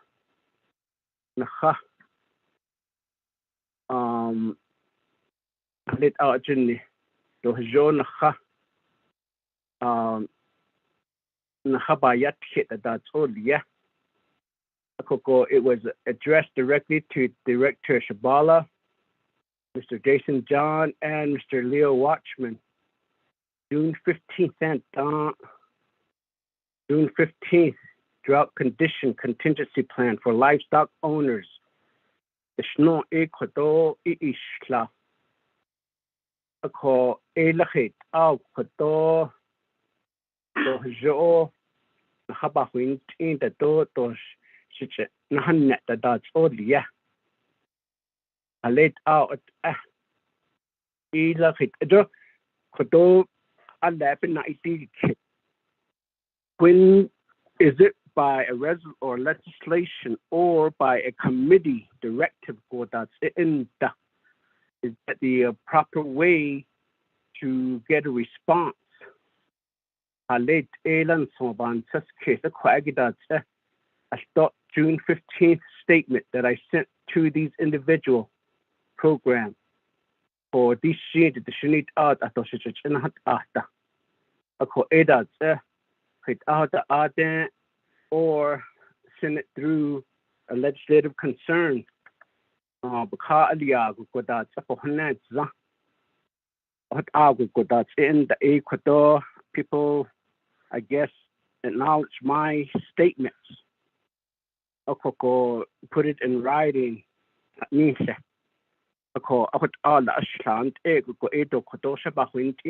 just sent the statement, the memo to the committee. But maybe if you can send this over to the our advisor for today,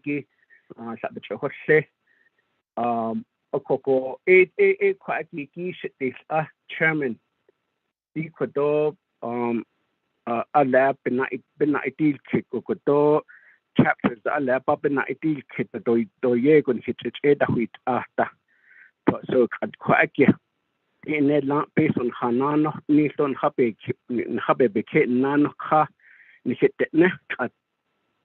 So if that's the case, if we're willing in helping them to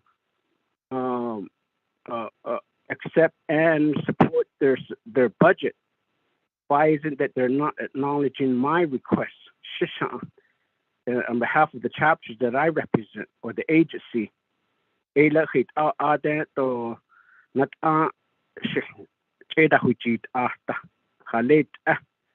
So there's always a two-way street.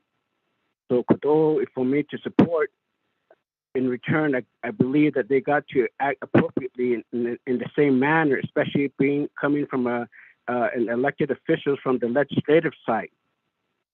So that's a yegon ha that's a yego jo alan ha unless it's just as an individual, me, or that's a banana that so with adena it la lo kojoshin dol so that's all the nation sin the sometimes those committee member always say that did ashika or what did lesha at the illa, and then they acknowledge the program of doing certain things in certain area. Of course, maybe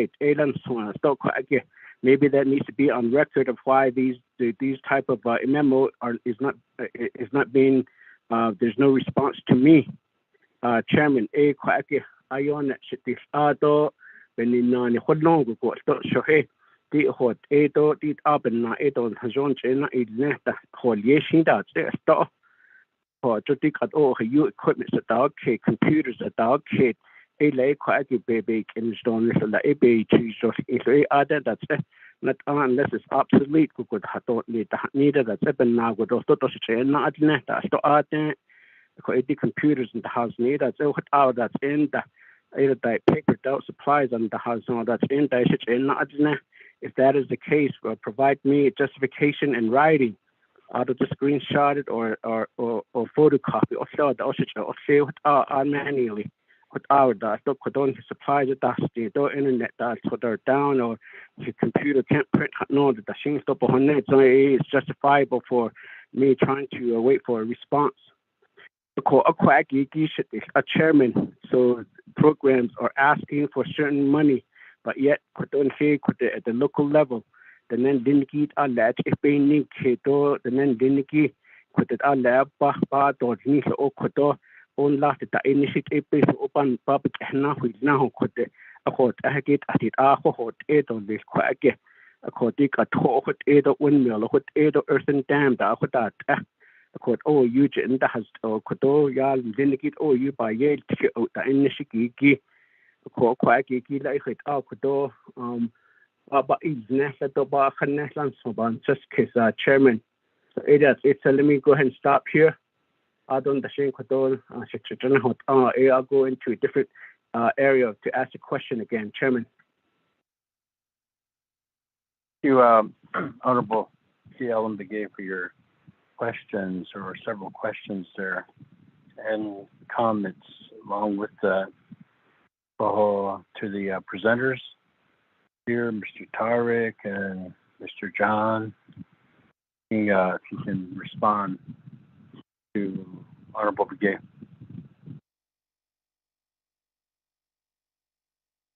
Chairman, this is Jason John.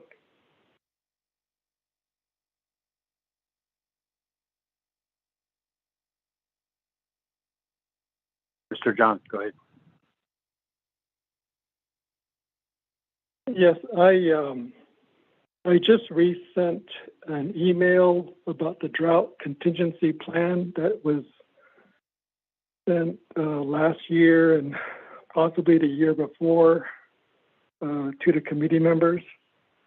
I think that has a lot of information about the drought contingency plan for the Navajo Nation. And it lists some very specific steps in there. But that information should be very useful in that discussion. Right now we are experiencing some flooding in some parts of the Navajo Nation, but other parts are still experiencing the drought. And overall, at this moment, the drought is still continuing, even though there is some flooding here and there. But in order to exit the drought, we have to have several months of average or above average rainfall, or in the winter, snowfall. But I did resend that email in regards to the drought contingency plan. Typically, the toughest time of the year is between April and May, possibly March and June. Those are typically the the driest time of the year on the Navajo, but beginning in June and early July, the monsoons start to come in. But those months that I mentioned earlier can be pretty difficult if there has been little to no snowfall during the winter. So there's a lot of, you see a lot of emergencies in regards to drought, especially in April and May and early June. And what that does is that when the communities feel that extreme impact of the drought and the heat, they want something done right away. But the problem with the Navajo government is the reaction is slow. It takes time to legislate and approve funding through the whole process. And it takes time to procure goods or services as well. I'm not going to go into detail because we all understand how long all of these items take, and it can take months to weeks. And by that time, by the time you end up allocating money to assist with the drought, you're already into late summer and early fall, and sometimes there's floods at that point. I think that last year we were prepared to submit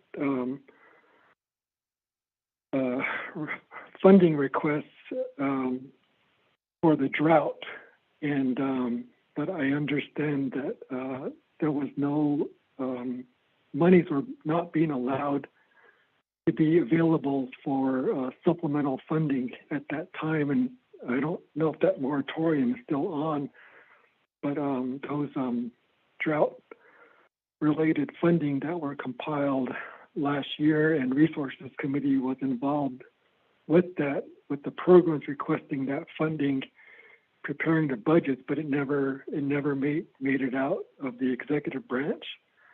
And I think that would have been a good time to start that process, because we would have had the goods or services in place by February or March of this year, just ahead of the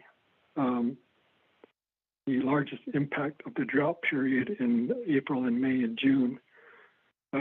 But at this point, I kind of feel like if we were to try to get money now for the drought, we're really just preparing for the next stage if it's going to continue into next year, just because of the time it takes to for the Navajo government to set up business units and the programs to procure goods or services through the entire system and pay the vendors and receive all of the materials.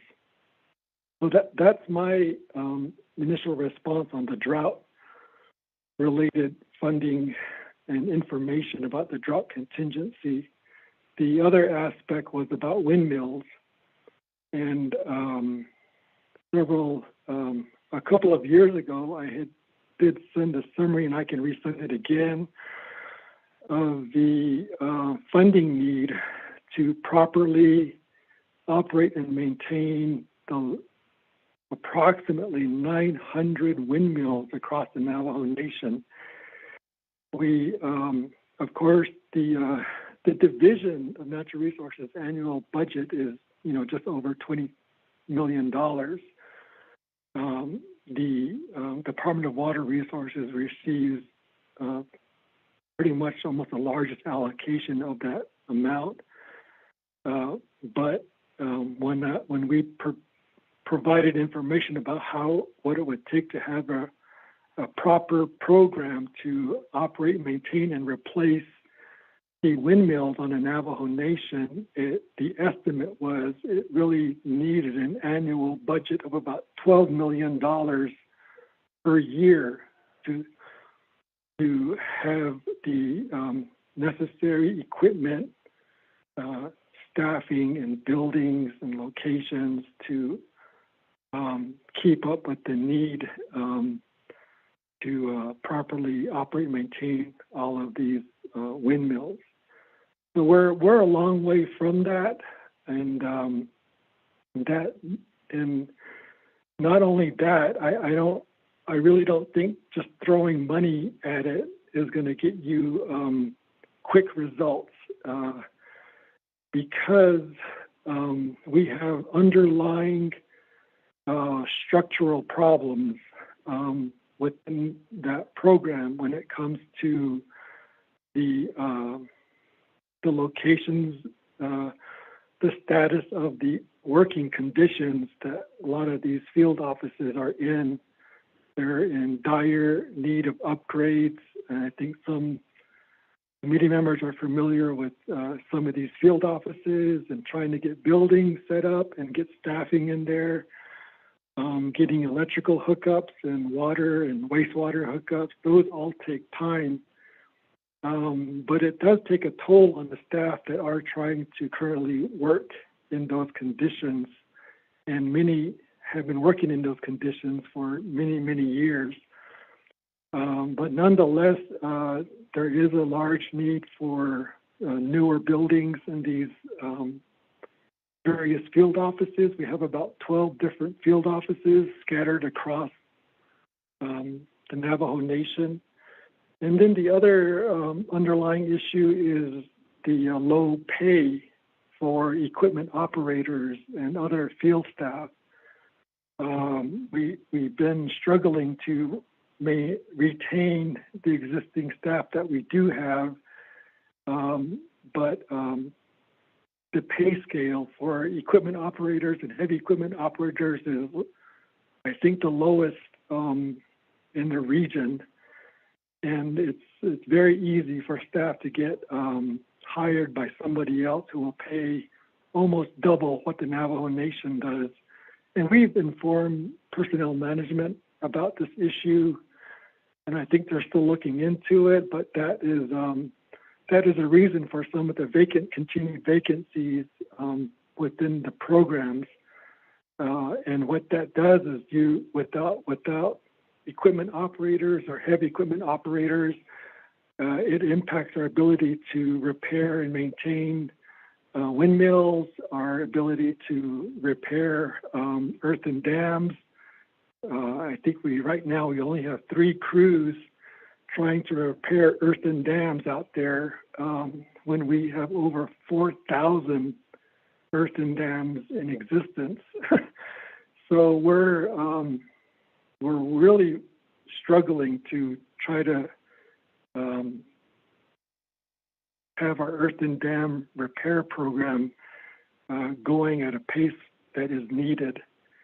And other committee meetings, I think there was a question about why is a resolution being requested for earthen dam repair? Is it in the code? I don't think you'll find it there. We do it just for tracking purposes, and we're asking the chapters to try to prioritize what earthen dams they would want repaired, mainly just because of the lack of staffing to do the work. And we need a prioritized listing from chapters on what work they want done. It doesn't necessarily guarantee that the work will be done in the time that the chapters want it done, just because of our internal capacity shortfalls. But I'll go ahead and stop right there, Chairman and committee members. Thank you.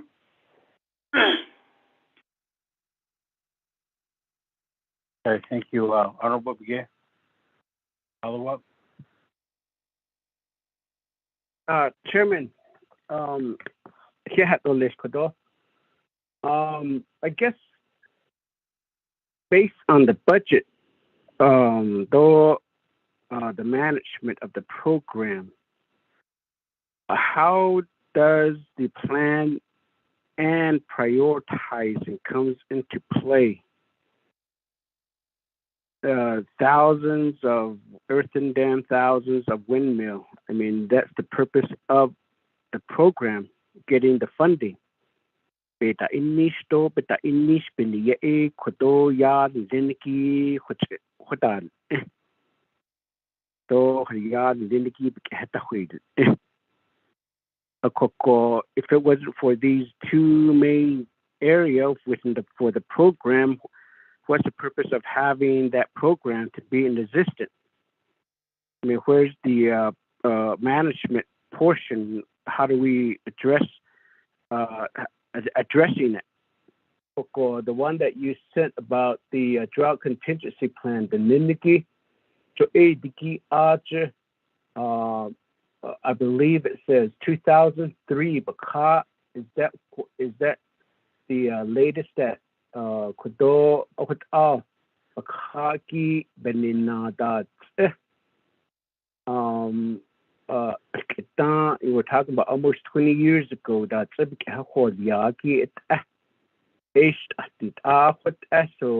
if that's the case, and that gets me thinking to say that, okay, so it's been over 20 years that we've been providing budgets for a program where we think that it's going to be resolved, but yet on a yearly basis, program kodope so they would bahone ihiki aten ado benasta base la dao ke dine la aden put at when they don't base that but no that there's a lot of time appropriation funding the and then there comes the question maybe goes to the BIA halne la aden yar dindiki kodon hichona yiti. I know one time there was some funding that was allocated to the Navajo Nation based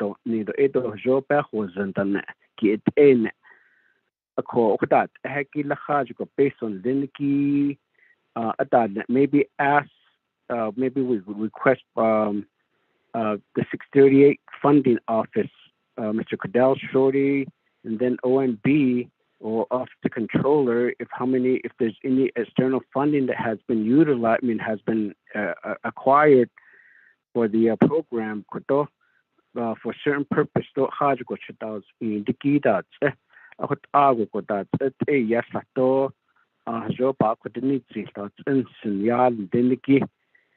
I mean, how do we? I'm not sure what's the best way for us to address Chairman based on Tando Kodot Okonedla and Ben has hit it no okay.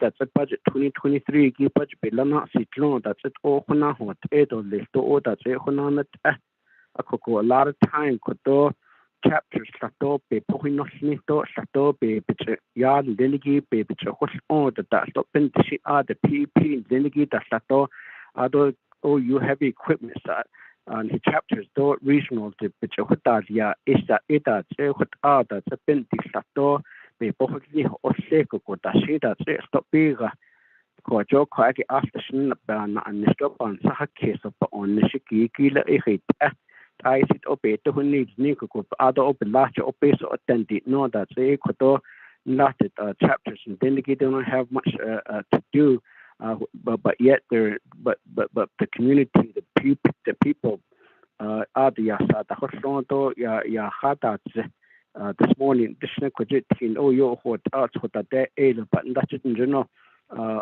graded on how the so on that but not also that age at the chapters during the declaration emergency that gives some leeway for even the local chapters to coordinate with the counties to have their staff to utilize some of these equipment to get things done at the chapter level or the local level. That way the division community development through the division community development RG Kikoto based on the article bandit and the Shinto that ya at enan so ban case did the CPP that's a satot and danish the alert at the list of the sheet out at store. This is another area that I'll continue to talk about through the up to the council, at Nabakiat committee, and then also at the Navajo Nation Council So there needs to be the program needs to provide some reasonable explanation to say that this is how we're addressing a lot of these local issues. Ko oti inne na to pohne ta o hat no ping hit ha so ko lan ne sto he ta shin ne aniki sto hot ashi pohne ye tni so ta shin to pohne tsa sto kha ke so ot shne ko e a shin ta hit ashin kha ke ba id na to lift nen liniki. So I mean everything koto the providing direct service. I think that's the whole intent purpose of this particular program. Last the nan didn't keep on the store, the nan didn't keep hit ashing koto papa happy nato papa need in and that has to if that's not the case, why we allocate so much million for a program knowing that they don't have any funding to deal with, or take at all you vacancy that bakaki that to a been the Navajo Nation in this year the chapter is also PP that's a bit or link that's in sound about case. Maybe have a legislative council provide a further explanation if any of these lapse personal lapse could be utilized at the local chapter detailing to say that 1 year or 2 years at the Kodo basis at Bebanija Ecuador maybe a certified CDL contract service out that they on the Kodo not as a full-time employee but more of a maybe on the weekend or certain days at the Kodo earthen dams at door windmills at that haki door it that tin the anda naki what other to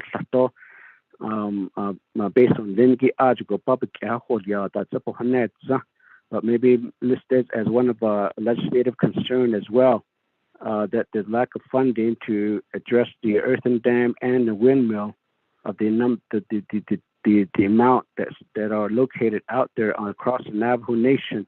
So Kodobe how see that's a legislative concern that's a door. I'd like to hear directly if we have the BIA on the line as well, Chairman.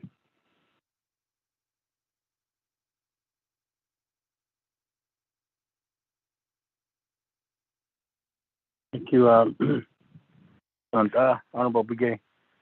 Before I go back to Mr. John and his department, I'm going to allow committee members to ask questions or make comments. Dahi, Chairman Nez, you wanted to speak. You have the floor. Thank you very much, Honorable Vice Chair Walker, for facilitating the meeting. And I just would like to say thank you to Department of Water Resources and all the folks from Division of Natural Resources. Ado, Mr. John, thank you for your report, as well as Mr. Tarek. And my question is that, Mr. Tarek, you did send me an email on the hogback pump procurement, 2 of them, and I understand it's on the unmet needs. And my question to you, sir, is is it a priority to purchase that? We see that the planting season is going to be over. It's pretty much over. It's just that people are still farming, and right before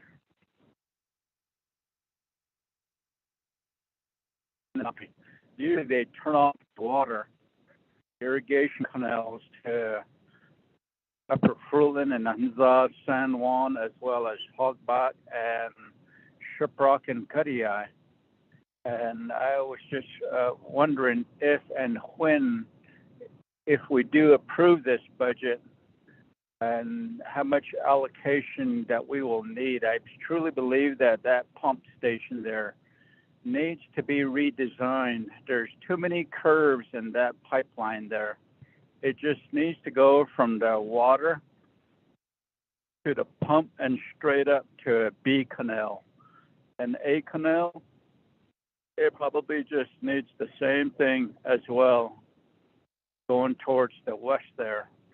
So it's just my question whether that will become a priority or if there's any money available. And I just need some reassurance for the farmers there. Thank you. Back to you, Honorable Vice Chair Walker. Okay, thank you, Chairman Nez.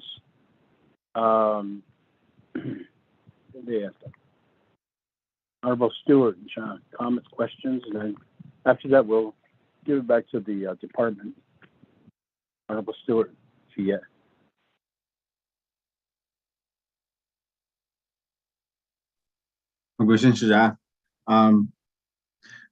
Then the questions or concerns go back to earthen dams. Is with the resolution to get a, my understanding, those are for documentation on that end for water resource management or water management area, the department on that side.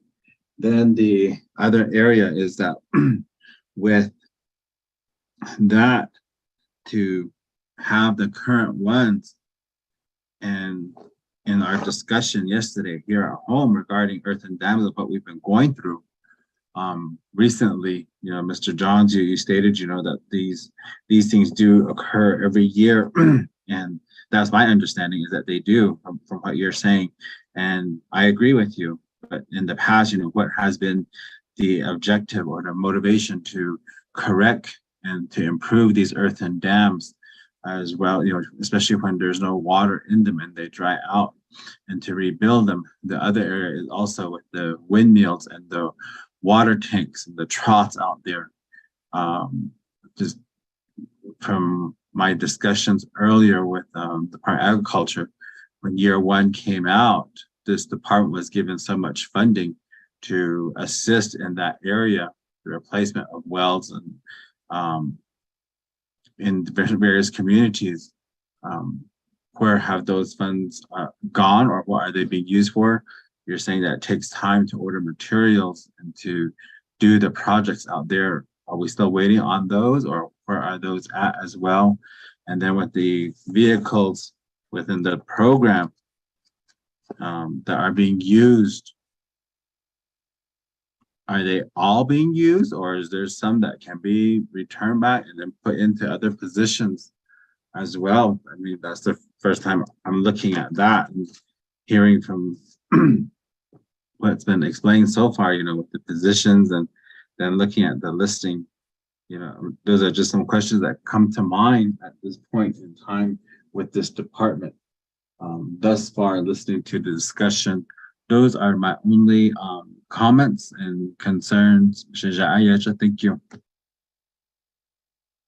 Thank you, Honorable Stewart, for the comments. Going back to John and his department for responses to RDC members. Mr. John? Thank you. In responding to Delegate Kealan Begay, I think that in order to see the staff that are out there trying to repair windmills right now, they do work all the time. The issue is that there is not enough of them to fulfill the need that is out there. And I think it really is going to start at the community level where these staff have to work. I think that these field offices, they do need upgrades in their buildings and in their equipment. That will help. And then the other issue is their pay. It's very hard to retain these staff due to the low wage level. So those are two major items that the program we cannot fix on our own with the annual funding that we get. A lot of the funding that we get on a year-to-year basis is it goes to just the personnel expenses and the operational expenses. There is no money to purchase new buildings or equipment. And this goes to a larger issue about access to land for buildings and things like that, infrastructure. We do struggle like any other program trying to find space to expand or build new offices. And I think it's a systematic concern, not only for natural resources, but with community development and other programs that have offices outside of Window Rock and Fort Defiance. But even within Fort Defiance, we do struggle to get expanded land area for new building space. And we've been trying consistently to try to get additional funding to address these needs. We did try to get funding through the CARES Act, but when we found out about the tight time frame to complete and make use of any new facilities before the end of December 2020, that the thought of trying to get a new building and get it into operation within a month was not feasible. And then we tried to request funding from other sources. We initially proposed to get funding for buildings through ARPA, but with all of the months of discussions with Navajo leadership, it was not funding for programs for new buildings was not a priority. So we removed those aspects from our proposed ARPA budgets for new buildings and things like that. I think most of the leadership wanted the money to go out into the community, so that's what ended up happening. But still, and I think Delegate Stewart was asking about what happened to other monies that were allocated for windmills and things like that, such as the CARES Act dollars.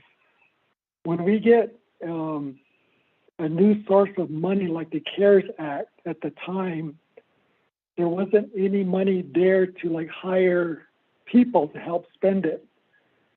It was the existing staff in place that had to expend those CARES Act money. And so when they're busy, and this comes back to the capacity issue, when we get influx of other external funding that doesn't come with any staffing or buildings or anything like that, the existing staff that is there, they have to take on that extra workload, and that does have an effect on existing funding sources, such as general funds. And that's why, if you look back at 2020, there was a lot of unspent general funds, because I think a large part of it was our staff was so busy working on the expenditure of CARES Act dollars. So those are my responses, and I think I'll let Mr. Tarek respond to Chairman Nez about the hogback pumps. Thank you, Vice Chair. Thank you, Mr. John. Mr. Tarek? Mr. Chair, Mr. Vice Chair, members of the committee, that funding in the amount of that $501,000 for the unmet needs, that is specifically to provide the immediate repair to pump water actually at this time.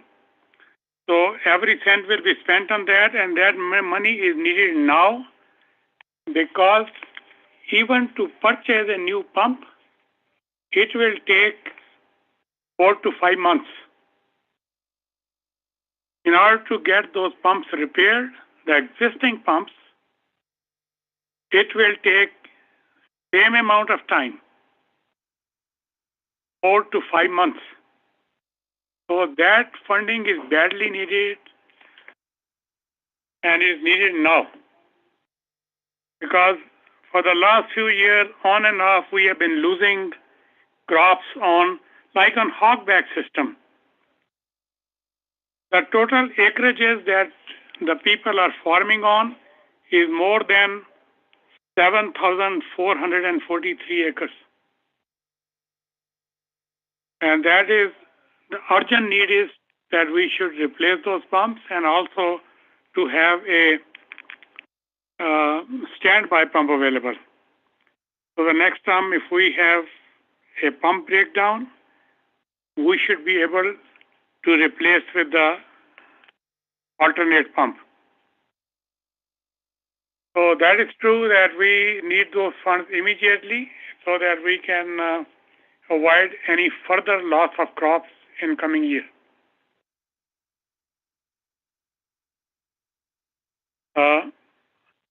My response to Delegate Stewart regarding the chapter resolution, I think Mr. John already said that we need that resolution for prioritization, We have to deal with 110 chapters, and all chapters are equally important to us. However, we follow first come, first process, or sometime there's an emergency need, and we take up those needs too. But with the limited funding that we have, we are doing the best we can do. I think there are a lot of factors that Mr. John and even our delegated division director already explained, I don't like to get into that one, One thing is for sure that people are leaving our programs because of the lower pays, I hope I answered those questions, Mr. Chair. Thank you, Mr. Tariq. Committee members, any other follow-up questions for Mr. John and his department? Nanda.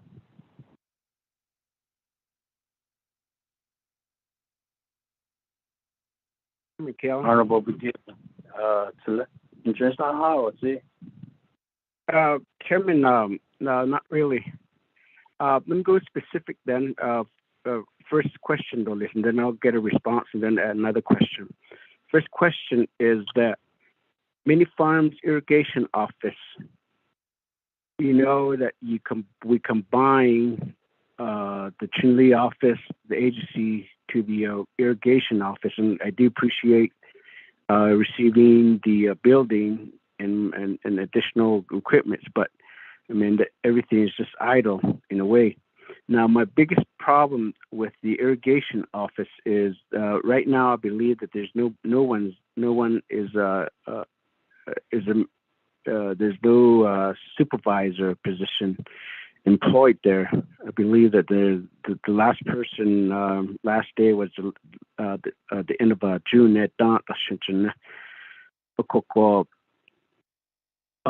The one thing that I really raise a big concern of is the Mini Farms Irrigation Office covers 3 areas, which is Ganado and the Red Lake Irrigation Program.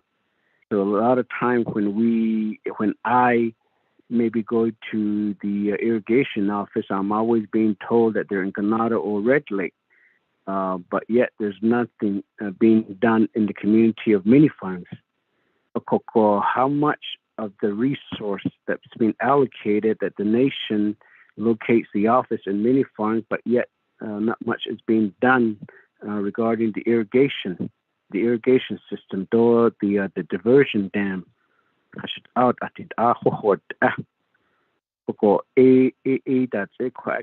like to ask the question: is that why more resources being dedicated to Ganado and Red Lake, but not even limited for the Mini Farms area, but the office is located in Mini Farms? Aldo, how do you let me ask that question first, Chairman. Okay, thank you, Honorable Begay. Mr. John, have a response? Yes, I'd like to ask if Tariq could respond. Mr. Tariq. Yeah.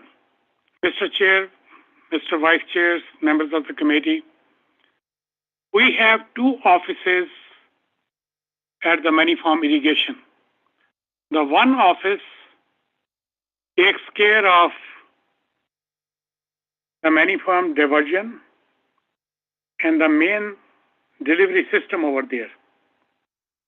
And they also have the responsibility to operate and maintain the Ganado irrigation system, Red Lake irrigation system. So that particular office is involved in doing that. In that particular office, we have been trying to hire the supervisor, and that position is vacant. We have not been able to receive any applicant at this time. One of the heavy equipment operators, he retired. So we have particularly right now, we have only one staff over there.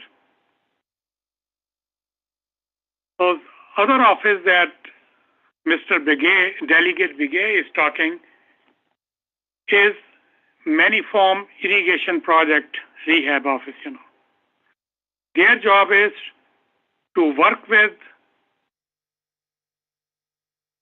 farmers, work with the farm board, work with the chapter and the grazing official to promote the agriculture activities in that area.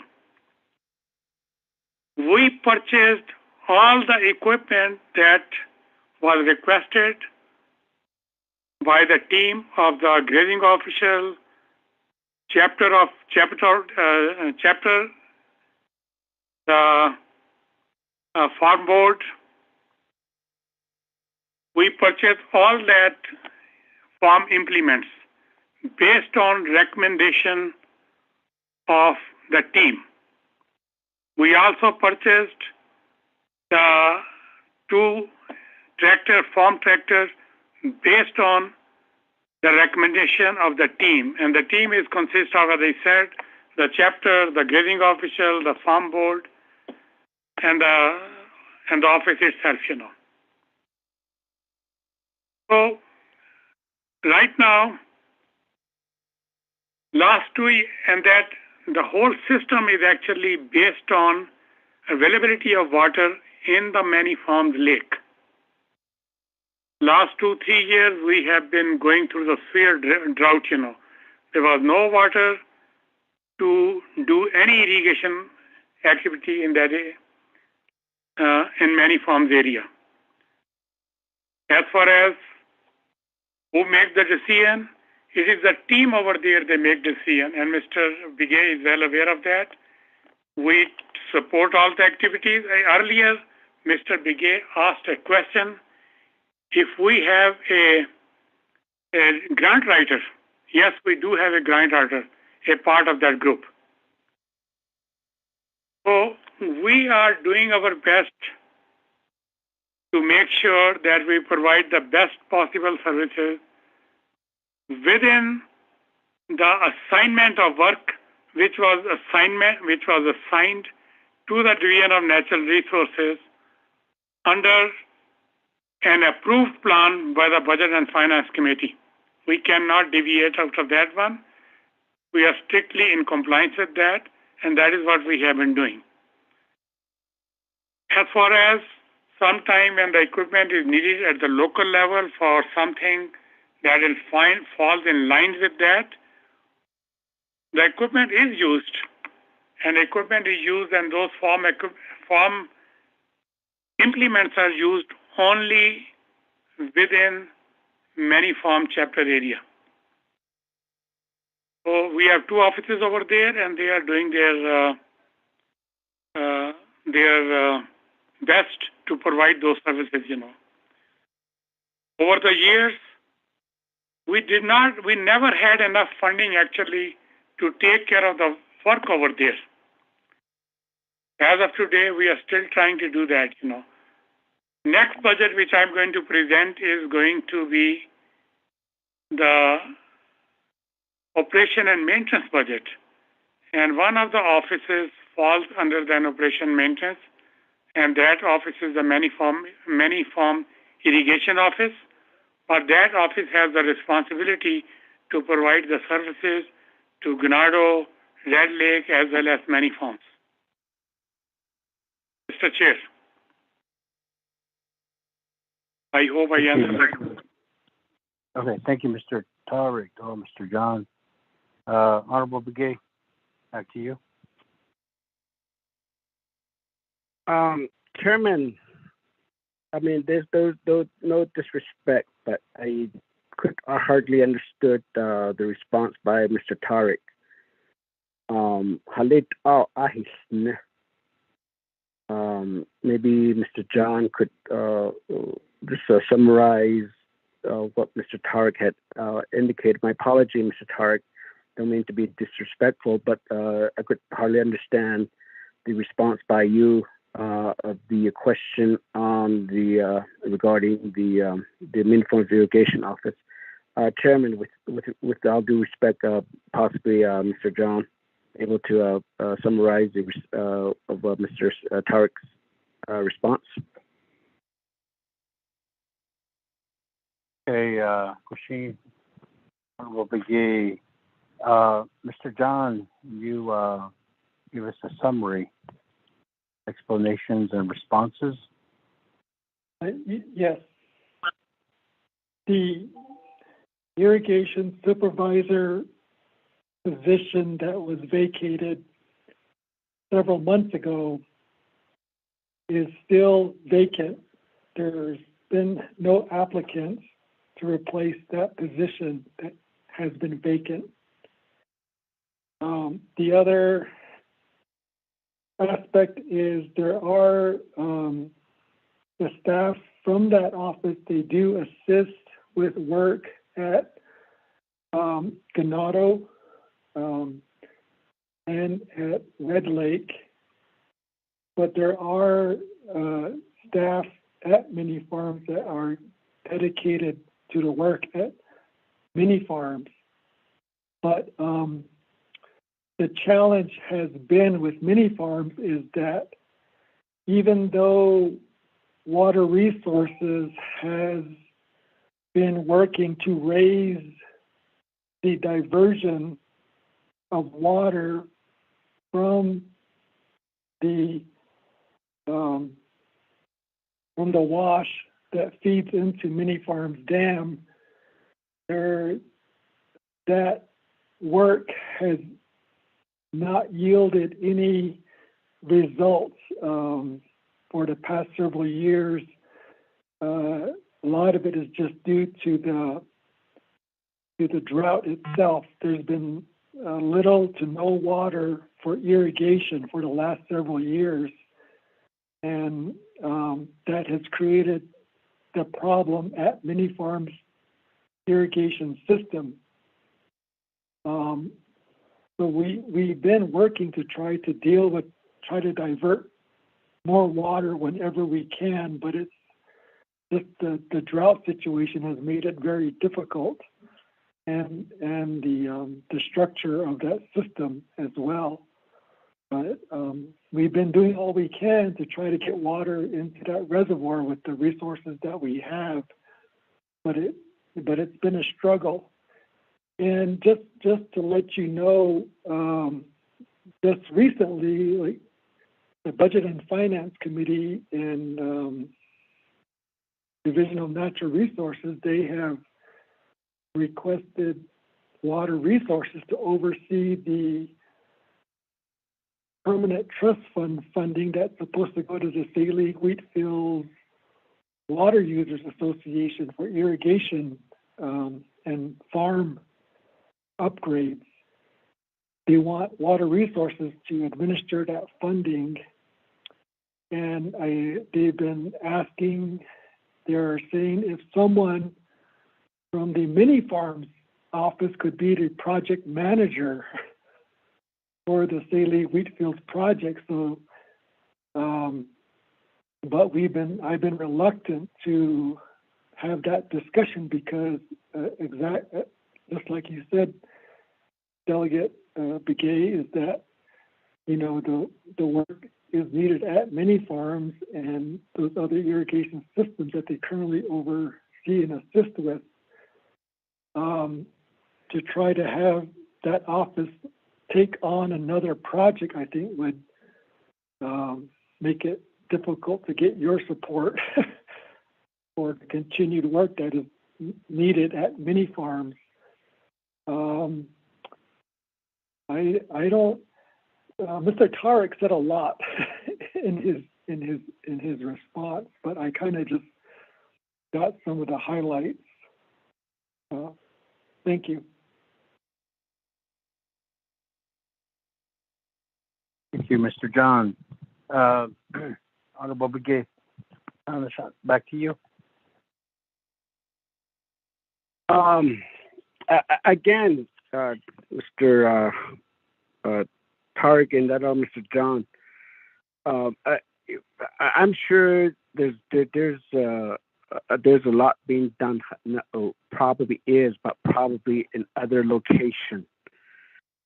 Yes, I know the new facility that was done by the chaplain at the irrigation office, which is great. I appreciate that.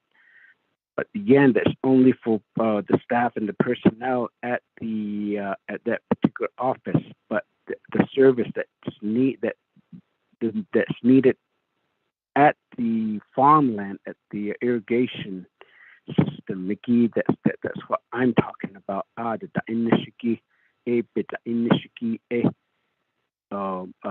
think that's what I'm referring to. Because again, I would say that there's certain funding. I mean, one manager, but at the same time, is contrary to my argument about the irrigation having three systems, that one person or one program oversees that program. So based on but how do we encourage the farmers or even the farm board to really take an action on these particular situations? So but the program and the services or the end product is not there.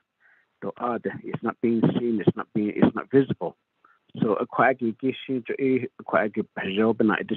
Chairman. Okay. Thank you, Honorable Begay. Mr. John, more responses? Yes, I think I'd just like to reemphasize what Mr. Tarek had said, is that the Department of Water Resources, we take direction from the local chapter and the farm board on what to do and what the best approach is in that area. So I think I would just recommend continuing to meet with them to discuss Delegate Begay's question on how do we move forward as a group.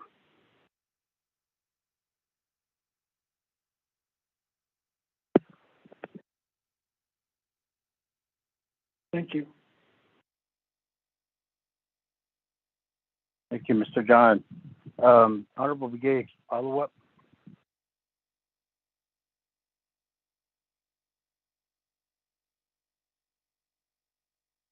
Chairman, the irrigation niki to kodo bahaozi ado the windmill portion niki to the earthen dam to hayun been on shijun akoko prioritizing niki lahit out case, and then maybe they can provide us by chapter level for each of our agency. We represent agency. Called by chapter, by agency. I don't know if they have any document pertaining to that. Windmill, Chairman. Hey, Mr. Honorable Brigadier, Mr. John, do you have such information, such documentation on, say, like a collection of priorities for repairing or servicing windmills and earthen dams for the entire Navajo Nation?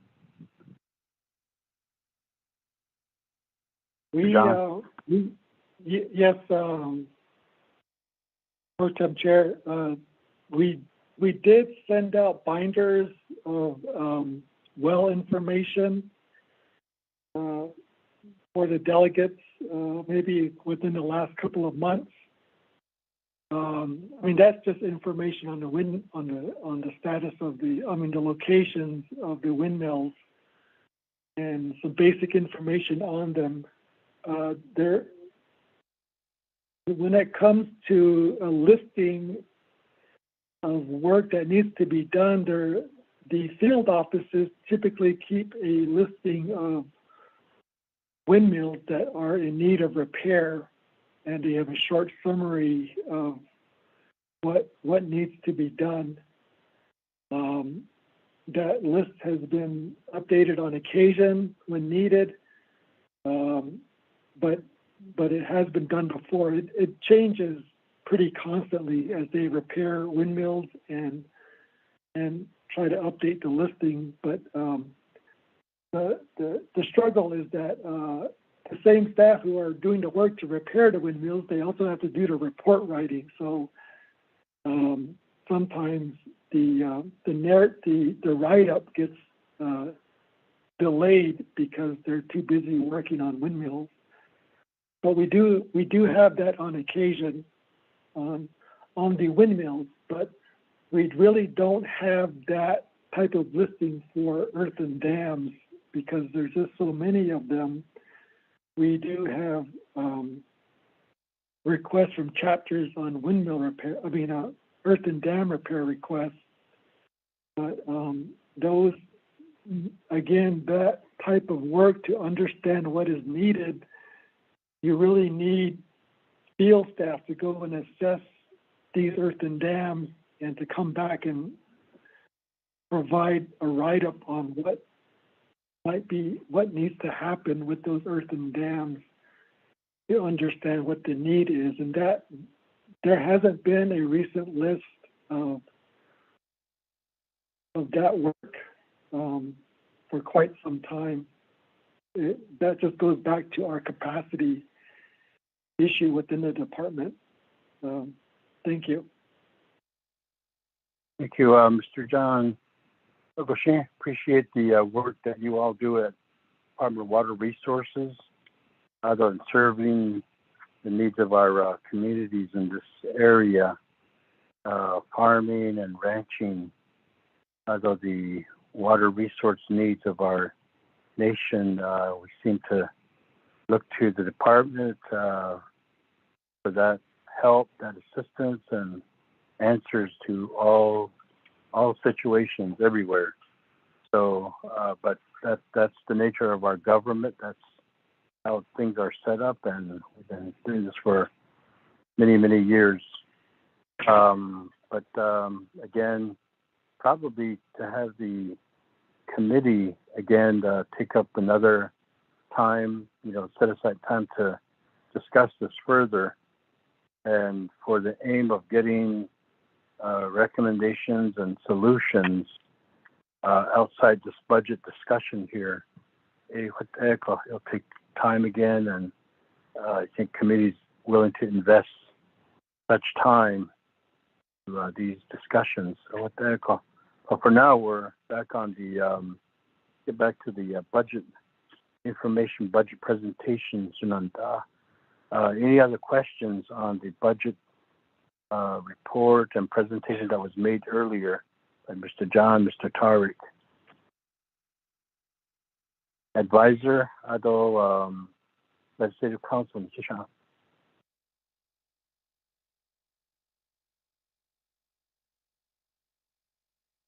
Attention, Sunanda, so that's in the ideal to declare.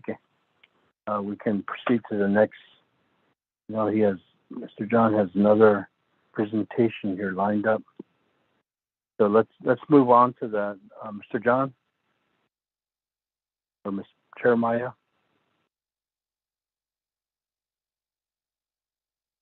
I'm not aware of another presentation. We have 13 budgets. 013. Yes. Art, can you please present business unit 115013? Mr. Chair, Mr. Vice Chair, members of the committee, I would like to go ahead. Go ahead, Mr. Chair.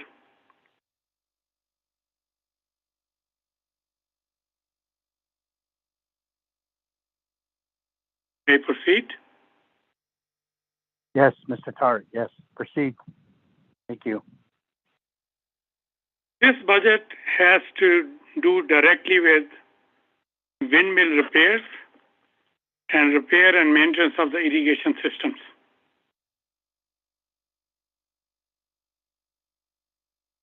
And the account number and business unit number is 115013. Original budget is $2,486,066. The proposed budget is $2,442,105.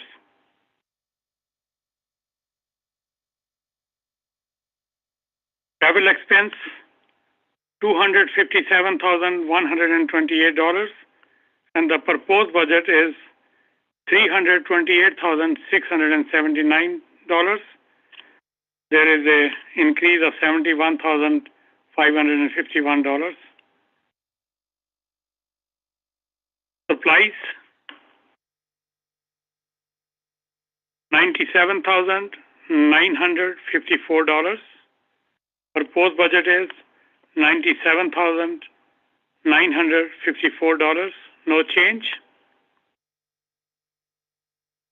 Next line item is lease and rental. Original budget is $2,000. Proposed is $2,000. No change. Next line item is communication and utilities. Original budget is $51,720. Proposed budget is $39,720. Decrease of $12,000. Repair and maintenance $107,841. Proposed budget $83,207. Decrease of $24,634. Contractual services $4,300. Proposed is $4,300. Difference, no change. Special transaction $55,583. Proposed is $65,388. There's an increase of $9,805. Total original budget is $3,062,592. Proposed $3,063,353,000. There is an increase of $761,000.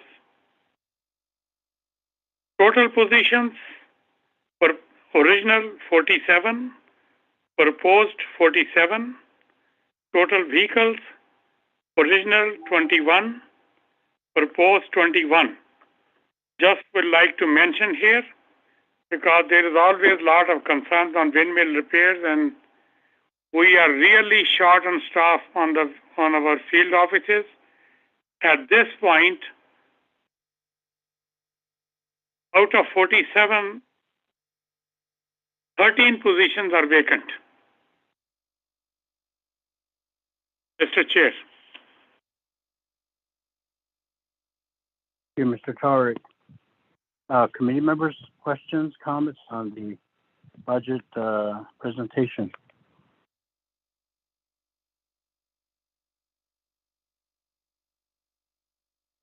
No. Okay. Honorable Freeland, Che, you have the floor. Thank you, Mr. Che. Mr. Tarek, good afternoon. I just wanted to thank you for that presentation because it kind of puts hindsight in 2020, so to say. It gives us an idea what you are all up against. So definitely appreciate that, especially the vacancies. It's always a concern when you have a large amount of vacancies, no manpower, etc. But thank you for that, Mr. Tarek. Che, thank you. Thank you. Okay, thank you, Honorable Freeland. Committee members, Navajo. Questions, comments? Non-advisor. So let's say council, Kisha. Any questions, comments? Okay, Hakushi. So what is the next presentation? John, Mr. Tarek, Mr. Jeremiah.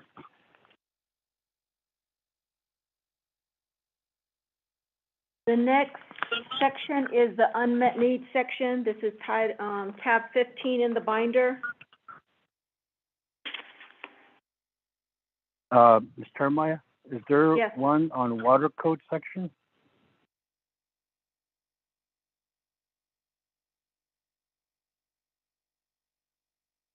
I believe, yes, there is in the binder. I believe that it is external, 515005. Yes, okay. I understand. Okay, proceed to the next tab, Okay. tab 15. Tab 15 is the recommended unmet needs budget. Listed are business unit numbers 115004 Minerals Department for $54,405. Business unit number 115027 Resource Enforcement Department, $432,500. BU 115043 Navajo Vet and Livestock Program, $1,403,107. BU 115025 Department of Fish and Wildlife, $100,000. BU 115013 Water Resources / TCOB Operation and Maintenance, $501,251. Business Unit 115023 Forestry Department for $418,106.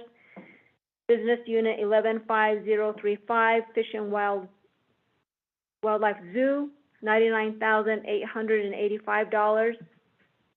BU 115026 Fish and Wildlife Animal Control Program, $526,131. A new business unit for Navajo Nation Fair Office, $50,175. Business unit number 115001 Division of Natural Resources, $62,844. These unmet needs were prioritized, so they are from number 1 to the end, they are in order. There's a total of $3,648,484 in unmet needs. There was a request by Fish and Wildlife to edit this list, which we will do at another time.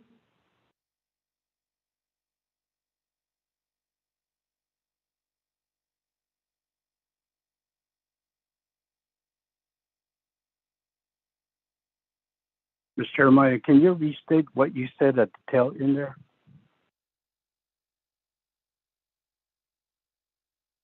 I said there was a request to edit this list of unmet needs budgets by adding 2 business units, the Colorado Ranch, Business Unit 115044, in the amount of $100,000, and adding Business Unit number 115045 for Natural Heritage Program in the amount of $211,820, removing Business Unit number 115026 for the Fish and Wildlife Animal Control Program, which is listed for $526,131.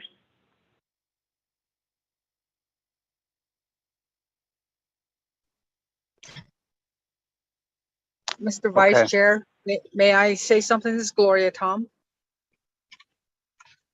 Okay, Ms. Tom, Hakushi. Go ahead.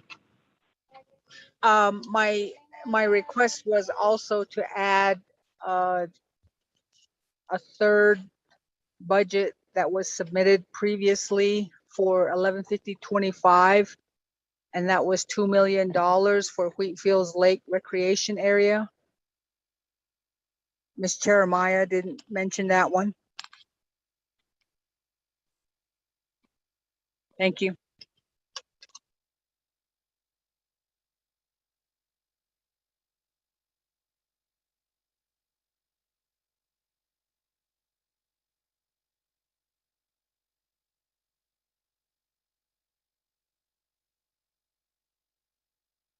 Okay, thank you for that, Ms. Tom.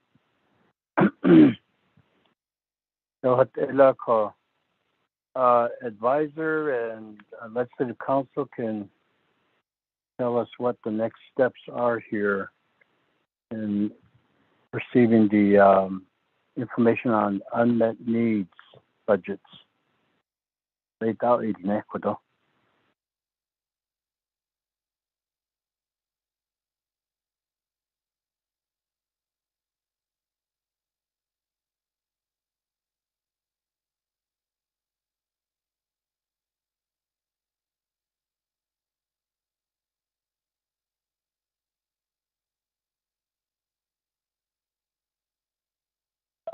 Advisor? Finale? Mr. Chair, Vice Chair, this is Mariana Khan. Ms. Khan? Okay. Yes. I'm on the line as well. Sorry. Okay. Go ahead. Sorry. Okay. My request is that the unmet needs, the listing I have that was in the binder,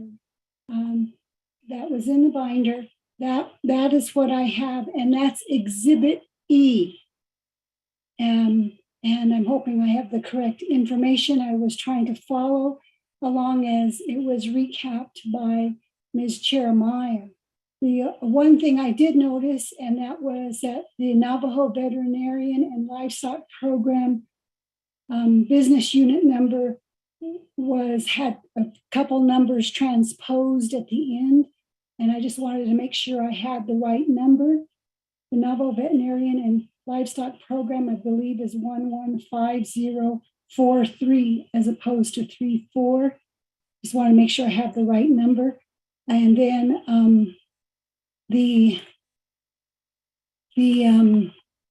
that's unmet needs, and so I will use the Exhibit E that the Resources and Development Committee agrees shall be included in everything that shall be included in the unmet needs. Currently, yes, on the screen there is the Exhibit E unmet needs. There were so there's 1, 2, 3, 4, 5, 6, 7, 8, 9, 10 unmet needs. 2, 4, 6, 8, 10. And I have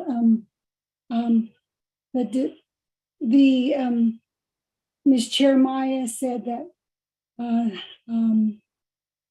3 business units, I believe it was from Fish and Wildlife, will not be added to these unmet needs at this moment, if that's my understanding. That having to do with the Fish and Wildlife Animal Control, and then the Wheatfields Lake Recreation Area, and then the Natural Historic amount, and then the Colorado Ranch amount. But that will not be added in the unmet needs at this point. That is my question. If it's to be added, then I ask that Ms. Jeremiah add it to Exhibit E. At this point, those items are not added, and make a correction on the Navajo Veterinarian and Livestock Program business unit number. If I understand that, it's got a transposed number.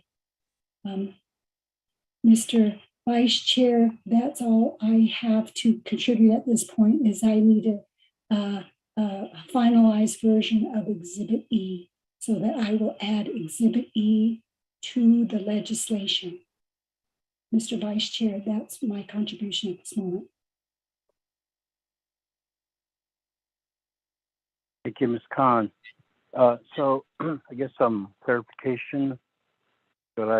Asking for clarification is what I'm understanding from Office of Legislative Counsel. So, Ms. Jeremiah, can you respond? Thank you, Mariana. So if we can amend Exhibit E right now, we would like to amend Exhibit E by adding Business Unit 115044, Colorado Ranch, in the amount of $100,000, adding 115045, the Natural Heritage Program, in the amount of $211,820, add 115025 for Fish and Wildlife, in the amount of $2 million for the Wheatfields Lake project, removing 115026 Fish and Wildlife Animal Control Program in the amount of $526,131, correcting 115043 for the Navajo Vet and Livestock Program. The correct business unit number, I am being advised by Brenda Holgate, should be new.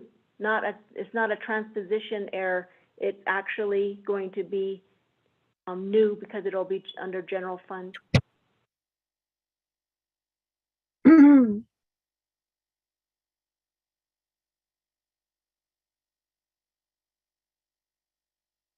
Okay, is that the extent of your response, Ms. Jeremiah?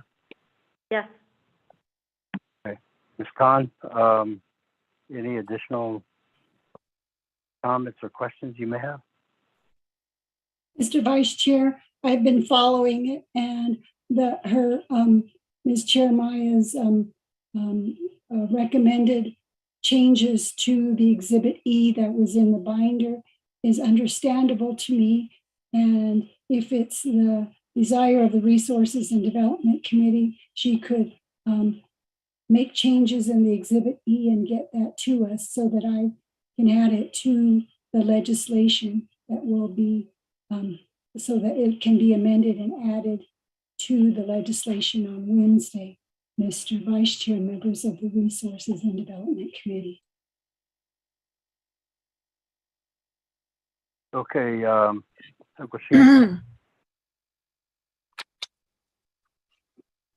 Ms. Benawi, do you have anything to add here? Mr. Chair and Mr. Vice Chair and members of the Resources and Development Committee, as I understand, just so the Office of Legislative Counsel understands, because they're going to be fixing the legislation for Wednesday's meeting of RDC for them to consider the various budget But as I understand it, Jeremiah, that 115034 is a Navajo veterinary and livestock program, and you're saying 115043 is a new program. Is that what you stated in reference to that one? The Navajo Vet Yes, and where Livestock Program.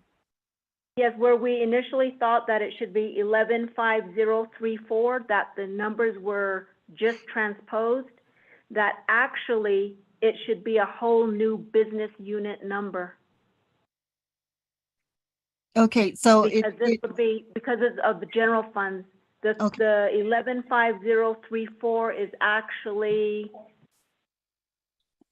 43 is permanent trust funds. Okay, 43 is permanent trust fund. I think in the future you're gonna have some confusion, by I think future reviewers, just because the numbers are 3, 4, and 4, 3. I don't know if you can get is that 4, 3, is that a sign to this program for the different types of funds? It's permanent trust fund. Yeah. Okay. So that is an assigned business unit number, right? As of to date, right? Correct. Okay. All right. Okay. Mr. Vice Chair. No, I think that just so you know which numbers that they're not switched around and be misinterpreted, and I'm just afraid of the confusion that it'll cause in the future. Okay, Vice Chair Walker, thank you. Okay, thank you, Ms. Benali and Ms. Jeremiah. Committee members, unmet needs budget. What's recommended? Committee members?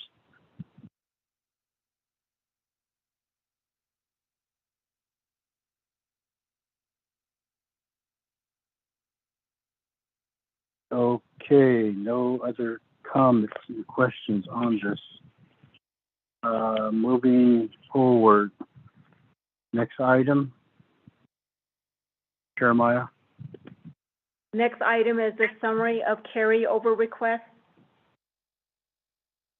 Okay, proceed. For the Minerals Department, BU number 115004, the request is for $6,500.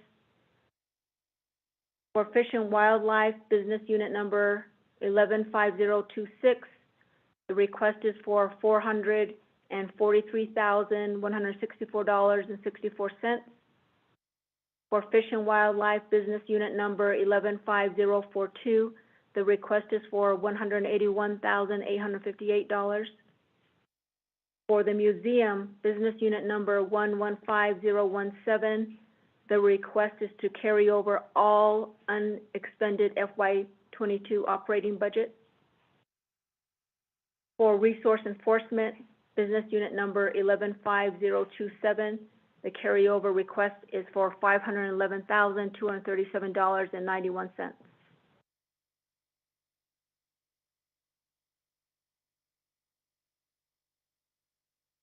Those were the all the carryover requests that were submitted.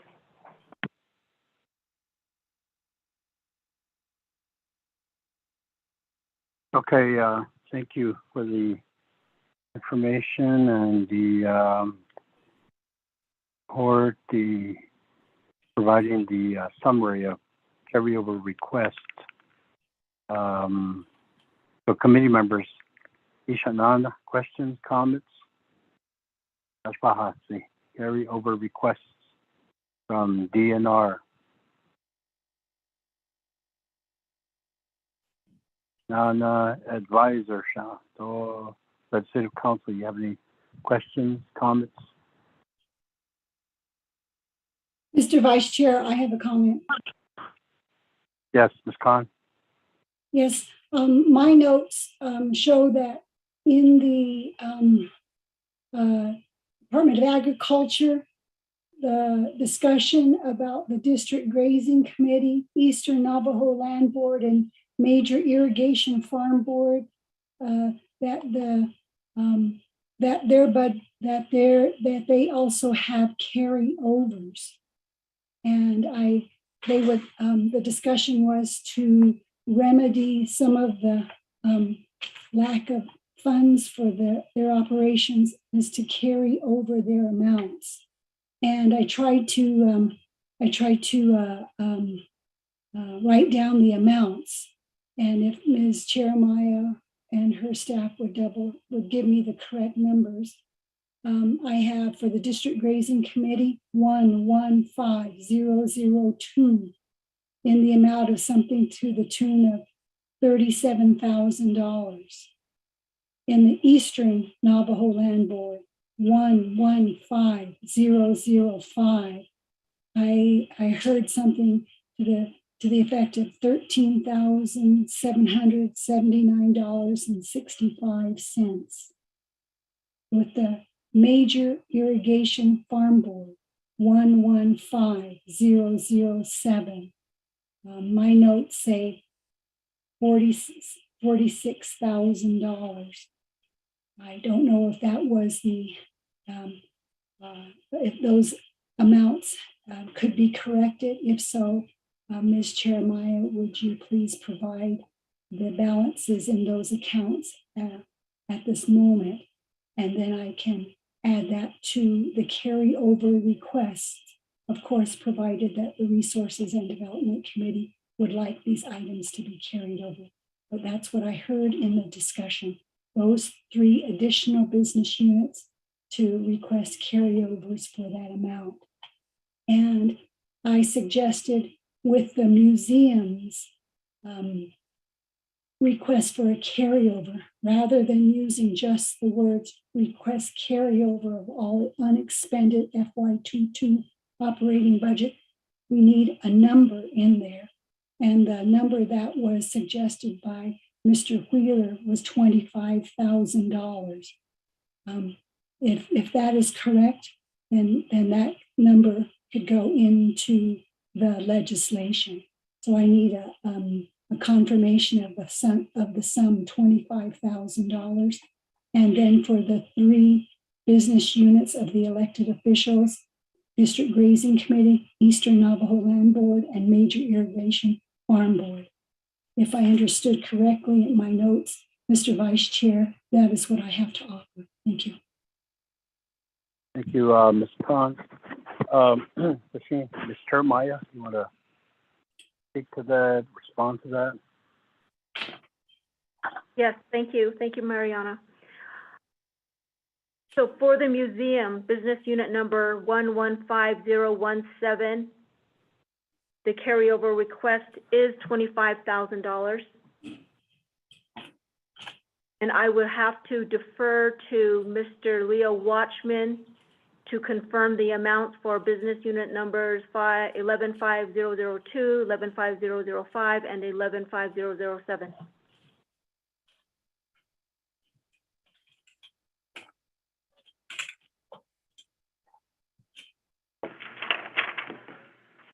Mr. Watchman? Yes, Mr. Chairman.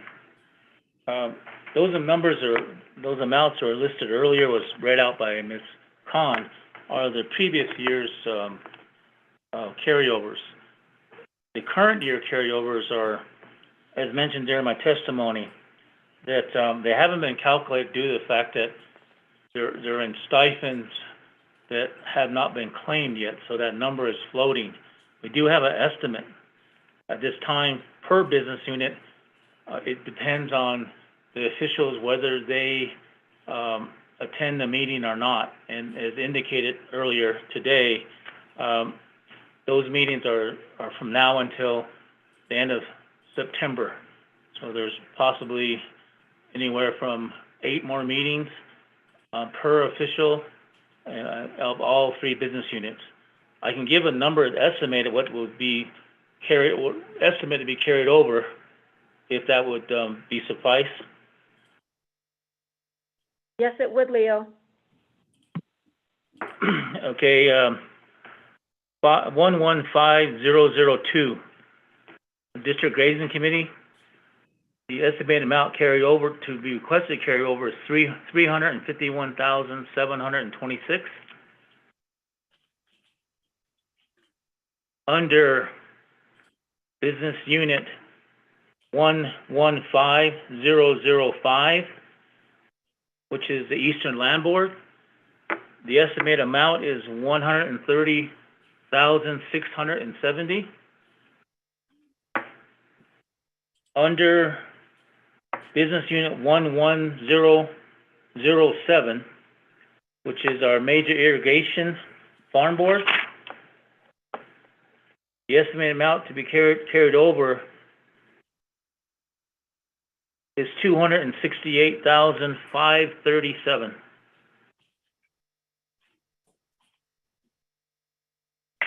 For those three business units. We will provide a breakdown to how that formulates and estimating. Mr. Chair, thank you.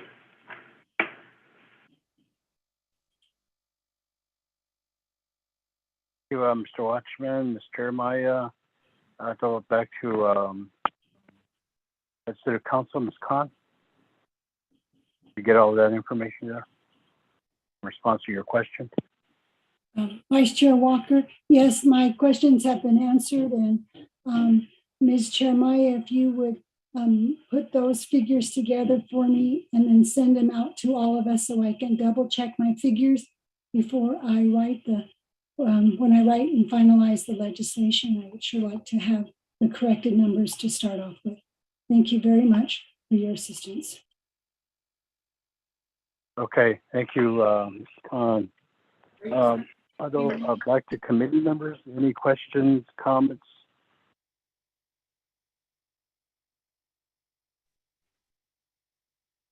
Not any Ashbahnana City. Ashbahnai Dorchit at Dano ya forget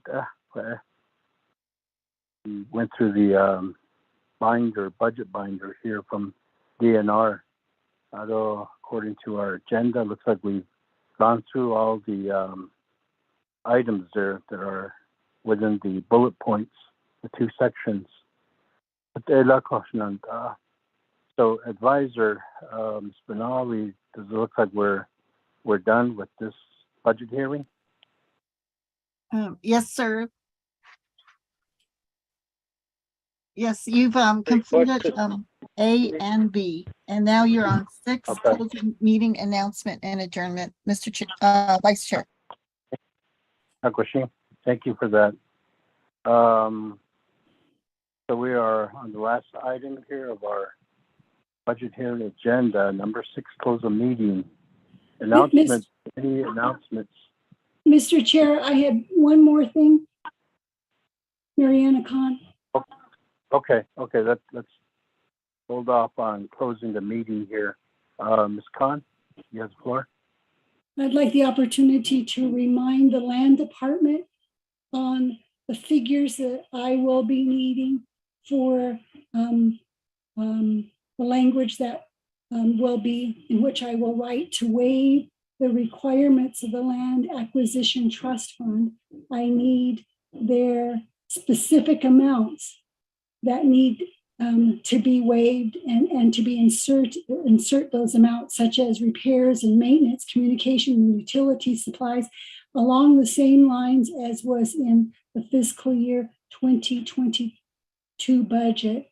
If they will look at that particular resolution, they will see the formatting of the numbers that I will need in this year's fiscal year 2023 budget.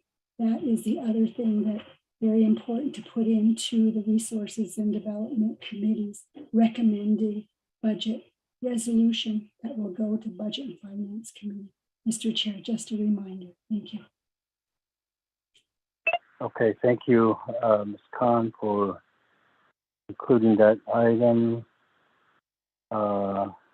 Pay really close attention to for the division door and committee members in committee. So we're back to closing the meeting. Honorable Walker, this is Manuelito Wheeler from the Navajo Nation Museum. Could I jump in real quick? Okay, let's hold off on closing the meeting here. Mr. Wheeler, you have the floor. As we were talking about the carryover, I was consulting with my accountant, and so there's a couple of things for Ms. Khan. We would like for our carryover to be taken out of our 4410 line item. And if it's not a problem, if we could increase our 25,000 to 30,000 for carryover, we would greatly appreciate that. But if it's an issue and we got to go all the way back, then we'll leave it at 25. So that's all I wanted to add before we close the meeting. Thank you. Okay, Office of Legislative Counsel, Ms. Khan. Heard Mr. Wheeler, is that doable? Without going back into a lot of information here and be mindful of the processes we are using in the budget hearings. So, late Ashwahneta, Ms. Khan, is that doable at this time? Mr. Vice Chair, that is doable. Instead of carrying over of 25,000, I will put the carryover number at 30,000. At this point, the carryovers are broken down or are listed according to business unit.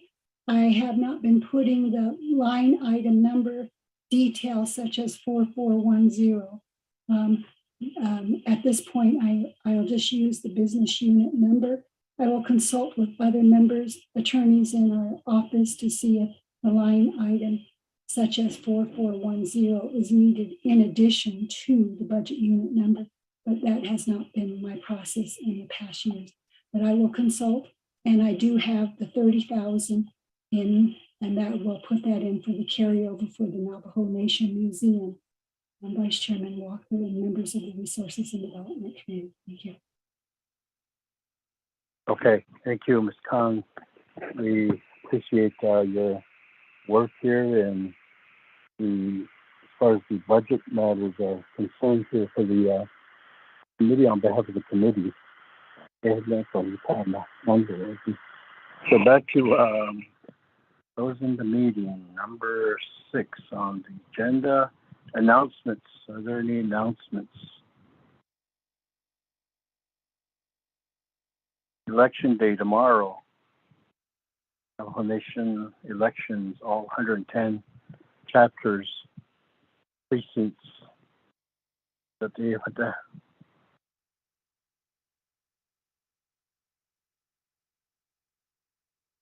Any other announcements? Committee members, advisor?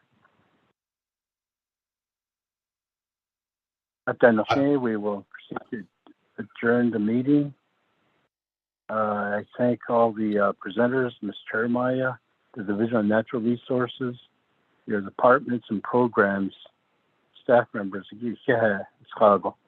for spending the day with the committee and discussing next year's budget for the division.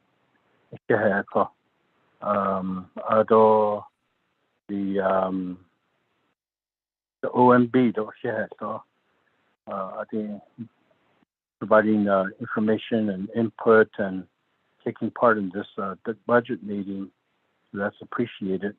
Then all the other offices, OP, VP, and DOJ, the Speaker's Office. Although certainly our staff, Ms. Chi, Mr. Nolly, thank you for your support and assistance in today's meeting. So I'm going to close this meeting. Do we need a motion or we don't need a motion? Denali? Thank you, Vice Chair Walker. You don't need a motion at this time, but you can do it by consensus. of the members who are present. Okay. Okay, Hakoshi Chinanta. If there are no objections, I'm gonna close this meeting for today. So 2023 budget sheet.